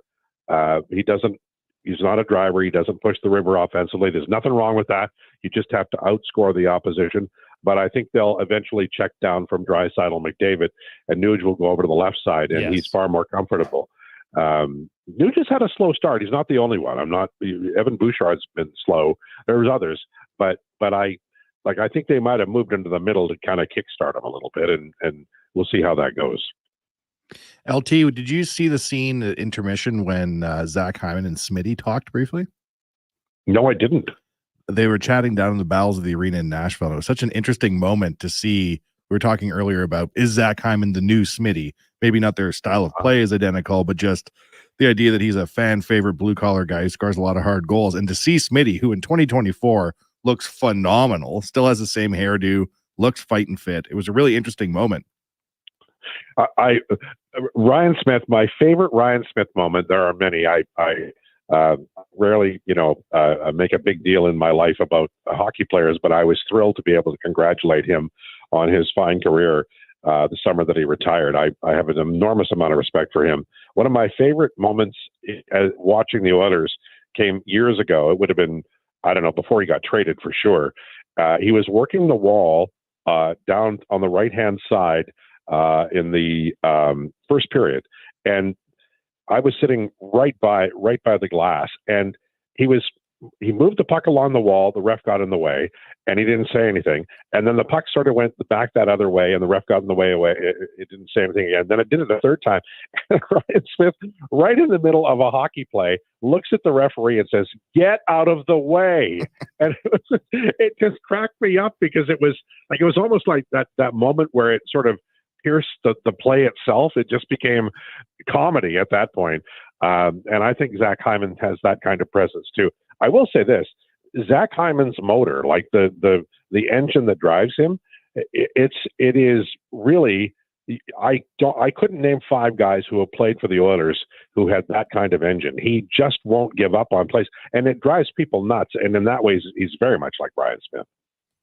Yeah, and he's another guy you put on that list of, no points in 5 games. He's had a fairly slow start. And I think like the Oilers, not everybody's going to be off, but when it's some of your top guys who are going to get better, that's where I see there's still room for improvement. And the fact that they got their defensive game kind of back on track out. Now, granted, it's 1 game, so you got to do it again. But they were very good defensively last year, so I think they know how to do it. But to me, if they can get some guys going offensively, because even their top guys, Al, like we haven't had a McDavid, we haven't even seen their power play have like one of those shifts where for 2 minutes they're just peppering, boom, boom, the goalie's making some unreal saves, right? Or you have like an Ekholm block on Stamkos last night that saved a power play goal. There hasn't been any of that. Like their power play has struggled even getting set up, and so that's where the Oilers are at now. I know it's only 5 games, but the room for improvement for them specifically offensively is quite large. Yeah, it is. They are on defense. They're allowing those dangerous cross-ice passes that end up in goals. It started, I think, in game 1. Mason Appleton might have been Emberson who allowed the pass across. It was a difficult play, but he didn't stop the pass. And the Oilers haven't been able to set up and do those. And I get it. Other teams are kind of playing for it, and maybe you change it up and do something differently. But the big part of the power play issue, and maybe even a big strength for me, is that Evan Bouchard's not getting the shots through, and that's on Evan Bouchard. But also, I think they might just have to. The other teams are gaming their power play. They know what they're going to do, so you might have to tweak it a little bit. Not everything has to run through Evan Bouchard. And right now, it's probably a bad idea because everybody expects it, and he is not even at 5-on-5. I mean, his shot attempts are very high, but getting it through has been a difficult thing for him. Yeah, well, the Oilers have a grand total of 13 shots on goal in 24 minutes of power play time, which is well below what they're used to, right? Like they've been a team that averages over 1 per minute, which I know might not sound like a lot, but it is significant if you look in the NHL. There's not many teams who do that. And that's why they're a best power play, because they're a shot volume team. And they don't just waste shots, but every now and then Draisaitl will take one from a sharp angle, and he misses it and it rips all around the net, and that's fine. But I'm talking shot on goal, not shot attempts, but shot on goals per 60. They've been the best in the league for 3 years, and right now they're not even close. The good news is they're taking on a Dallas Stars penalty power play. It's even worse. Like the Oilers are 1 for 13. The Stars are 1 for 17. So let's look at that matchup tomorrow, Alan. We saw the Stars up close and personal a lot last year in the playoffs. What's your expectation for tomorrow? It's sometimes afternoon games and the Oilers don't match, but I feel like they're kind of on a roll here right now, and that's good news for fans because they're this is a team that burns to win, and I think that we saw on the recent show that dropped about the intensity of Connor McDavid, and we sort of have that in our mind that he is that guy. And they started off slowly, and I think there was some concern. I really do, about how they were approaching the game and how they were going to do and what might happen. And so, Dallas, I hate games in Dallas. I always assume Darian Hatcher is going to show up at the rink. But I think that this is a game where the Oilers, because they have some momentum, because there's a feeling like they can get it back, like what they lost is nothing really. Look at Colorado. There are lots of teams that are struggling that maybe shouldn't be. I think it'll be a close game. I think they win 3-2, probably on a late goal. And let's say it's by Brett Kulak, just to continue the trend. Brett Kulak, career high, 6 goals in a season once, but he's already had his first multi-goal game of the season. So we'll see if Kulak, who I think has long been underappreciated in Edmonton for just how steady he is. He can easily play in some teams' second pairs, no problem. But here he's an excellent number 5. Yeah, well, he's got a problem now because Cody Ceci is gone, and now somebody has to pick up the slack on the getting hammered because they're consistent, but not spectacular.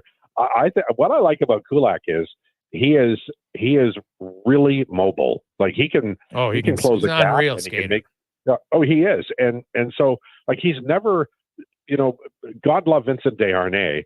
When he was out of a play, he was, you could see it from here to there. But Kulak he's never really out of a play because he can just skate so well. And on defense, that is a huge deal. And so I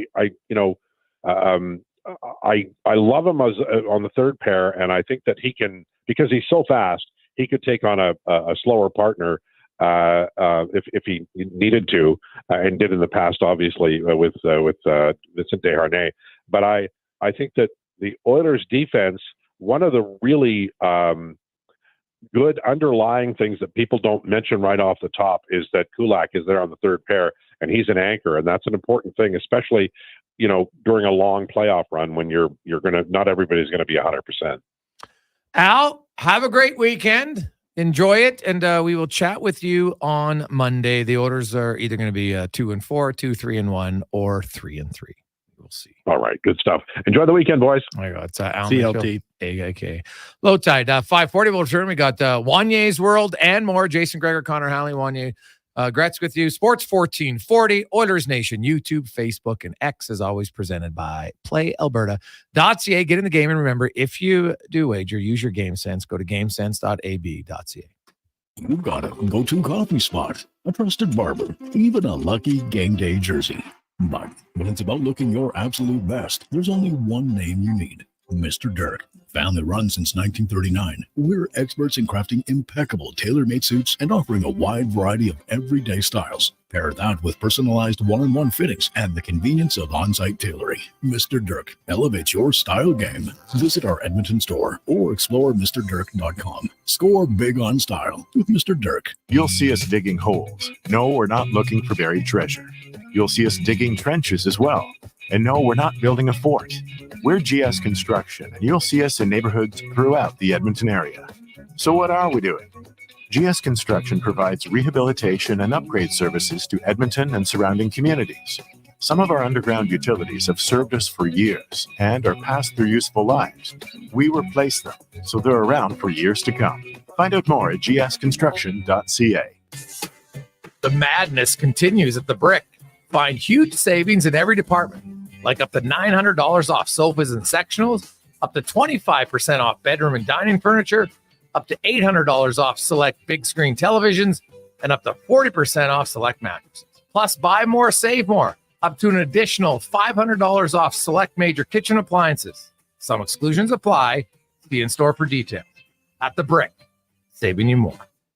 Before every big interview, every big presentation, every big moment, I've always looked in the mirror and put on my game face. But lately, my eyes look tired, my brow looks old, and I'm starting to think it's game over. Stop thinking and start seeing me, Dr. Vance Elliott, for skin refreshing treatments designed to give you a fresh and natural appearance. He didn't make me look weird. No, he gave me back my game face. Book your consultation today at drvanceelliott.com.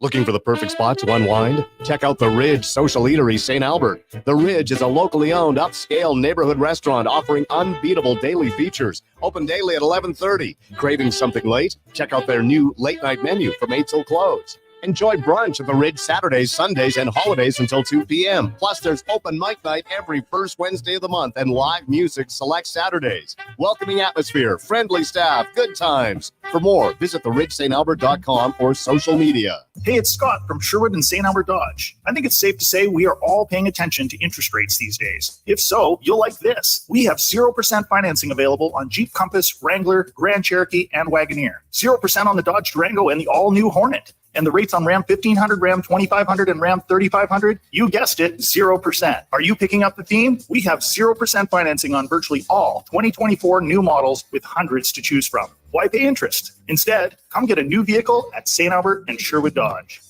Cold weather is coming, and low prices are here at Canadian Tire's biggest tire sale of the year. Save up to 25% on quality tire brands like Motomaster, Bridgestone, and Michelin at Canadian Tire. Only from October 11th to 31st. Conditions apply. Details online.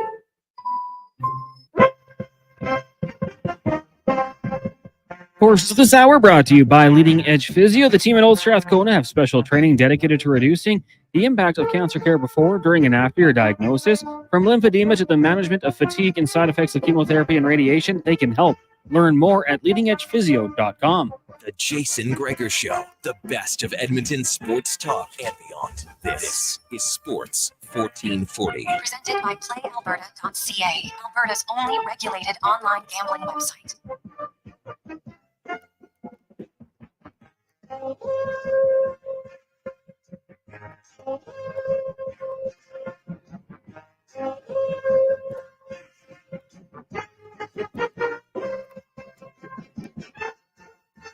We roll through to wrap up a busy week. Thanks, as always, for listening and watching, contributing to the show. We got loads of text line at 833-401-1440, 833-401-1440.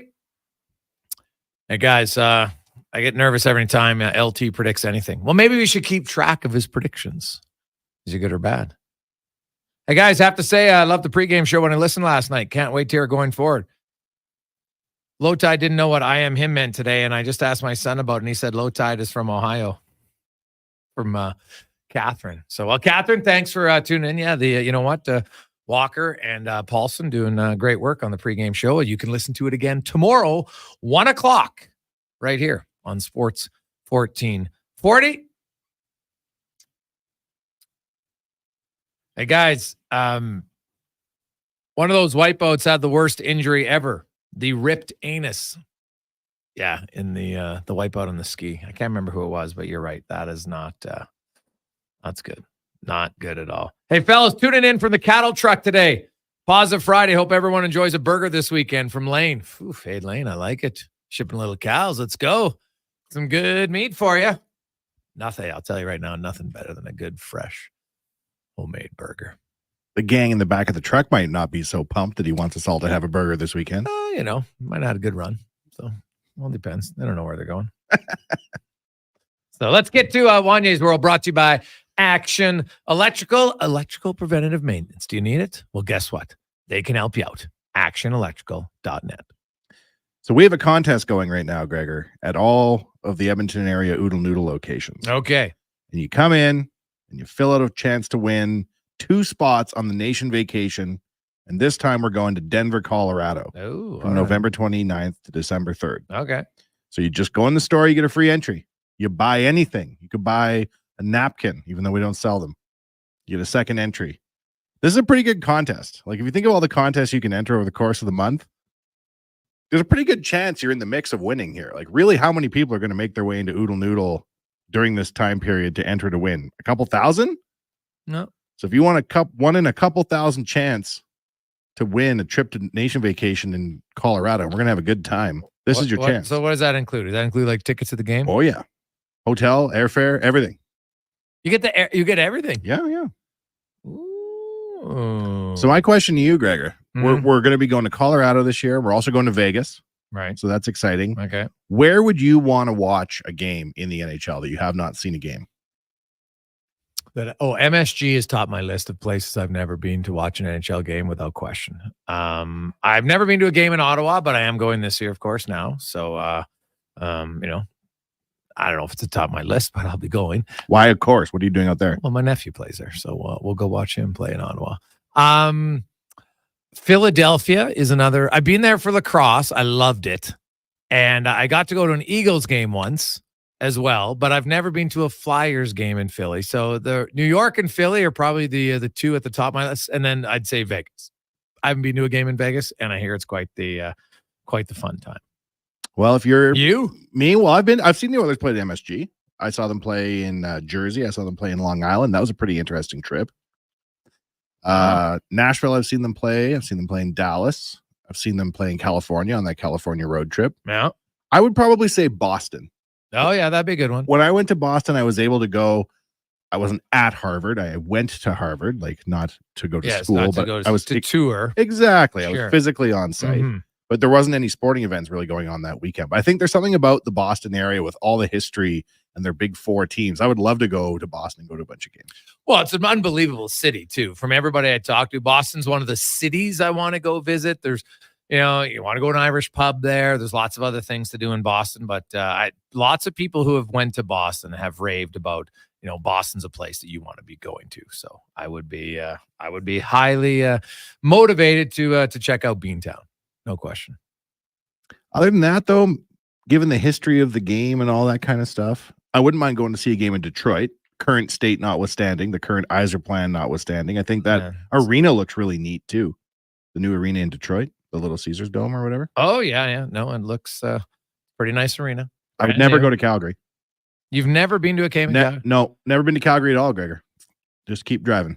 Really? Yeah. I say no, thank you. Just keep driving. I can't believe that you've never been to an Oilers game in Calgary. Gregor been to like 15 Oilers games in Calgary. We used to go on New Year's Eve every year, and the Oil went like 0-7 every New Year's and ruined New Year's every year. I remember my buddies, they were on a stretch run. They went to the Oilers games there and recent here, that every time they went, like they'd score 7 goals and they won.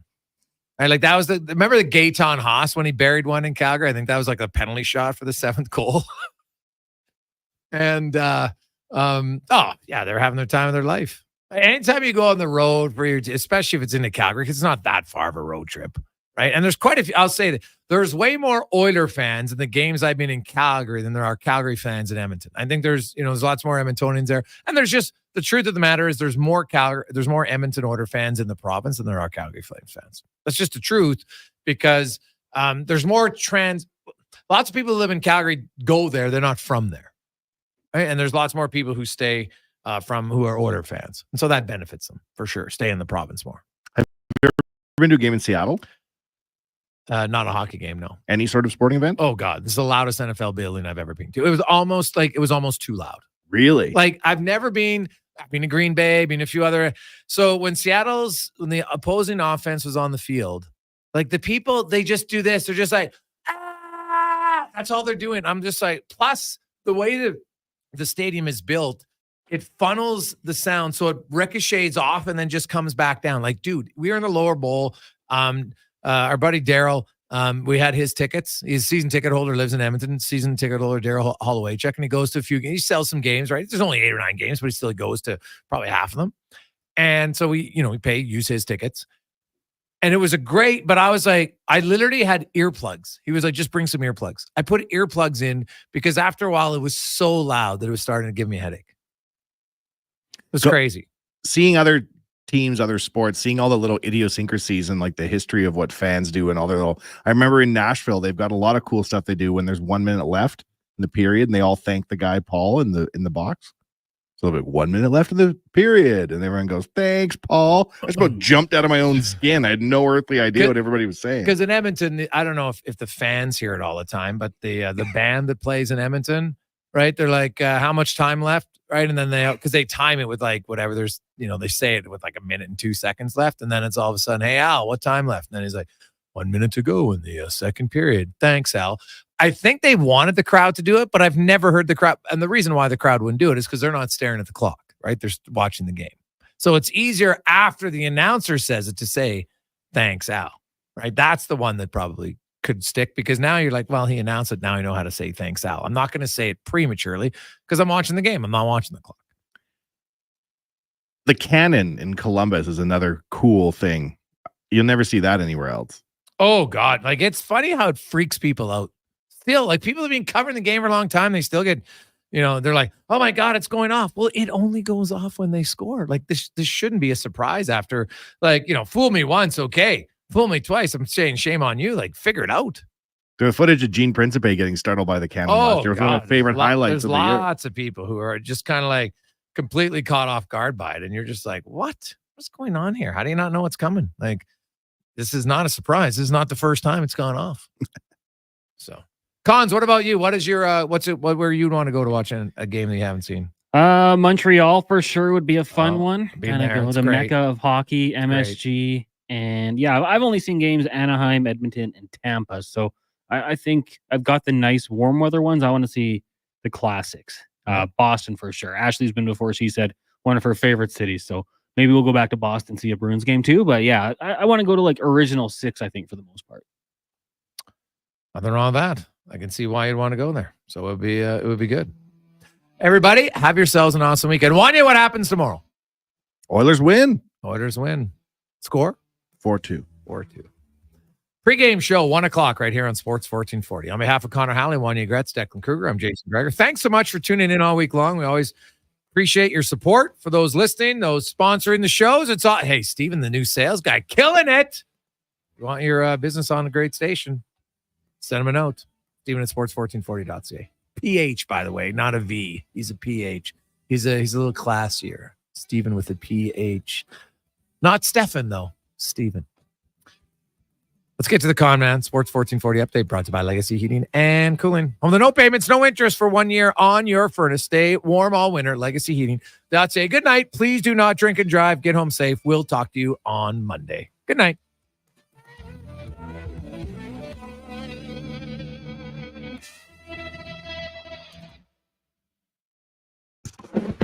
This is a Sports 1440 update. One game underway right now in the NHL. Penguins and Hurricanes tied at 1 apiece after 20 minutes. We're just about to get going in Winnipeg as the Jets look to remain undefeated, hosting the Sharks. Later tonight, the Avs trying to pick up win 1 on the season as they host the Anaheim Ducks. The Oilers back in action tomorrow, taking on the Dallas Stars. Puck drop 2. We've got pregame coverage with Andrew Walker and Donovan Paulson getting going at 1 o'clock right here on Sports 1440 CFL. And it is not even close, and it's early. The Hamilton Tiger Cats beaten up on the Stampeders 26-20 in the second quarter. Tomorrow, you got the Argos and the Red Blacks and the Alouettes in BC. Major League Baseball, Game 5 of the NLCS. The Mets lead the Dodgers 11-6. This one's in the top of the 8th. Dodgers lead that series 3-1. And in about 15 minutes, the Guardians hosting the New York Yankees, trying to tie that series up at 2 apiece. WNBA action tonight.